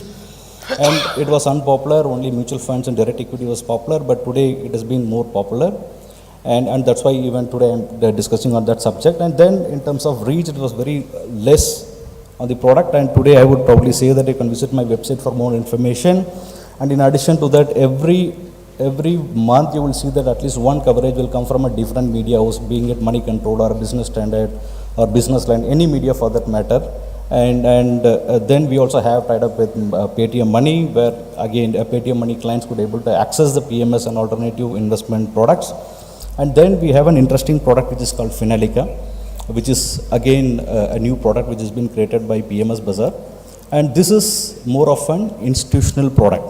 Like if you take any top wealth managers in the country, being it Julius Baer or Kotak Wealth or an IFL Wealth or a Moti Wealth, any wealth counters, most of the wealth counters have been subscribed to our Finalica platform. So, and last very important thing, like we recently started, a PMS ranking in association with CRISIL. So we have tied up with CRISIL and we have completed 2 quota ranking, and very soon we are also planning to start ratings and rankings for AIF Alternative Investment Fund as well. So broadly, this is what PMS Bazaar is all about. So now I will jump into, the core subject. First, in terms of stock market, I doesn't want to give too much of jargons. I just thought to take few numbers and like to, say that where are we standing in terms of stock market and how it might perform in future. So this is a very interesting data. If you look the number of companies at BSE which is available for trade, it is close to 4,000 companies. And the total market capitalization of our stock market as on yesterday is 242 lakh crore, which is little over 3 trillion USD. And in the other side, if you look in terms of holding, out of this 242 lakh crore, promoter itself is holding 53%. Then we have foreign institutions who are holding about 18%. Then we have domestic institutions who are holding close to 14%. And the rest it's retail investors holding close to 15%. Now the interesting part here, I've been talking about, there are 4,000 companies. Out of this 4,000 company, if you look this indices, Nifty alone, which is Nifty 50 company alone, comprise of 51%, which means 120 lakh crore of market capitalization is being comprised by Nifty alone. And if I go deeper, if we go to 100, BSE 100 stock, it is 65%, and if I go BSE 200, it is about 80%. So even though there are 4,000 companies listed in stock market, hardly very few companies are, more of a concentrated, and very few companies makes a reasonable investment opportunity. So this is what I'm trying to explain from this slide. Now, within this market capitalization, if you look at top 100 companies, I've been talking about 242 lakh crore as a market capitalization. Just if you look at 100 companies, the first company is Reliance Industries, where the market cap is close to 17 lakh crore. If you look at 50th company in terms of market capitalization, it is Britannia Industry. And if you look at the difference between number 1 company and the 50th company, the 50th company market capitalization is about 85,000 crore. So which means it is close to 20 times difference when comparing with the number 1 company and the 50th company. And if I go deeper, if you look at the 100th company, which is Gland Pharma, and the market capitalization is just, about 40,000 crore. So which is 40 times difference when comparing with the number 1 market capitalization company and the 100 market capitalization company. So what does this slide tell? Basically, even though we have 4,000 company, it is almost 50% is comprised by Nifty 50 company. And even if you compare with the Nifty 50 company, the difference between the first company and the 50th company is significantly higher. So it is a more of a concentrated market. So what I'm trying to put from this slide. Now this is a journey, in 2000, in terms of our market capitalization, we have been sitting at 10 lakh crore, and today we are at 242 lakh crore. And this is old data, and as on February we are at, so this is the milestone what you have been achieving over the period. So from 10 lakh crore to 240 lakh crore in 22 years. And if you look at returns, right, and this has been historical return. In 20 years, we have given, the Sensex has given 15% return. I think this data is very much available at, in all the website. For 3 years, it has given 12% return, and for 5 years, it is 12.26, and so on. I mean, all this return I'm trying to explain here. So, what this slide is again explaining is that if you stay there for a long term, you will be able to make a decent return at a stock market. Now, broadly, if you look back and see about a stock market, I know we are at 242 lakh crore market cap. It tells that we have reached to a top of the mountain. But actually, when comparing with global, we are nowhere. If you look in terms of the one side, the large one is GDP data. The other side talks about the market capitalization. Now, if you compare in terms of GDP, we are hardly 3% of global. And similarly, if you compare in terms of the market capitalization, even though we are sitting at 242 lakh crore, but in terms of percentage, we are hardly 3% when comparing with the global. So there is a long way to go from here. And if you stay for a long term, when I mean long term, it is more than 5 years, 10 years, 15 years, and so on, you will make a lot of money at stock market. So this is what I would like to put from the stock market. So now I'm jumping into the alternative investment side. And meanwhile, if there is any question related to stock market, please put across. Shall I carry on? Yeah. I think I'll have to skip one slide because Sudarshan has already explained about this. So I'm going to talk about alternative investment fund, which has been regulated by SEBI. And this has broadly three categories: category 1, category 2, and category 3. I'll explain in deeper what are all this category and what are all the products which is available within this product. Now this is category 1, which is comprised of angel fund, venture capital fund, SME, and infrastructure fund. So the minimum investment for alternative investment fund as per SEBI regulation is 1 crore, and for a PMS it is 50 lakhs.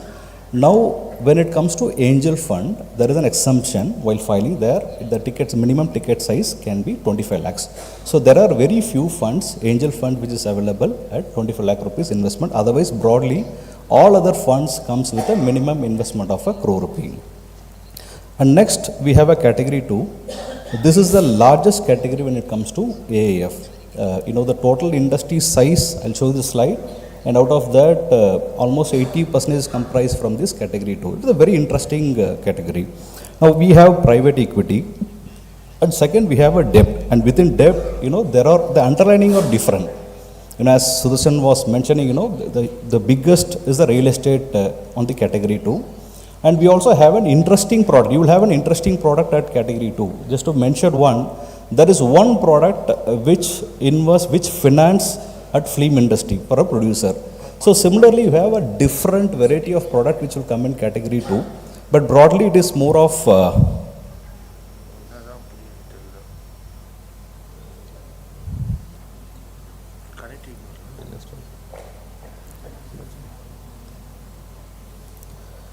broadly, it is more of a debt sort of an investment and then private equity. So just to re-inform, category 2 is the largest category and you have a variety of debts including the real estate. Then we have a next category which is long only equities and long short fund. So what are the, basically it is called hedge fund, long short.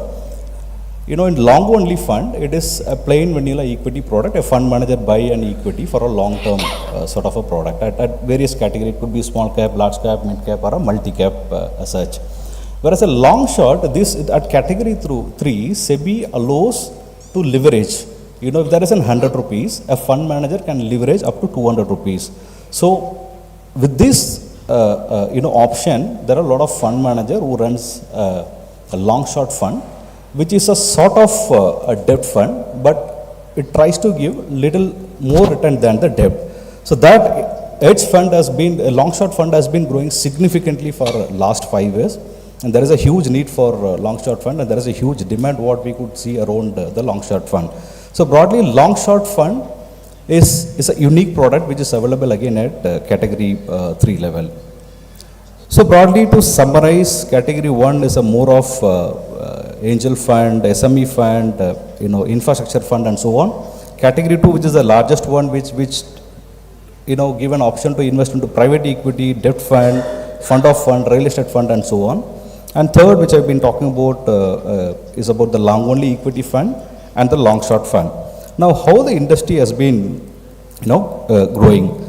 And as you know that there are 3 different product which is available in a country when you want to hand over your money to the professional. I'm talking from a SEBI perspective. One is mutual fund, which is close to 38-39 lakh crore industry. And second is a PMS, which comes under the alternates. And third is an alternate AIF, alternative investment fund. If you compare the growth between mutual funds and PMS, AIF is growing significantly. So what does it tell? It tells there is a huge demand for an alternative investment. So this is what the scenario, globally, if you compare when they've been at 3 to 4 trillion, when the journey was between 3 to 5 trillion, the need for alternative investment has been significantly went up, and we could see the same thing which is happening in India. And if you look at the kind of growth, it has been growing at 50-60% CAGR for last 5 years. And this is a pretty, new product when it comes to India. It hardly has a data only for 9 years, and effectively it has been, more popular and been more invested in previous 5 years. So this industry size is close to 6.5 lakh crore, and as I've been mentioning, category 2 is the largest category, which has, about 80% of the overall cumulative figures of the alternative investment funds. And recently we also come out with an article stating that this industry will be still growing significantly, and majority of the media has been covered that I've highlighted here. So again, there is a huge opportunities at alternative investment funds at various and variety of products. Now this, pardon me for keeping this slide busy, but broadly what I'm trying to mean here, even though there are a lot of product which is available, and if you look at in terms of the returns on a long-term basis, equity has been always on the edge, and it has been giving a better return than any other asset class, being it gold or a real estate or a silver or any product for that matter, it has been delivered much better return. Now, I'll just glance through broadly like what and all the alternative assets which is available. So there is an FD, which is again a traditional investment, and you know about bonds and credit funds. And then we have gold, and gold today you can buy it through ETF, and sovereign bonds are there. And then we have silver, again ETF has been introduced recently. Then we have listed equity, unlisted equity. Then we have international equities, REITs, from the minimum investment for REITs and InvITs has been 50,000 rupees. Now SEBI has recently reduced from 50,000 to 10 to 15,000 rupees. So which means even a small client could able to participate in REITs and InvITs now. And then there is an opportunity to invest in SMEs as well. So these are the broadly, a different asset class which is available for an investor, specifically for a retail investor. If somebody wants to put money at all this product, and I think with less than 5 lakh rupees, they could able to construct, they could able to diversify their products, their investment, across all the products, whatever I mentioned, including FD, bond, gold, silver, and so on and so forth, whatever I mentioned here. And the other side for HNI, as I've been talking about the alternative investment funds, and I also mentioned about the risk, according to the product, being it starting from FD to SMEs. And similarly, on the other side, I've also given about the HNI segment, how, HNI has an opportunity at alternative investment fund. And somebody needs to invest in all category at HNI level, they will have to put at least 5 crore rupees to ensure that he participate in all the funds, whichever I mentioned here, perhaps a little more than 5 crore. Whereas at retail, the number of asset class is very high than the HNI clients, but still with less than 5 lakh rupees, you could able to invest in all the products, all the asset class. And the beauty is, all these products can be put across in one demat account. Just with one demat account, you can buy FD, you can have your bonds, you can have your gold, whatever. That's why I put ETF, and similarly silver. So you can have all this asset class in just one demat account. And whatever, in case if you're getting an income from REITs and InvITs, and if you're getting a dividend from equity, and if you're getting an interest from FD, or for that matter bonds, So all the money will get credited into one single account. So that is a kind of technology which has been grown today. So what I'm trying to put here from this slide is that when it comes to alternate asset, it is not only meant for an HNI clients, it is also meant for a retail client. SEBI has been very clear, they doesn't want to allow a retail investor to participate into a high risk investment like angel fund. So hence I've kept 25 lakhs as the minimum to get participated over there. But broadly, being it a retail client or HNI client, they have plethora of product to invest across various asset class. But if you look, where Sudarshan was showing the slide, majority of the investment has been only into gold and real estate. And gold and real estate has been more of an emotional investment than the actual investment. I think now we see the trend is getting changed. We see a lot of new investors whenever they come in. They doesn't look only for a traditional investment. And we see, just to give one number, pre-COVID, the number of demat account was being close to 4.5 crore. But today, as we speak, the number of demat account is close to 10 crore. So just within 2.5 years, we have seen the incremental of 5.5 crore people who have participated in equity market. And similarly, we could also see, there is a need of alternative asset, and there is a lot of traction which is happening around all the product, not just an equity or a traditional investment like a gold or a real estate. So I would like to, summarize and conclude that, there is enough asset class which is available in our country, which is well regulated, and which is also available at very minimal investment. And, not that every asset class will keep performing, every period, that one asset class can perform, gold can perform extremely well for next 3 years, and the same, equity doesn't need to perform at that level, right? You should, as a portfolio, you should have a different asset class, and hence it is a well diversified and balanced portfolio, which ensures that your portfolio has a lower standard deviation as spread across all the products and ensure to give you a decent return over the period. So I conclude here. If there is any question, I'd like to take from here. Thank you.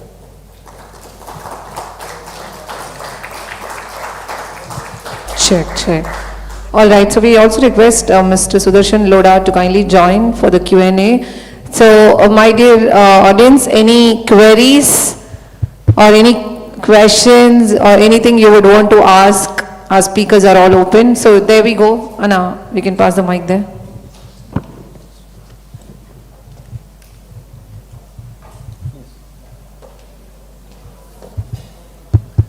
Good afternoon. My question is for Mr. Sudarshan. Why should we choose an investment option from someone like a Strata instead of real estate investment trusts? Like, essentially does the same thing, right? Got it. So, multiple things. Let's take REIT itself as an example. I'll take Embassy REIT. I don't know if internet's connected, but Embassy REIT listed at 300, went up to 500 rupees, crashed to 350 rupees. Right now it's trading at 300, back to 350, 360 rupee levels, right? So your 8% return was at 300 rupees. At 350, you're making about 5% to 6% return, right? And people don't want a part of their wallet share which is volatile. I don't want to get up and say, oh, mera real estate investment आज 40% बढ़ गया, कल 60% गिर गया, right? So we are talking about that wallet share of people where they want capital preservation, long-term valuation, right? So you see my investors who invest today on our platform, their average age is about 40 today on our platform, right? So typically these are people who already bought their own house, home loan is over, and they're looking at making the second, third, fourth investment into real estate for capital preservation standpoint, right?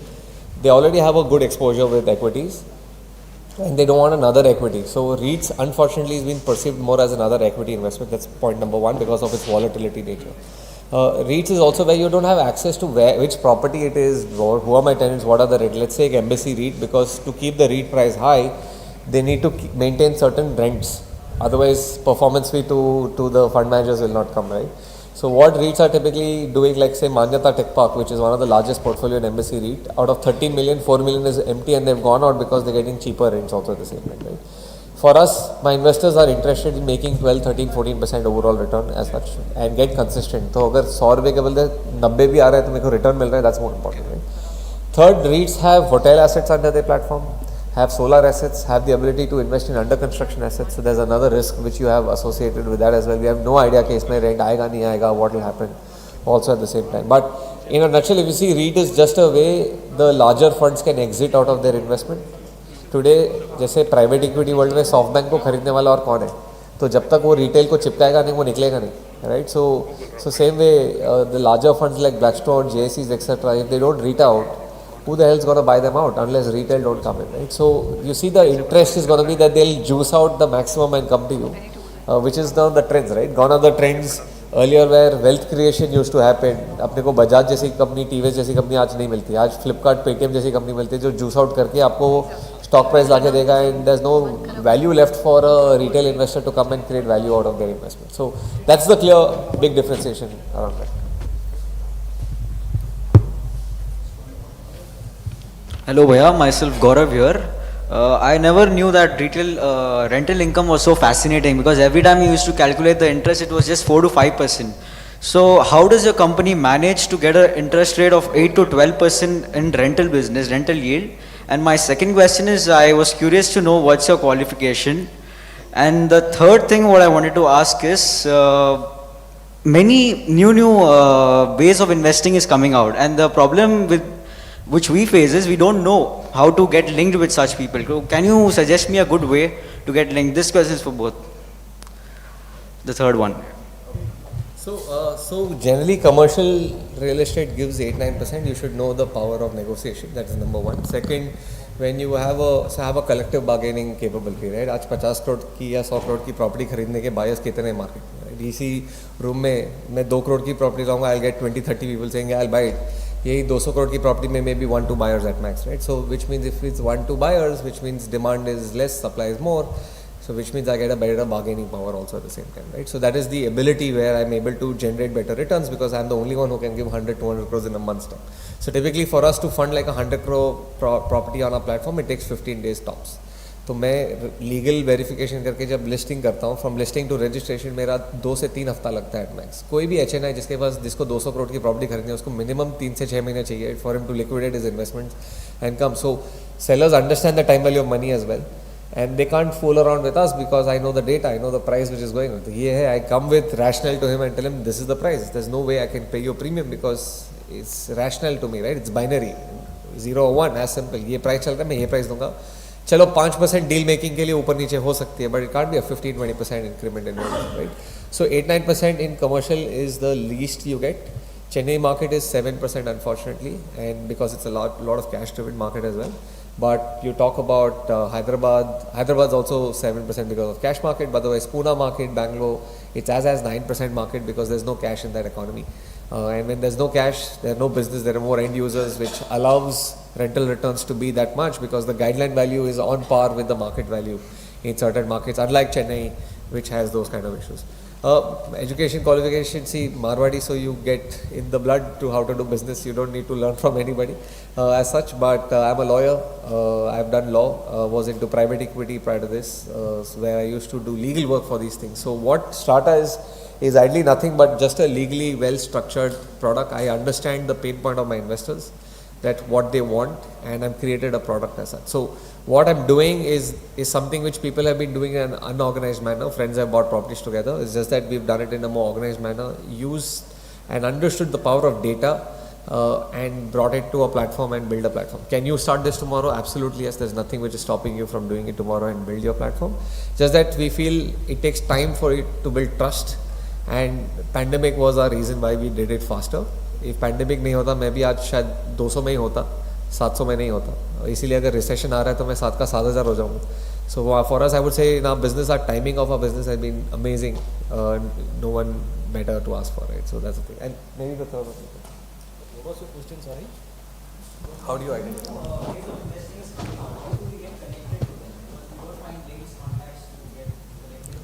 No, the answer is very simple. You can visit our website pmsbazaar.com. No, honestly, we have given all the information. We have made it very simple. Otherwise, generally keep writing to them. Most of these investment platforms have managers who can follow up and check. But then, it's about how do you find these platforms? Know that such a thing exists. That's the thing. You don't know what you don't travel outside Chennai. Attend more conferences. Travel outside Chennai. Great, thank you. Thank you, speakers. That was truly a very, very informative yet engaging session. Yes, sir, please.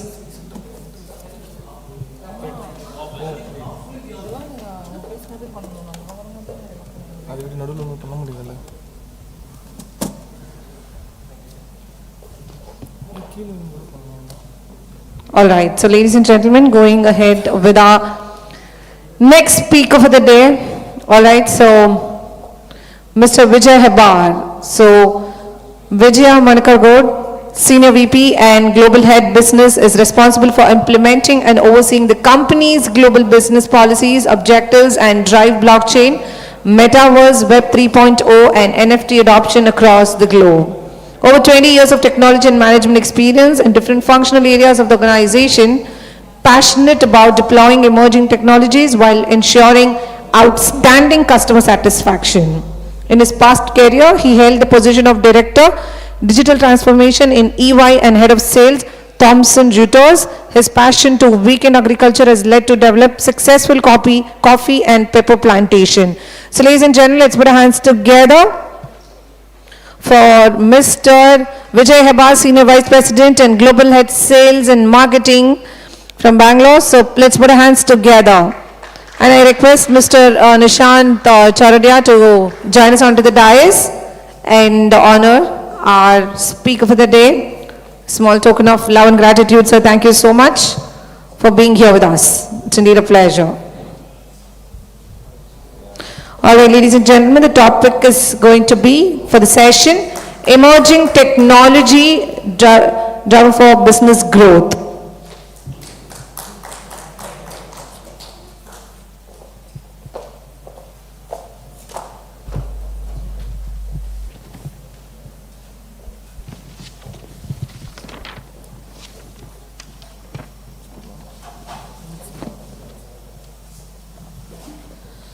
So we understood just after the lunch how to make money. Now it is, I'm going to make it little uncomfortable. What can disrupt you, all of this? Good. First of all, thanks for having me here.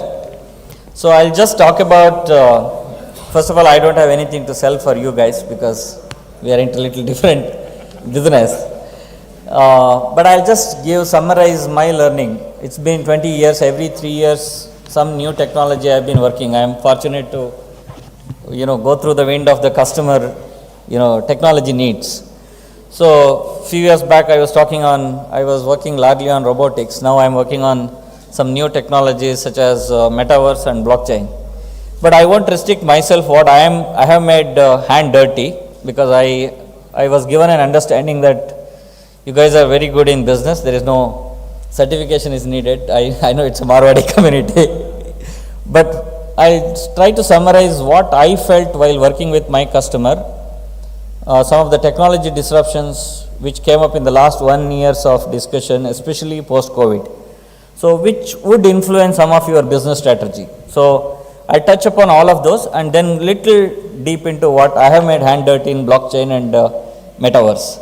So first part is I'll talk about some of the trends changing around smart devices. Nothing new. But in 2022, we have seen so much adoption of too many new smart devices. So it could be in home robotics. I have never thought so much of home robotics could be in place in India. Yesterday also I had been to a couple of houses for some relatives' house. I just found nice robotics functioning for cleaning and different requirements. But I'm not referring only to that IoT devices is going to take more and more place, and you need to think through in your business model what can actually disrupt big time.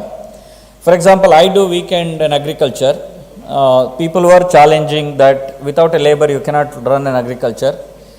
We have done enough experiment with IoT device and drones and so on, how we can use some of these smart devices to a significant level. Even just before this I was talking to Mahesh, who helped me to get in here. So in every space you have to think of what can disrupt smart devices, what can disrupt your existing business model. Certainly I can see that every area where labor is involved, India is becoming more expensive. No more India is a cheap labor country. For labor advantage, people will land here. More than a cheap, consistency is an issue. So please keep an eye on what is the new device is erupting, which could actually kind of disrupt. So I'll just touch up briefly on each one of these before I go too deep into some of my favorite areas. The second area which is on the horizon for a long time. You must have got bored of this, seeing this robotics, AI and machine learning. See, but in 2022 it actually accelerated further. So it is never, particularly robotics was referred in earlier, smart device, but here I am referring more of a smart device. For example, most of the service industries, somebody told me yesterday that I think Nitin was mentioning that service industry people will be here as well. Service industry, whatever you are doing repetitive, even Divyesh was referring in GST, I think tax technology, most he was referring was actually the robotics of the smart, the software part of it, where any repetitive task, software code will be able to work like a human. For example, for mail reading, I'm in an office, I get thousands of emails. I don't read mails anymore. So my email will be read by a bot. By and large, it will reply standard if it is a standard answer.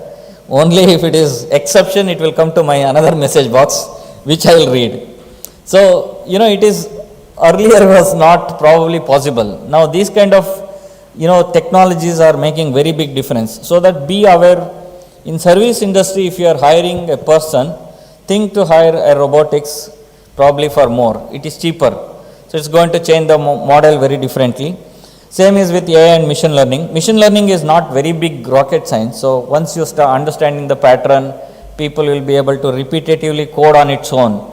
So that's another change you can expect in your traditional. Again, this is nothing new, but adoption is further enhancing. In the sense, the reason I brought it is, it's not soon dying. It's likely to be in the horizon, and adoption is going to increase. Now, another very important thing is a computing power. See, there are certain technologies, including the metaverse, which I am going to talk probably in the later stage, is waiting for a 5G internet. And all of us have got some in metros 5G cable, some decent connections, but most of us need to be aware that 5G is going to come directly with satellite, even in the remote. It is going to remove the dependency of the towers. Now 5G is going to make a big impact in my assessment to real estate. I don't know where is the gentleman. Okay. So it is actually going to make a big impact on, this is our assessment. So he may have a different data points. So at the end of the day, you don't have any difference of whatever you can do virtually, be it running hospital, be it running universities.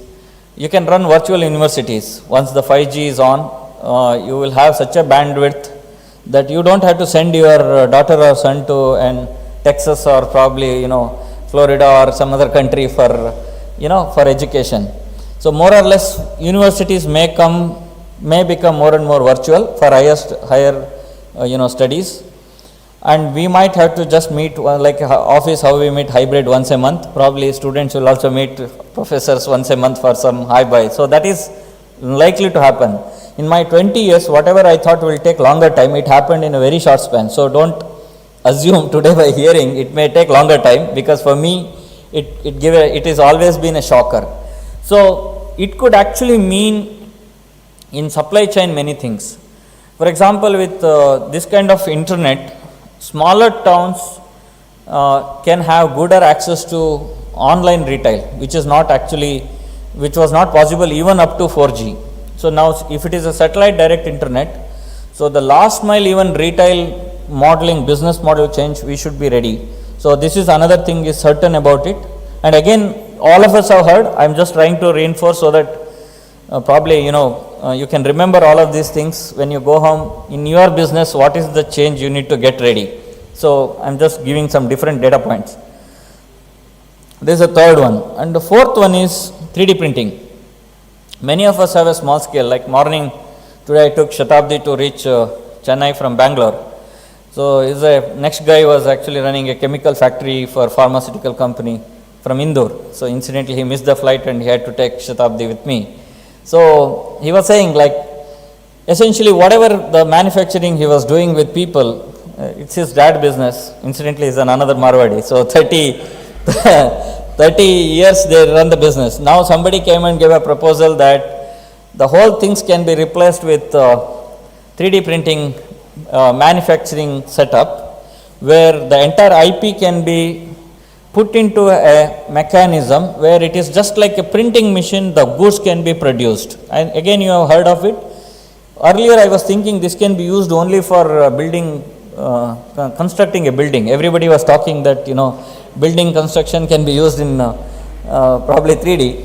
But now it looks like even larger manufacturing units, they will be closer to supply. Suppose if I am an auto OEM, every factory outside probably I can get small unit, 3D printing unit, and it will manufacture and supply there itself. So that logistics gets, cost will reduced. That looks like is probably is not very far. I think just try to keep an eye on this, because this is another fourth disruptor.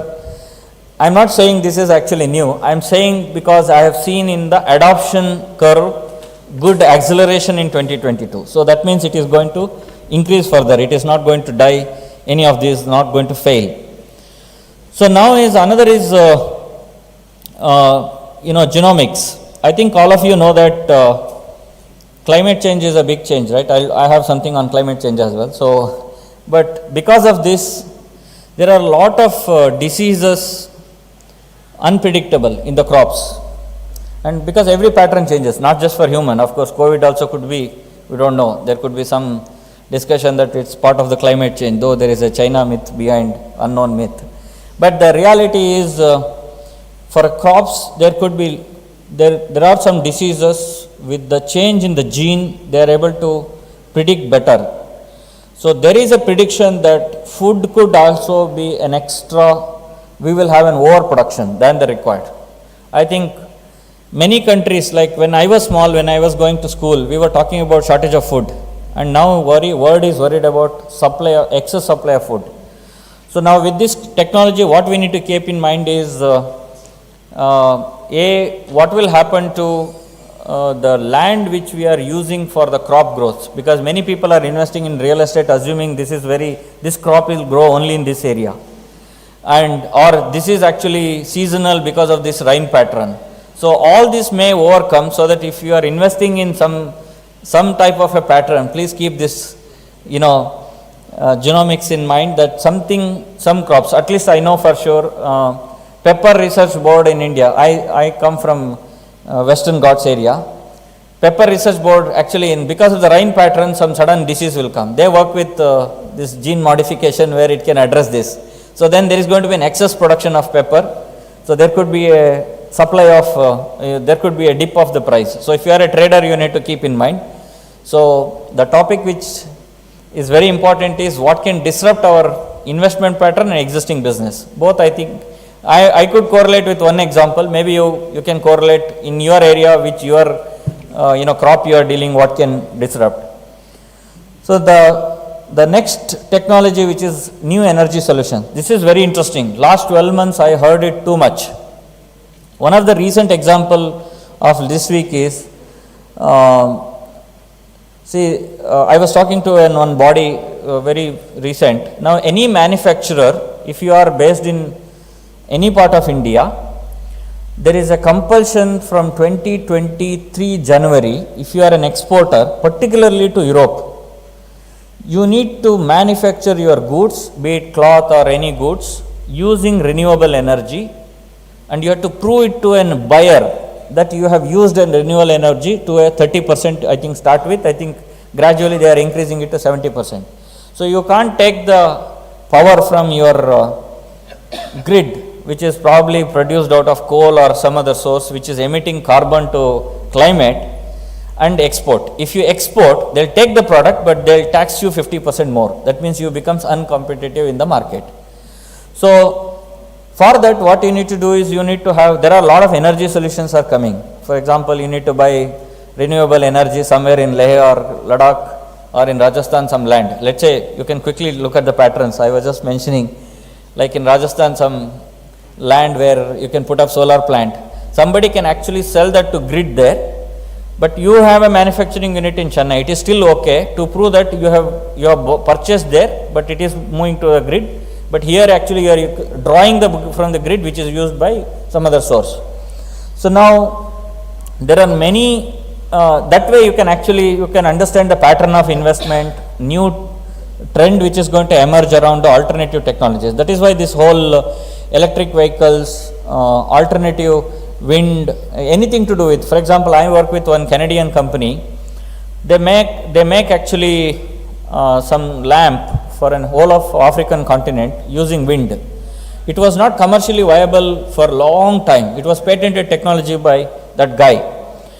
But suddenly, because of the climate change, because of the carbon credit which he can generate, you might have heard a concept called carbon credit, where if you would have not had this renewable energy, you would have alternatively used some diesel, petrol, kerosene, coal, some other method of lamp in that country, which would actually contribute to some carbon to society, the environment. So instead, if you use this lamp, now the Western world, particularly European and American companies, will buy voluntary carbon credit and they pay for it.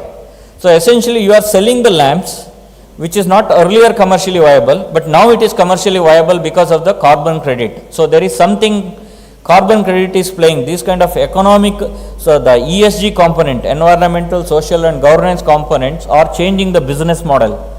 So which was unknown. So these new energy solutions are on the horizon. So we have to keep that in mind whatever we plan. In fact, this is true for every company. See, I go to some technology companies like Microsoft for discussion. When I ask for some big hardware for running a software, they say, I'm shocked to see their questions say how much it actually consumes power, they ask. Earlier, when we were asking for server, nobody was asking how much of power it consumes.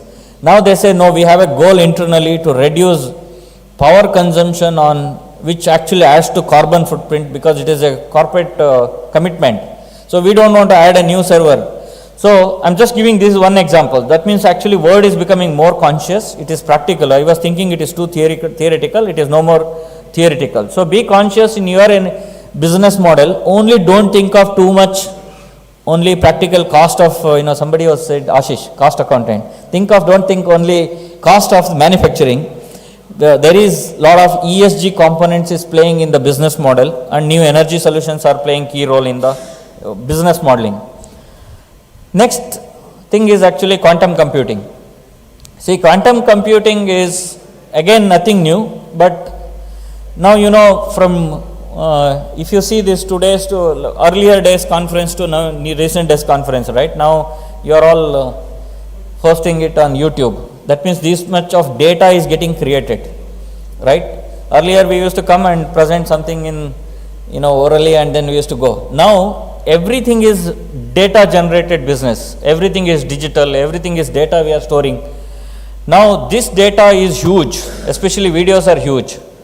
Now it requires huge, kind of analytics, not I would say data analytics, this kind of pattern checking. For example, I know I have involved in one project where kind of companies like Netflix, they can even see you when you are watching the movie, which part of the movie you like the most. And that, entire movie they are analyzing. And they are also analyzing your emotions, clicks, reactions, everything. And those kind of emotions in what type of movies are available, they can actually list you. Okay. It was earlier available only with text and some keywords. This was available earlier also. But now they are able to do the pattern matching with the huge videos, which is why this quantum computing is taking off. And this is likely to be reality in another 24 months. Every cloud service provider will provide this. So you will have the huge advantage of, what I mean is actually you can actually use bias behavior, your riding behaviors, images, start recommending your products. These kind of many things can happen. Your eating habits in restaurants, what type of that images can actually recommend, some patterns. These are all actually can drive some of the business models. Then is the datafication. This is nothing new. I will not take much time. Datafication is, but this is within the enterprise. Everybody stores. This is a continued pattern. We were thinking it's a old story. Probably we will move to something else. But datafication is continued journey. We have seen that entire Sudarshan business model is around datafication. Those kind of many models are going to come. But I will tell you what is going to disrupt that model as well, so that you are probably will be aware of the next thing what is going to come around that. So next big thing which is happening is a digital trust. Why I am saying is digital trust is, today everybody is worried about privacy. While there are data, analytics, everything is available, we have no privacy, right? The moment I leave this venue, any restaurant, it will give immediately in Google, you must have seen that is this restaurant is good, it will ask. Okay, so that means Google is tracking better than my wife, isn't it? So, isn't it, where I am, what I am doing. So these are all nothing new, but what's happening is eventually people are more conscious of what data they want to share. So this is, we all have seen this website called general website, right? For example, PMS Bazaar is a normal website where you see the content. Now there is a new generation of website is coming, which involves technology called Web 3.0, where the user who is coming will not accept your cookies blindly. He will give authorization, what is the data you can store in your website. So the control is with the user. So there is huge business disruption is likely to happen. Many aggregators, Make My Trip can't recommend now ticket anymore in another 2 months. So, 2 years. So, these are all conscious technology changes are happening. So if you are developing some business which is based on this AI, which is easily available using, scrapping the data on the surface, which is also going to die. So I am going to say that the trend is evolved, and also you should see how it is going to die, and the next trend on Web 3.0 is come. Then second thing is which is happening is on the digital trust is mostly people storing the data immutably. Today if you look at, you go to bank, so these are all very new concept. If you go to bank is actually storing your data in their server. That means you are trusting their server. What is the guarantee that bank itself will survive? And why do I first trust their server? Right? So now I will keep money in State Bank of India. Now I am trusting their server. So my app I will see, okay, my good 10 lakh deposit is there, I feel good. But what if they suddenly something in their control, somebody else take over? That's why this blockchain has played a major role in the finance. Now I am working with some of the clients in the US where there is no bank. Anybody who is involved, both depositor and as well as borrower, will be on a blockchain platform, but bank will only set the rules. What is actually lending percentage, what is the KYC formula, what are the governing laws, in the form of something called smart contract, which means the most likely the intermediaries, including bank, will have no role in some of the key areas where there is only an administration and trust is going to play the role. The entire banking business model or insurance business model is purely on the trust and the governance layer. That is moving to a digital trust with the technology called blockchain. If this is going to happen now, I'll tell you, government may not implement blockchain very fast because they will have no role to corruption then if they implement this. But sooner or later, slowly people will, implement in every area where there is a governance rule is just, in my business, I am only having some governance rule, which is basically what rate I have to borrow by deposit, what rate I have to give loan, and what is the recovery percentage, how I have to recover, these kind of rules I have to define. Better than the banking system, this blockchain system works very well. So this digital trust is likely to disrupt the big thing in the world. And I'm going to take, because this is where actually I've been working in the last 1 year, so I can give a little more use case. In all other companies, most of you have seen morning session that's something called as e-invoicing, right? E-invoice matching. So in e-invoice matching, what happens is there are two companies, which is one is a seller, one is a buyer. Both will upload and match.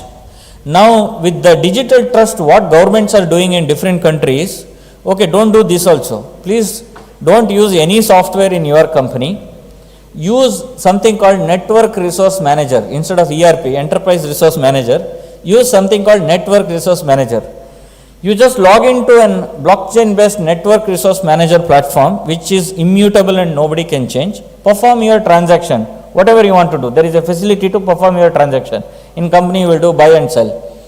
Everybody will be on the same platform with the private security, so that you are on a single platform. So that means the next level of disruption is happening already, that we may not have to use independent software within the enterprise for many purposes only. We may just log into some network of community developed platform. We will use the technology for transaction and pay per transaction, and essentially we will be just enjoying, but everything is reconciled and everything is transparent. So, but you will have still privacy, means your data cannot be seen by others because the technology is like that. I may not be able to cover that in very detail, but that's the kind of disruption we are anticipating, and it can happen in big time in some areas to start with. For example, we are seeing in sustainability area, there is a huge adoption of blockchain. Like that, easily some areas will pick up, and eventually for entire supply chain it will come. And that is what is the global dream as well, so that people don't lose revenue. Then it becomes even more challenging for income tax and indirect tax, how you are going to track transaction. So this is essentially on how digital trust can disrupt next level of business. See, technology adoption is all these years we have done. Now we are looking at different type of disruptions, including the digital trust. Now, the most interesting part, which is actually the next part, which is extended reality or metaverse. We heard from Sudarshan that you had to invest in real estate, right? In my view, people started already investing in, we were watching 1 year back that we want to buy a plot in Mars, all those kind of things. But now it is actually people are buying plot in real time in something called metaverse. So what is that metaverse? I'll give you a small example. See, metaverse is nothing but, all of us are last 2 years, 3 years, we were sitting in a home. But still we want to visit a mall. How do we visit a mall? We want to get an experience. Visiting mall and eating and meeting friends, it's all experience. Am I right? So people have thought how to create this experience virtually. So basically the metaverse is nothing but an extended AR and VR, where people can actually meet, greet, experience together. So here what big brands are doing is, most of the Fortune 500s, what they are doing is, they are creating a real estate called mall. And in the mall, actually you can host a shops. And in the shops, one guy can probably sell cloth, second guy can sell a jewelry, third guy can sell, clock. And they want to make sure that that mall is very popular. And there are some emerging malls as well in the market. And people are already reserving one shop in that, and they are paying for that. And you can resell that as well. So people are not buying plot anymore in, roadside. Because anyhow, if 5G is coming, that's why I connected all the things. You imagine if 5G is coming, you are in some virtual world, and everything is going to happen in virtual. So why do you need actually in the metro city a big shopping mall? This is actually a reality. You can Google whatever I say and make some research, and there are YouTube very good videos. You can actually quickly understand in 2-3 minutes how the malls are functioning. But I just want to add why this is very important. See, when Nitin and Hemant ji has called me that please come for this session, I immediately said yes, because I was not sure how many more years physical sessions will happen. So, because the way in our office, one of the customer actually, we are doing one project. How we are doing a project is, we felt more or less employee is not going to come. At least I am trying to get all my employees to office, they are not coming. So we are kind of creating incentives for once a week, at least you come and meet us, so we feel good about you. So those kind of situation we are in, right? At least in the IT world, in being in Bangalore, that's what I feel. Now what is likely to happen is, we still have to get the work done, right? So One of our client came to us and said, please create some meeting room where you create some avatars. Avatars means each employees will create an artificial avatar, and once calendar is blocked, that virtual room they can enter, each one of them, and you can operate with the gadgets like you are raising hand, talking, everything like a table only. You feel you are all sitting in the table and talking and interacting, just like one can get up and write, pad and everything. We are about to finish this project. Once we go live, probably I'll share some link. See, this is going to be the reality. And so that means more or less we will continue to sit and where we are, and we will be working like a virtual essentially meeting room. So this is going to take a big hit, the success of this. This is not only us as a company, we as a Cripsy Technologies, this is not only us, 100 other companies in the world is doing this. And in my view, this will lead to big time disruption of university business. All private universities will land. Hospitals business will do, because I'll tell you, I am working with one London-based hospital for mental health for this. Because of the COVID, people have gone through different mind issues in the, sitting at home. They wanted to create, some mental health care metaverse hospital. So we started working with them. In fact, that project also at an interesting stage. The patient can walk in and come to a counseling room. Like I am an avatar, I feel I can walk in, and I have some videos as well. If time permits, I'll see. And I'll come to counseling room, I'll say that, no, I am feeling getting bored, I just get suddenly angry, I become angry because of the mood swing, sitting in the, 2 years in the home. Now I feel I am doing something different. So doctors will come virtually again, and he will explain what you need to do for that. One of the medicine he will give is probably daily take 6 to 7 p.m. On the, riverside, walk with the dog. So how will he walk with the dog? Because he is sitting at the home. So we have created another room, so he can pay little more dollar and take a virtual dog and walk and exactly get the feelings of, you are walking on the riverside. And you feel very relaxed, and you will get the same music, and you will get. And these are all actually a story for me 3 years, 4 years back. Like people used to write an article. And now we are almost nearing that. And that company, one of the promoter is in India. He wanted to launch this in India as well. And it has been already invested by some of the investors who invested in Make My Trip, Snapdeal, all these. They think this mental health hospital virtual is going to fly in India, because unknowingly we will have mental diseases because of the pattern in which, we work over time. See, this is another big disruption. So you look at now what will happen to healthcare, right? This is the second thing. And another very important thing was happening in the hotel industry. See, hotel industry, what is happening is like many of us, one is a hotel industry disruption, physical assets. For example, I have a very nice beach hotel in Mahabalipuram. I am not able to attract, the customers.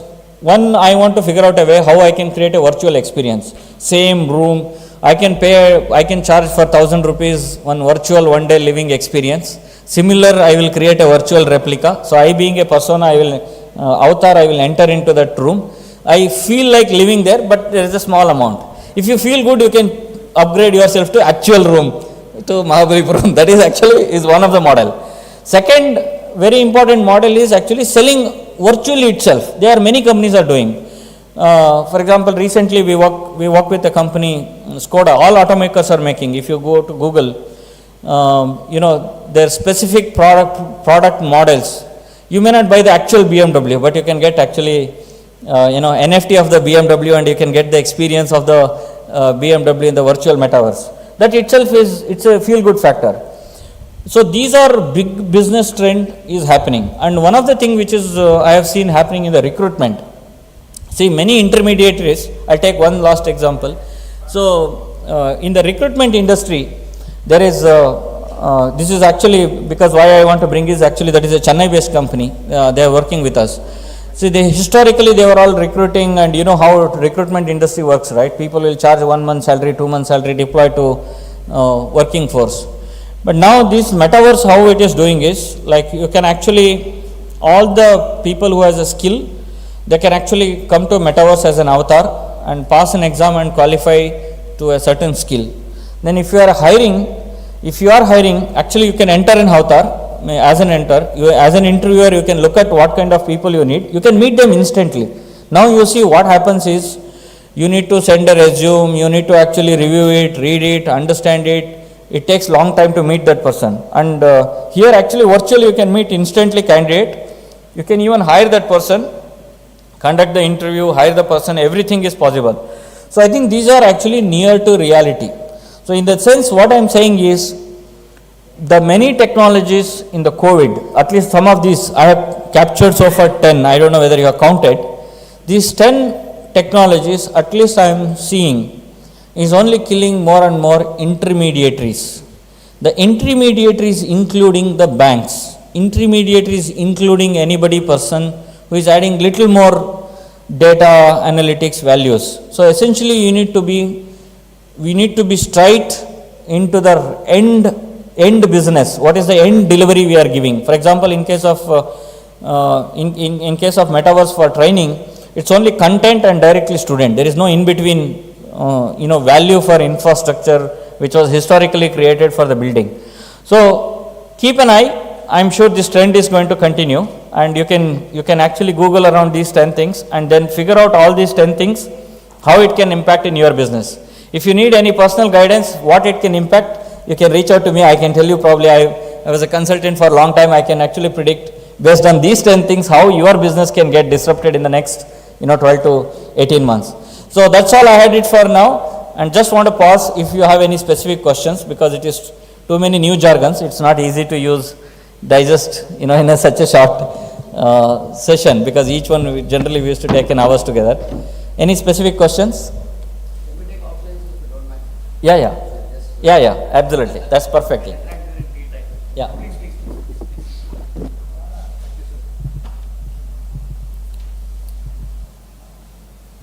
Yeah, thank you, sir. It was amazing. Like I can correlate with you. Similar experience. So where do you see the India's adoption in this in next 5 years, 10 years than the global standards? Okay, this is one thing I wanted to cover. Thanks you. See, I don't care about what Indians are going to use. What I care is, when you say India adoption is, this opens up even a college boy a global opportunity. See, if you are selling something on a metaverse, your market is whole world. You are a consultant for something. Let us say you are a consultant for ESG compliance. Let's say Nitin is running ESG compliance services from Chennai. ESG rule across the world is same. You can actually cater to a client who is sitting in South America, Peru, in no time, and you can get to meet him in person in virtual metaverse. You can ask the client to come, interact. You don't have to, unlike earlier, travel to Peru and meet that guy and convince what is your credential. For India, I am telling you, it is a golden opportunity, all these disruptions. This is where Western world is worried about India, because world is becoming more flat with this. We don't have to even travel to convince our capacity and credential. That's where I feel, as a consumer, whether we use or not, as a seller, we will definitely adopt, so that we become global. Hope I addressed. Yes, please. Thanks for the session, sir. So we can see many influential businessmen and philanthropists talk against cryptocurrency and NFTs. Like recently, Bill Gates told that it's based on a greater fool theory just last week. So what do you say about that? Yeah, perfect. So I think I don't dispute. Currency is different. Many people think all this technology with crypto. Crypto is a notional value. Keep it aside. Take the best out of what is coming in your hand. When you are actually on blockchain or metaverse, you don't have to deal with cryptocurrency. You can even run with fiat currency. It's a misconception that you need to use a crypto for everything. Okay. First of all, crypto is an opportunity people use to mint. Generally, people always, when the technology comes, first figure out how to misuse, then slowly figure out how to use. So probably I think that crypto is probably that is the way. But metaverse is going to pick up. I'll tell you why. Please don't kind of ignore. Why? First, all of us unknowingly, my mom and grandfather and grandmother, they don't know how to use phone, but they know how to use Facebook. They don't know how to use phone. If I ask them to dial me, they'll say, no, I don't know, please dial. They'll give it to my daughter. But if I ask, how to see some photo, Facebook images, some relatives, pictures, they'll nicely know how to scroll and see. And now first person who is introducing metaverse is Facebook. That's why they renamed their company as a Meta. Okay. Now what will happen is, I was just giving an example, Mahesh. Very soon, now currently you can connect to someone as a friend and you can post image and actually message. Now very soon what Facebook will do is, you can create, if I am in my home, actually I can create my home lobby. If you are a friend, you can actually enter my home lobby only. I can actually reject, hold on, you don't enter my home. And then feel like you are sitting next to him and talking. That is what Facebook is trying to create. When Facebook is going to educate everybody about metaverse, please remember how your business is going to change. So that is why adoption is 100% is going to happen, even though there are some negative notions about crypto. Go with positives, ignore negatives. Any other questions? Yes, please. I don't know whether I have a time to take. All right, can we be a little faster? So last question for the session. Okay, Then we are.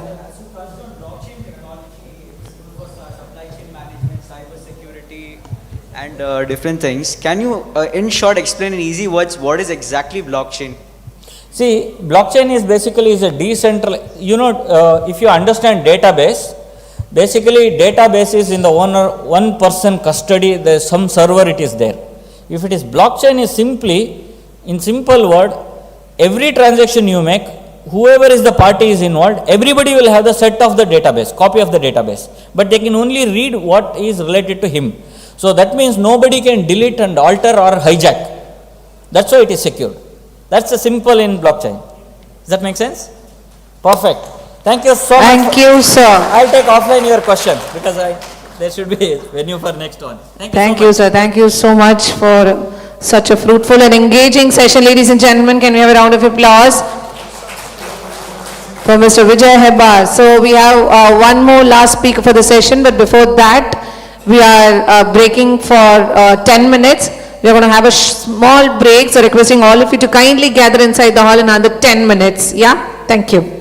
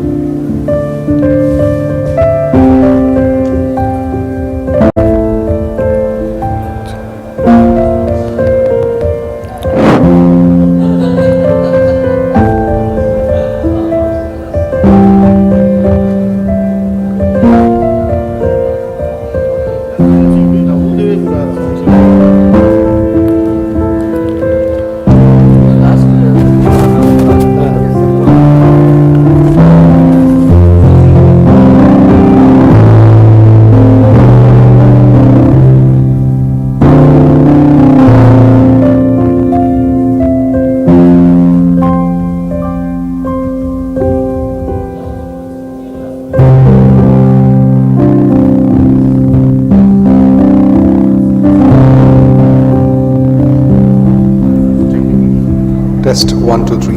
Test. Check.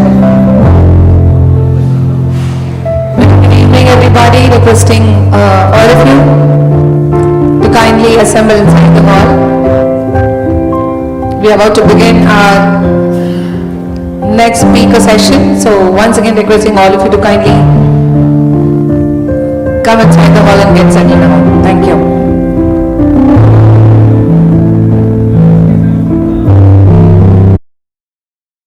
And this is truly going to be very impactful. So I request one and all to please gather inside the hall. So talking about the speaker, ladies and gentlemen, it's indeed a pleasure to introduce Mr. Krish Srikanth, who's a trainer, therapist, researcher, author, coach, working in the field of growth and development for the last 3 decades. A lifelong learner, you will either find him with a book or attending a program or listening to a podcast. That's nice. He brings his leadership in challenging situations such as preventing takeovers of his client companies or coaching players to get into the Indian cricket team or resolving large business family disputes or teaching students of a premium management institutions to learn faster than what got them there in the first place. So ladies and gentlemen, let's put our hands together for this very multi-talented personality who's going to have the session on transition of family business to next generation. So yes, to do the honors, may I call upon Mr. Satish Kothari to felicitate with a small token of love and gratitude. Could we please request Mr. Satish Kothari to join us onto the stage? And yes, ladies and gentlemen, let's give it up for our speaker, our very energetic and vibrant speaker for the day, Mr. Krish Srikanth. Business family mentor, life and executive coach, organizational consultant from Chennai. Thank you. Thank you. Thank you very much.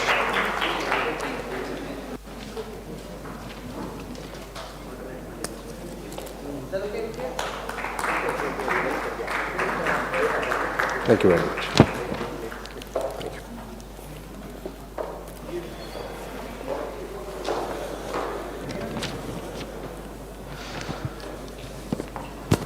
Can you all hear me?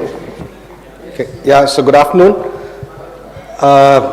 It's been a long time since I've come to a public forum. It's always been virtual, you know. When Vijay Hebbar was saying, it looked like we needed to get a virtual metaverse now only going forward. So if this is the last of the sessions, it'll be interesting here to do it. I noticed a lot of people, I think one of the things the pandemic has done is it's given a confusion for most people, because most people I saw that when the speaker was speaking, they were also busy with the phone. Now I'm not sure whether they were watching the speaker via YouTube or they were watching what was the latest WhatsApp forward that somebody had sent. Okay. Somebody was even putting it on high volume and listening it. I could get to hear it. Okay. So I decided, I said, you know what? I'm going to get this thing and I'm going to walk around like my old school teacher used to do. Okay. So then if somebody is watching something interesting on YouTube, then let me also stand and enjoy that. Okay. Why only you should enjoy watching it? Okay. I look like an idiot coming here and speaking and you look like a great person sitting here. So wherever I see people are taking their phone and urgently taking a message, I'm going to run quickly and find out what was that urgent message that could not wait, you know. So, as you all know, I work as a business family mentor. Now, how many of you understand what a business family mentor is? Please raise your hands if you understand what a business family mentor is. One, kya karte hai sab? What does a business family mentor do? Yeah, but why do you need a guide? Guide kyun karte hain? I'll tell you how a business family mentor happens, okay? A business family mentor gets into a business family when the business family starts having a trouble that they can't handle inside. जब उनके अंदर problem आ जाती है कि वो खुद ब खुद हैंडल नहीं कर पाते हैं एंड उनको बाहर के इंटरवेंशन की जरूरत पड़ती है, then the business family mentor comes in. Now, it's either the business family mentor comes in or you go to court. You get my point? If you don't do it with the business family mentor, then what happens is then you'll have to fight it out in the particular court.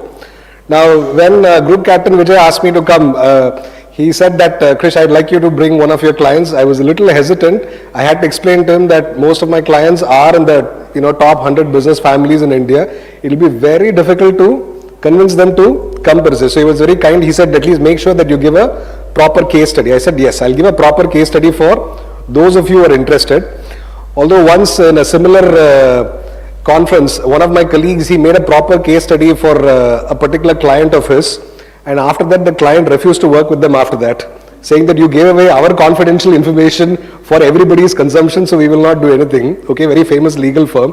So what I will do is, I will give you information of the business families without naming those business families. Okay, now who they are and whether you can guess who they are, that's up to you, but I didn't tell you which business family it is. Do you get what I'm saying? Okay, so First and foremost, how many of you are in business? Please raise your hands if you're in business. Okay, there are a couple of people on the phone, so I think you're very busy doing business. How many of you are not doing your business, employed? Okay, all right, full-time employment, very good, okay. Half of them will be MMA people, okay, so that will be an important thing to see. How many of you are not students or not employed, unemployed, but students? Okay, very nice, interesting, good group of students. Please get to listen, it'll be something useful for you, all right. So, first and foremost, one of the things I always look at is when somebody calls me and says, can you come and advise and do business family mentorship with us? The first thing I'll ask them is, do you have a business or do you have a self-employment? That's the first question I ask. आपके पास धंधा है या self-employment है? And they'll ask, what is the difference? The difference is, if you take a vacation, see for example, if I take a vacation from my work, okay, 6 months if I take a vacation, I can promise you for 6 months there'll be no revenue whatsoever. Do you get my point? So can your business run without you?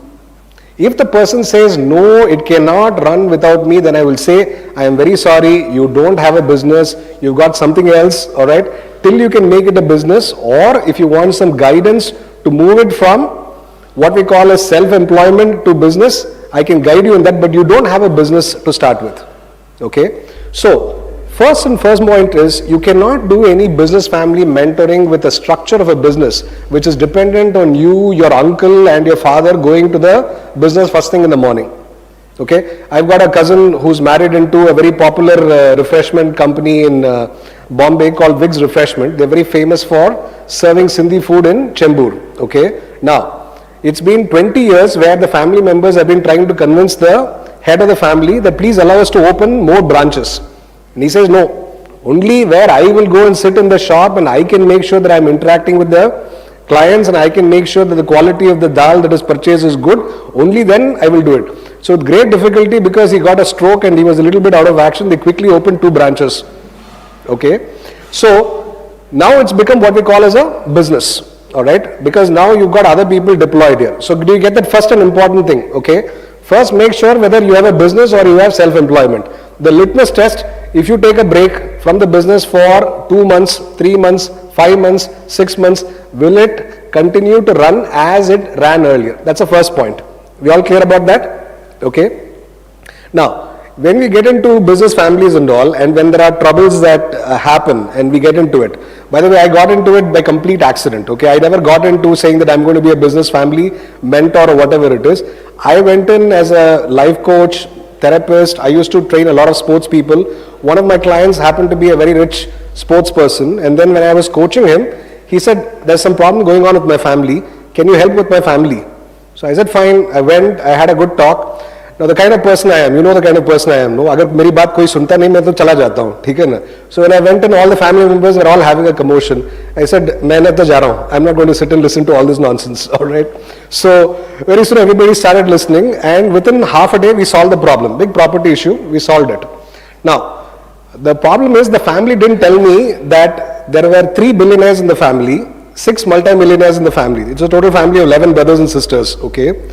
So within 6 months, what happened is, they all went back and told their brothers and sisters and uncles and aunts and all this stuff. And within 6 months, I was getting calls from every family that was there in Delhi and Bombay, can you come and resolve our problem and all this stuff. So I used to do this for quite some time. So I used to go, talk, do that. The most interesting was where I went to arbitrate with 3 brothers, okay? And the 3rd brother was going on shouting, ye karna hai, wo karna hai. I said, nay, we will do this and all this stuff. And the night I come back to the hotel, I get a very interesting call from him. He says, आपको मालूम है मैं आपको क्या कर सकता हूँ? अरे क्या करोगे? कल आप नहीं रहेंगे धरती पे, तो फिर कहाँ रहेंगे? स्वर्ग में रहेंगे क्या? Okay? So I'm like, okay, this doesn't look like be a very interesting business. You know, I thought it was a very nice business, quiet business. We can do it. In the night itself, I'm getting a call and all. But unfortunately for him, I'm trained this. I used to be a part of a crime fighting agency long time back. I used to head the anti-piracy squad in Motion Picture Association of South America Motion Picture Association of America in South India. All right. And as part of my training, we were trained on how to handle threats. So the moment he trained me, my group captain will tell you, your training kicks in. My immediate training was to give him back my file of threats. You know what I can do to you. मैं आपको क्या कर सकता हूँ करके मैंने रट लिया. Next day when I went for the family council meeting, शांति से बात होके शांति से बंटवारा करके हो गया. So I have negotiated, I think, probably close to 17 divorces very peacefully. All right. So ladies, if you have a peaceful divorce to do, I'm the right person to ask for. All right. Okay. Somebody saying, no, not me. Don't next week. We'll get your number later. Okay. 2 of the largest divorce settlements in the history of India were arbitrated by me. Okay. Now, last 2 clients, I don't know why.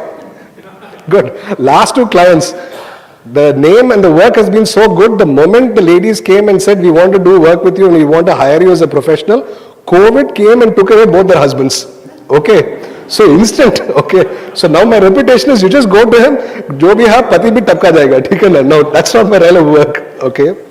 So when we look at a large business, all right, one of the things that we know as we get into this particular thing, all right, I had a very historic meeting. How many of you are familiar with a gentleman called Mr. M.B. Atreya? Anybody familiar with M.B. Atreya?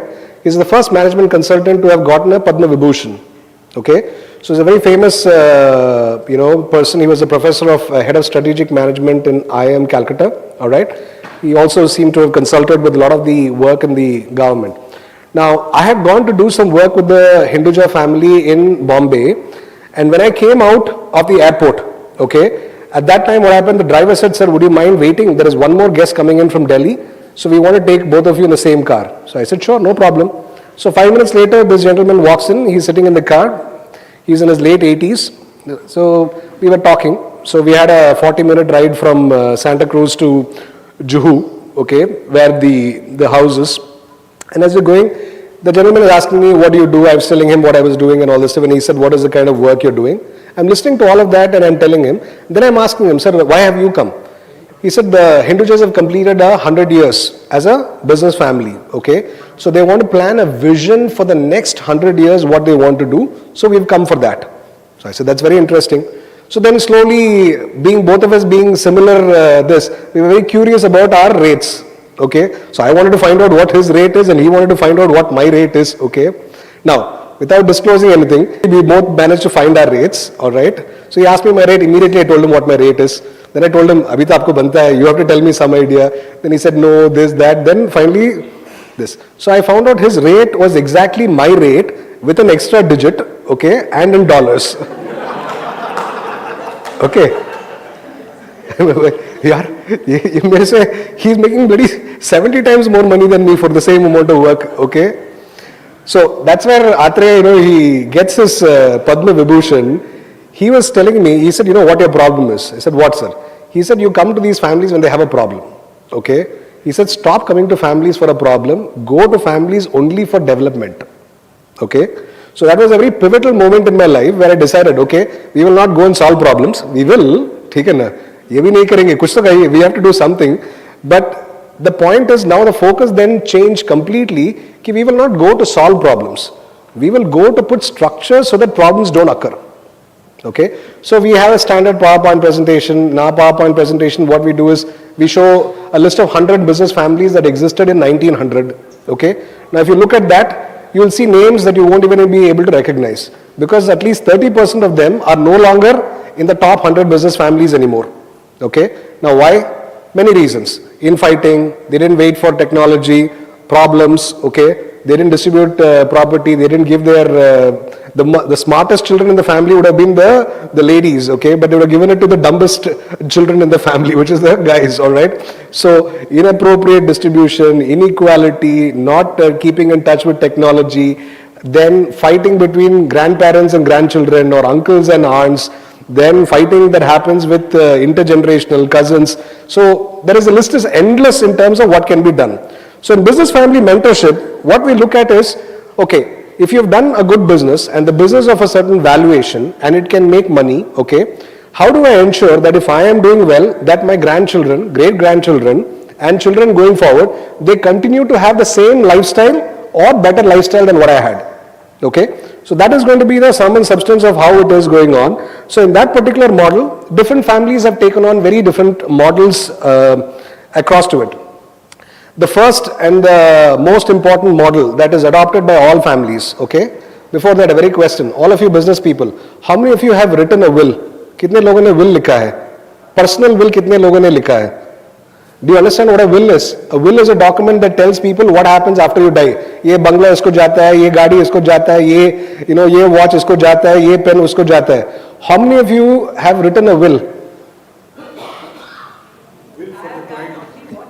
Correct. Only you can write only what you have. Oh, what is this? You can write only what you have earned. You can't write down what you are this.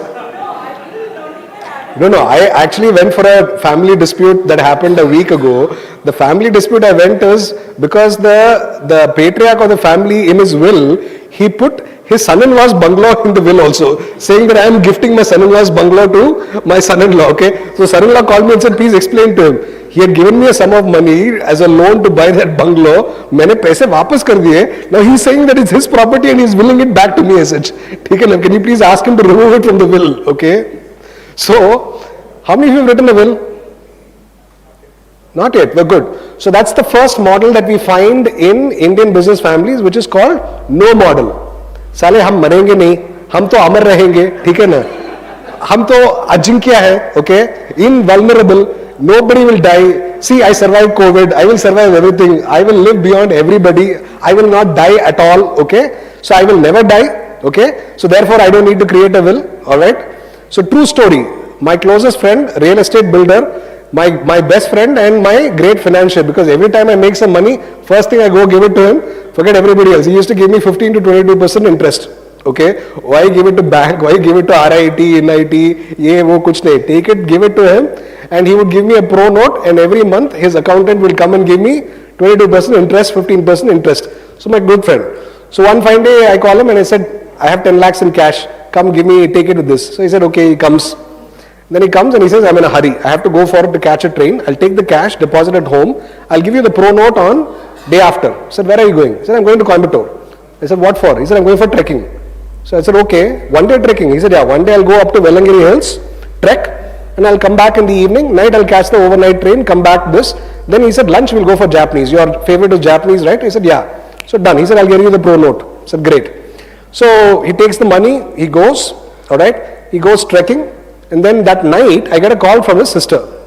So his sister calls me and says, Krish, I'm at the airport. I'm taking a flight back to Chennai. So I said, what happened? He said, my brother died. So what do you mean by he died? He said, he died. He went trekking, he slipped and he died. Arey, kya bol rahe ho?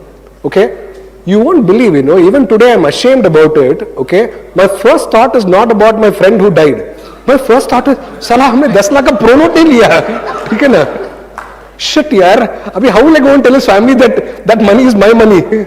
How will I tell that? So one part of me is filled with shame. Okay, I'm feeling ashamed that instead of feeling for my friend, I'm having mixed emotions. I'm feeling for my friend, I'm feeling for my money. Okay, now I'm feeling what will happen if I go and do it. Now, my friend being my friend, okay, he had a will in place.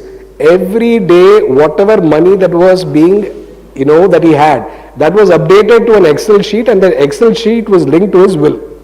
Okay, so when I came in for the funeral, his wife called me aside and told me that please don't worry, okay, there is 10 lakhs lying in the cupboard. We checked the Excel document and we found that that money was your money. We will issue a pro note to you tomorrow after the ceremony is over.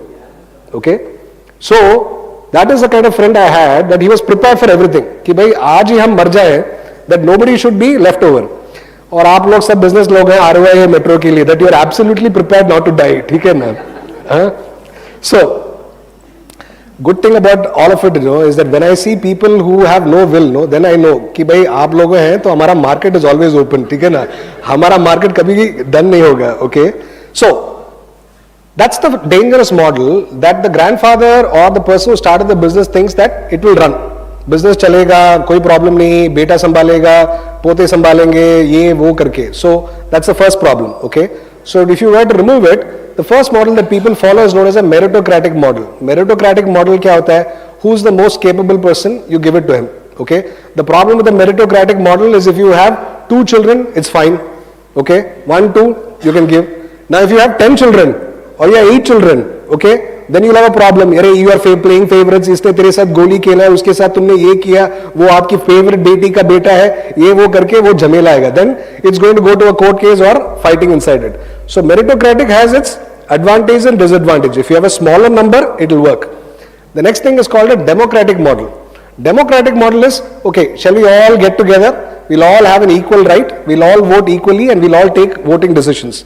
Democratic model works on two things, okay? First is everybody has to be treated as an equal, okay? Now, for example, the KK Modi family. How many of you are familiar with the KK Modi family? Okay? Now, I've done some consultation, but the family constitution was done by somebody else. This is something very interesting. They have a model where everybody in the family has a voting right, including the grandchildren. Okay? So one of the grandchildren, for example, was 12 years old. And she had a voting right in the family decision, which is that if her uncle Lalit Modi wanted an investment money from the Modi family trust, okay, he would put a proposal to the family business meeting. See, what is a family business council? A family business council is a place where the family takes a decision that is then conveyed to the board members of the various companies that you run or to the trust holders so that then they can execute that. Do you get my point? So then I asked them, how do you decide that this girl can invest? So he said, anybody who wants to have a vote, okay, they need to pass an accountancy exam. Okay? They need to know that if uncle, okay, asks for money, what is the impact on your inheritance? If you know what the impact on your inheritance is, we don't care if you're 8 years old or 9 years old, you can vote. As long as you can understand what the impact of the inheritance is, you can do it. So that's a very interesting democratic model that I've seen, where they're more interested on making sure that people are educated and everybody has an equal thing. Now, that also works because the entire group of companies is held by a larger trust. Okay? So it's no longer that people are doing it. So now large business families, they are putting the asset holdings of their companies into a larger trust or a bigger company, and that bigger company ka shares are then being held by other people. Okay? There's one business family where they objected very strongly to the eldest grandson marrying a Christian girl. Okay? So unfortunately both the boy and girl committed suicide. Okay? Then the family all got together and said, okay, we don't want any other children to commit suicide or any other problem. Things are changing. We can't control people marrying in the community. What is our concern? So they said, our concern is that we don't want anybody to marry somebody for their money. Okay? So what they did was, they went into a very interesting model, which is one of the very few families that I've seen. They went into a multi-trust model, which is that, let's say you are 4 people in a family. Okay?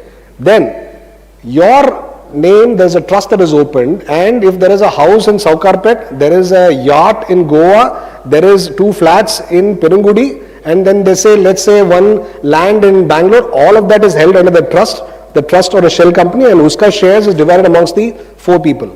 Now, if somebody else is born in their family, then the shares get redistributed again, and a trust is formed in that person's child's name, and in the trust, every other uncle and aunt and every other cousin is a member excepting you. So that when you get married tomorrow, you can enjoy the interest of your assets. Okay? But your husband or your wife cannot say, sell the yacht in Goa, buy this land in this. They can't do that. You have to bring it to the family council. They have to vote and do it. And the family council, for your property, you don't have a vote, whereas the rest of the family has a vote. Okay? It might last for 3 generations, and then they have to, I told the family that you'll have to work it out. Next generation may not be able to solve it. 20 years later, you need to work on it. So you've got meritocratic, you've got democratic, then you've got this kind of thing. Then you've got a completely very important model, which is cashing out. I go into a business family, I see them fighting like nobody's business. So I tell the patriarch, देखिए, इतने सारे लड़ रहे हैं, झगड़ रहे हैं, ठीक है ना? You give them the business, they will kill the business. Okay? Best thing, sell the business. पैसा बेच दीजिए, ठीक है ना? बेच के then just cash it out and give it to everybody, whatever it is. If you're concerned they'll spend it before you die, then you wait and say, after I die, this much cash or this much fixed deposits or this much shares will go to it. So sometimes when it looks like the family is a family where fighting is guaranteed, then sometimes selling it out is a good idea. Okay? Cashing it out is a very good idea. Cash it out and do it. So the other thing also is, people then have to look at other problems. See, there are 3 problems that will come. Okay? First problem is, if you're running a business family, how do you ensure that other business family members work and they work properly and they work the way you want? That will be the first problem to deal with. Do you get my point? Now there may be 3 people. Now one person may be very smart. Do you get my point? Now for example, you take the Jindals, for example. There are 4 Jindal brothers. Do you get it? Now, the first person to leave the family business was a person called Sajjan Jindal. Okay? Now he left the business. Today if you look at it, his wealth is 3 times more than his 3 brothers put together. Because his point was, I always knew I can make more money. So there's no point staying with the family business, because my idea of taking risk, I'll take the risk, and if I lose, I'll lose it. But if I make, let me benefit from it. Why others should do it?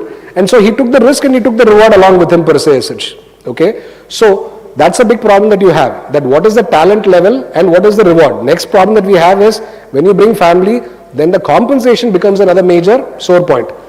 इसको 2 लाख क्यों दे रहे हो, इसको 2.5 लाख क्यों दे रहे हो, ठीक है ना, इसको क्यों 1.5 लाख दे रहे हो, ये इधर वो नहीं, वो रायपुर में बैठता है, ये चेन्नई में बैठता है, रायपुर बिगर मार्केट नहीं है, छोटा मार्केट है चेन्नई, ये वो सब, तो फिर आप चेन्नई मार्केट इसको दीजिए, नहीं इसको ज्यादा एक्सपीरियंस है, ये वो. So all those problems happen. So that is another area to sit and deal with. Good things to have, people like us have work because of that. If there were no problems, then why will we exist? Okay, हमें आना चाहिए, हमें बुलाना चाहिए, ठीक है ना. Then the next major problem that people have is, how do you get good non-family members to come and join and be in the business and be loyal to the business? That's the big challenge. तुमने 2 पैदा कर लिए, वो 2 आ जाएंगे business में. But who will do the other things? Who will drive the lorries? Who will drive the logistics? Who will take care of the warehouse? Who will take care of the godown? Okay. So you do need people who you can. So recruiting people who align with your value system, and not only that, will stay loyal with you and be with you, and your ability to integrate them into the family so that they can grow with you. Because if they don't grow with you, all right, they're not going to stay for long. Then they become traitors. Okay, they'll sit and watch. अरे ये तो 2 करोड़ से 20 करोड़ बन गया, 20 करोड़ से 200 करोड़ बन गया, हमारा पगार कितना हुआ, 10,000 से 20,000, 20,000 से 50,000, 50,000 से 1 lakh. So the same guy, he was taking 2,000 rupees to the bank and depositing. 10 years later, he's taking 2 crores and depositing, and he's looking at, यार मेरे को इतना ही तनख्वाह मिलता है. So if you can't grow your people, okay, who are non-family members, that will be another problem in the whole aspect of it as such. So these are the 4 main things. The next main problem is, okay, you identified people who are going to take over the next thing. How do you prepare and groom them? Okay, so I have been involved in a grooming of lot of business families where they said, okay, this is the person who's going to lead the business family going forward. We want you to groom him. Okay, we want him to make him worldly wise. We want him to teach you, we want you to teach him learning skills, negotiation skills, communication skills, how to talk, how to communicate, how to understand, how to be able to make effective decisions, how to listen to intuition, okay, how to get people's attention, all right, all of that put together. So these are all the things that come across as part of the business family thing, all right. So I wanted to just spend the time to give you an idea out of my experience that how business families are operating. So let me recap. First, you should have a business, okay. You may have to go and check. The litmus test is, if I leave the business for 6 months, will it survive? Then it's not a business, it's self-employment, okay? So then you and I, you're not my client, definitely not my client, okay? Now, if you have a business, which is that it meets a litmus test, then you have to see that what is your plan. So the major problem that people have is they don't have a vision. Ki mere baad kya? Who will do next? Who will do what? Okay? The other major problem that I've seen with a lot of business families is, they have a lot of confusion ki business income is their income, and I always tell people that's incorrect. Okay, so if whoever you are as an individual, whether you are in employment, whether you're a student, whether you are a businessman, your first business is your own business, which is your business of becoming financially free. Okay, now typically Marwadis, what they do, they find that their business gives them more interest than any other, more margin than any other business can give. So why will I put it in a bank fixed deposit? Why will I put it in a REIT? Why will I put in all this? My business is giving me greater returns, I'll put it in my business. No, that is all fine. Tomorrow when you are not there, okay, how will you get money month on month? Okay, next question. Tomorrow if the business is not there, okay, how will you get money month on month?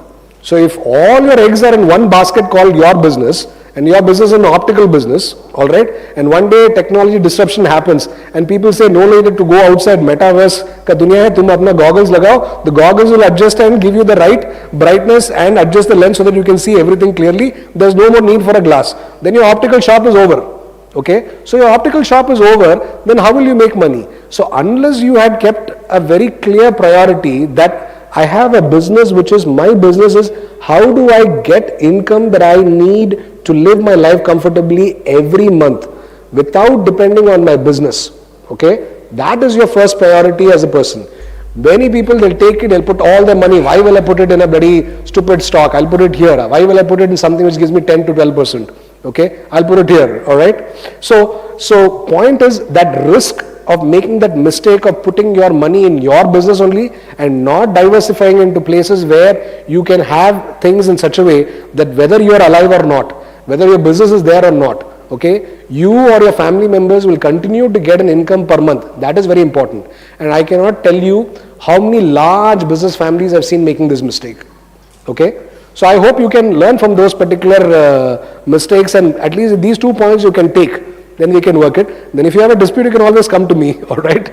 But at least take these two. Pehle to business hona chahiye na, all right? And make sure that your first business is your business of keeping your financial freedom in place. That you need to have money invested in land or real estate or in rental or in fixed deposit or in stocks or in other instruments that give you a return that take care of your monthly expenses no matter what. Okay? Then, you got that. So I always tell my business clients, I don't need your money. आपकी पैसे की जरूरत नहीं है. I will take your money happily. अगर धंधा देंगे खुशी खुशी लेंगे. But अगर कल कोई धंधा नहीं है, कोई problem नहीं है. Okay. When COVID happened, my mother fell ill. I took care of my mother for a year and a half. Okay. I closed my shutters down. No work for 1.5 years, nearly, excepting for a few phone calls. But I had no problem in my quality of lifestyle because my income is not dependent on my business. I had already got passive income coming from that particular place. So I've been given a strict 4:35, so I'll stop with that, sir. All right. So thank you very much. If you have any questions, depending on the time frame, I'll take it, or we'll take it offline. One or two questions.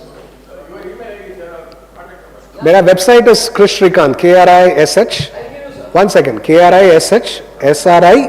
Don't put SHRI. Shri mat bana dijiye. SRIKANTH.com. You will get everything. You will get my address, you will get my email ID, hotmail ID, सब मिल जाएगा आपको. But please don't come home without asking me. Phone करके आइए, okay?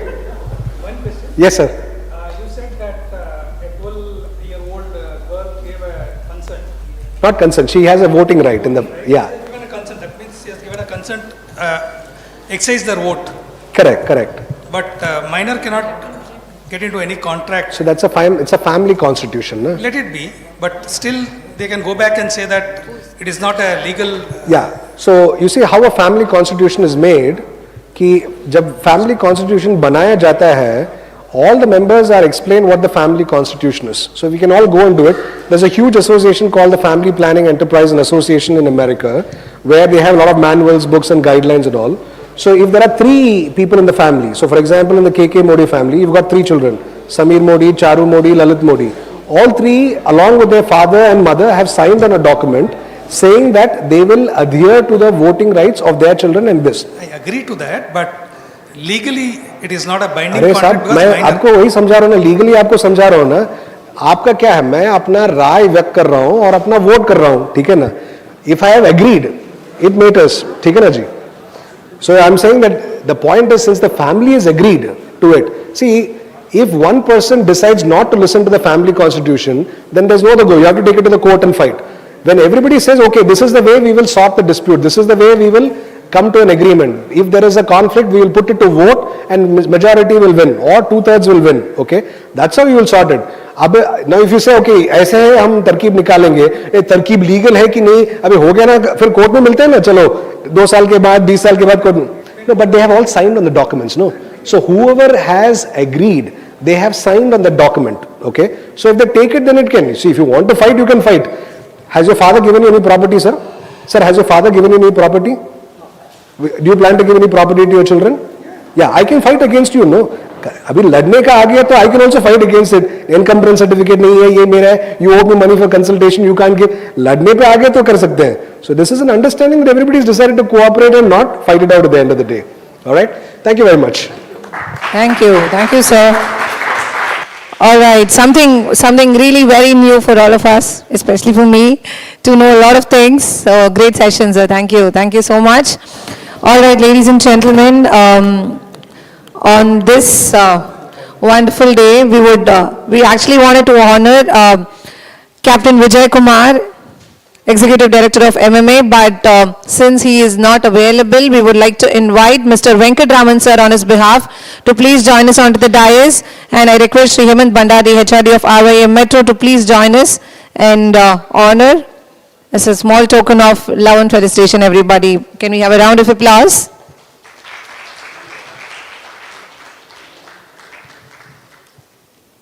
Thank you so much, sir, for your kind support and generosity. Let's give a round of applause for MMA, everybody.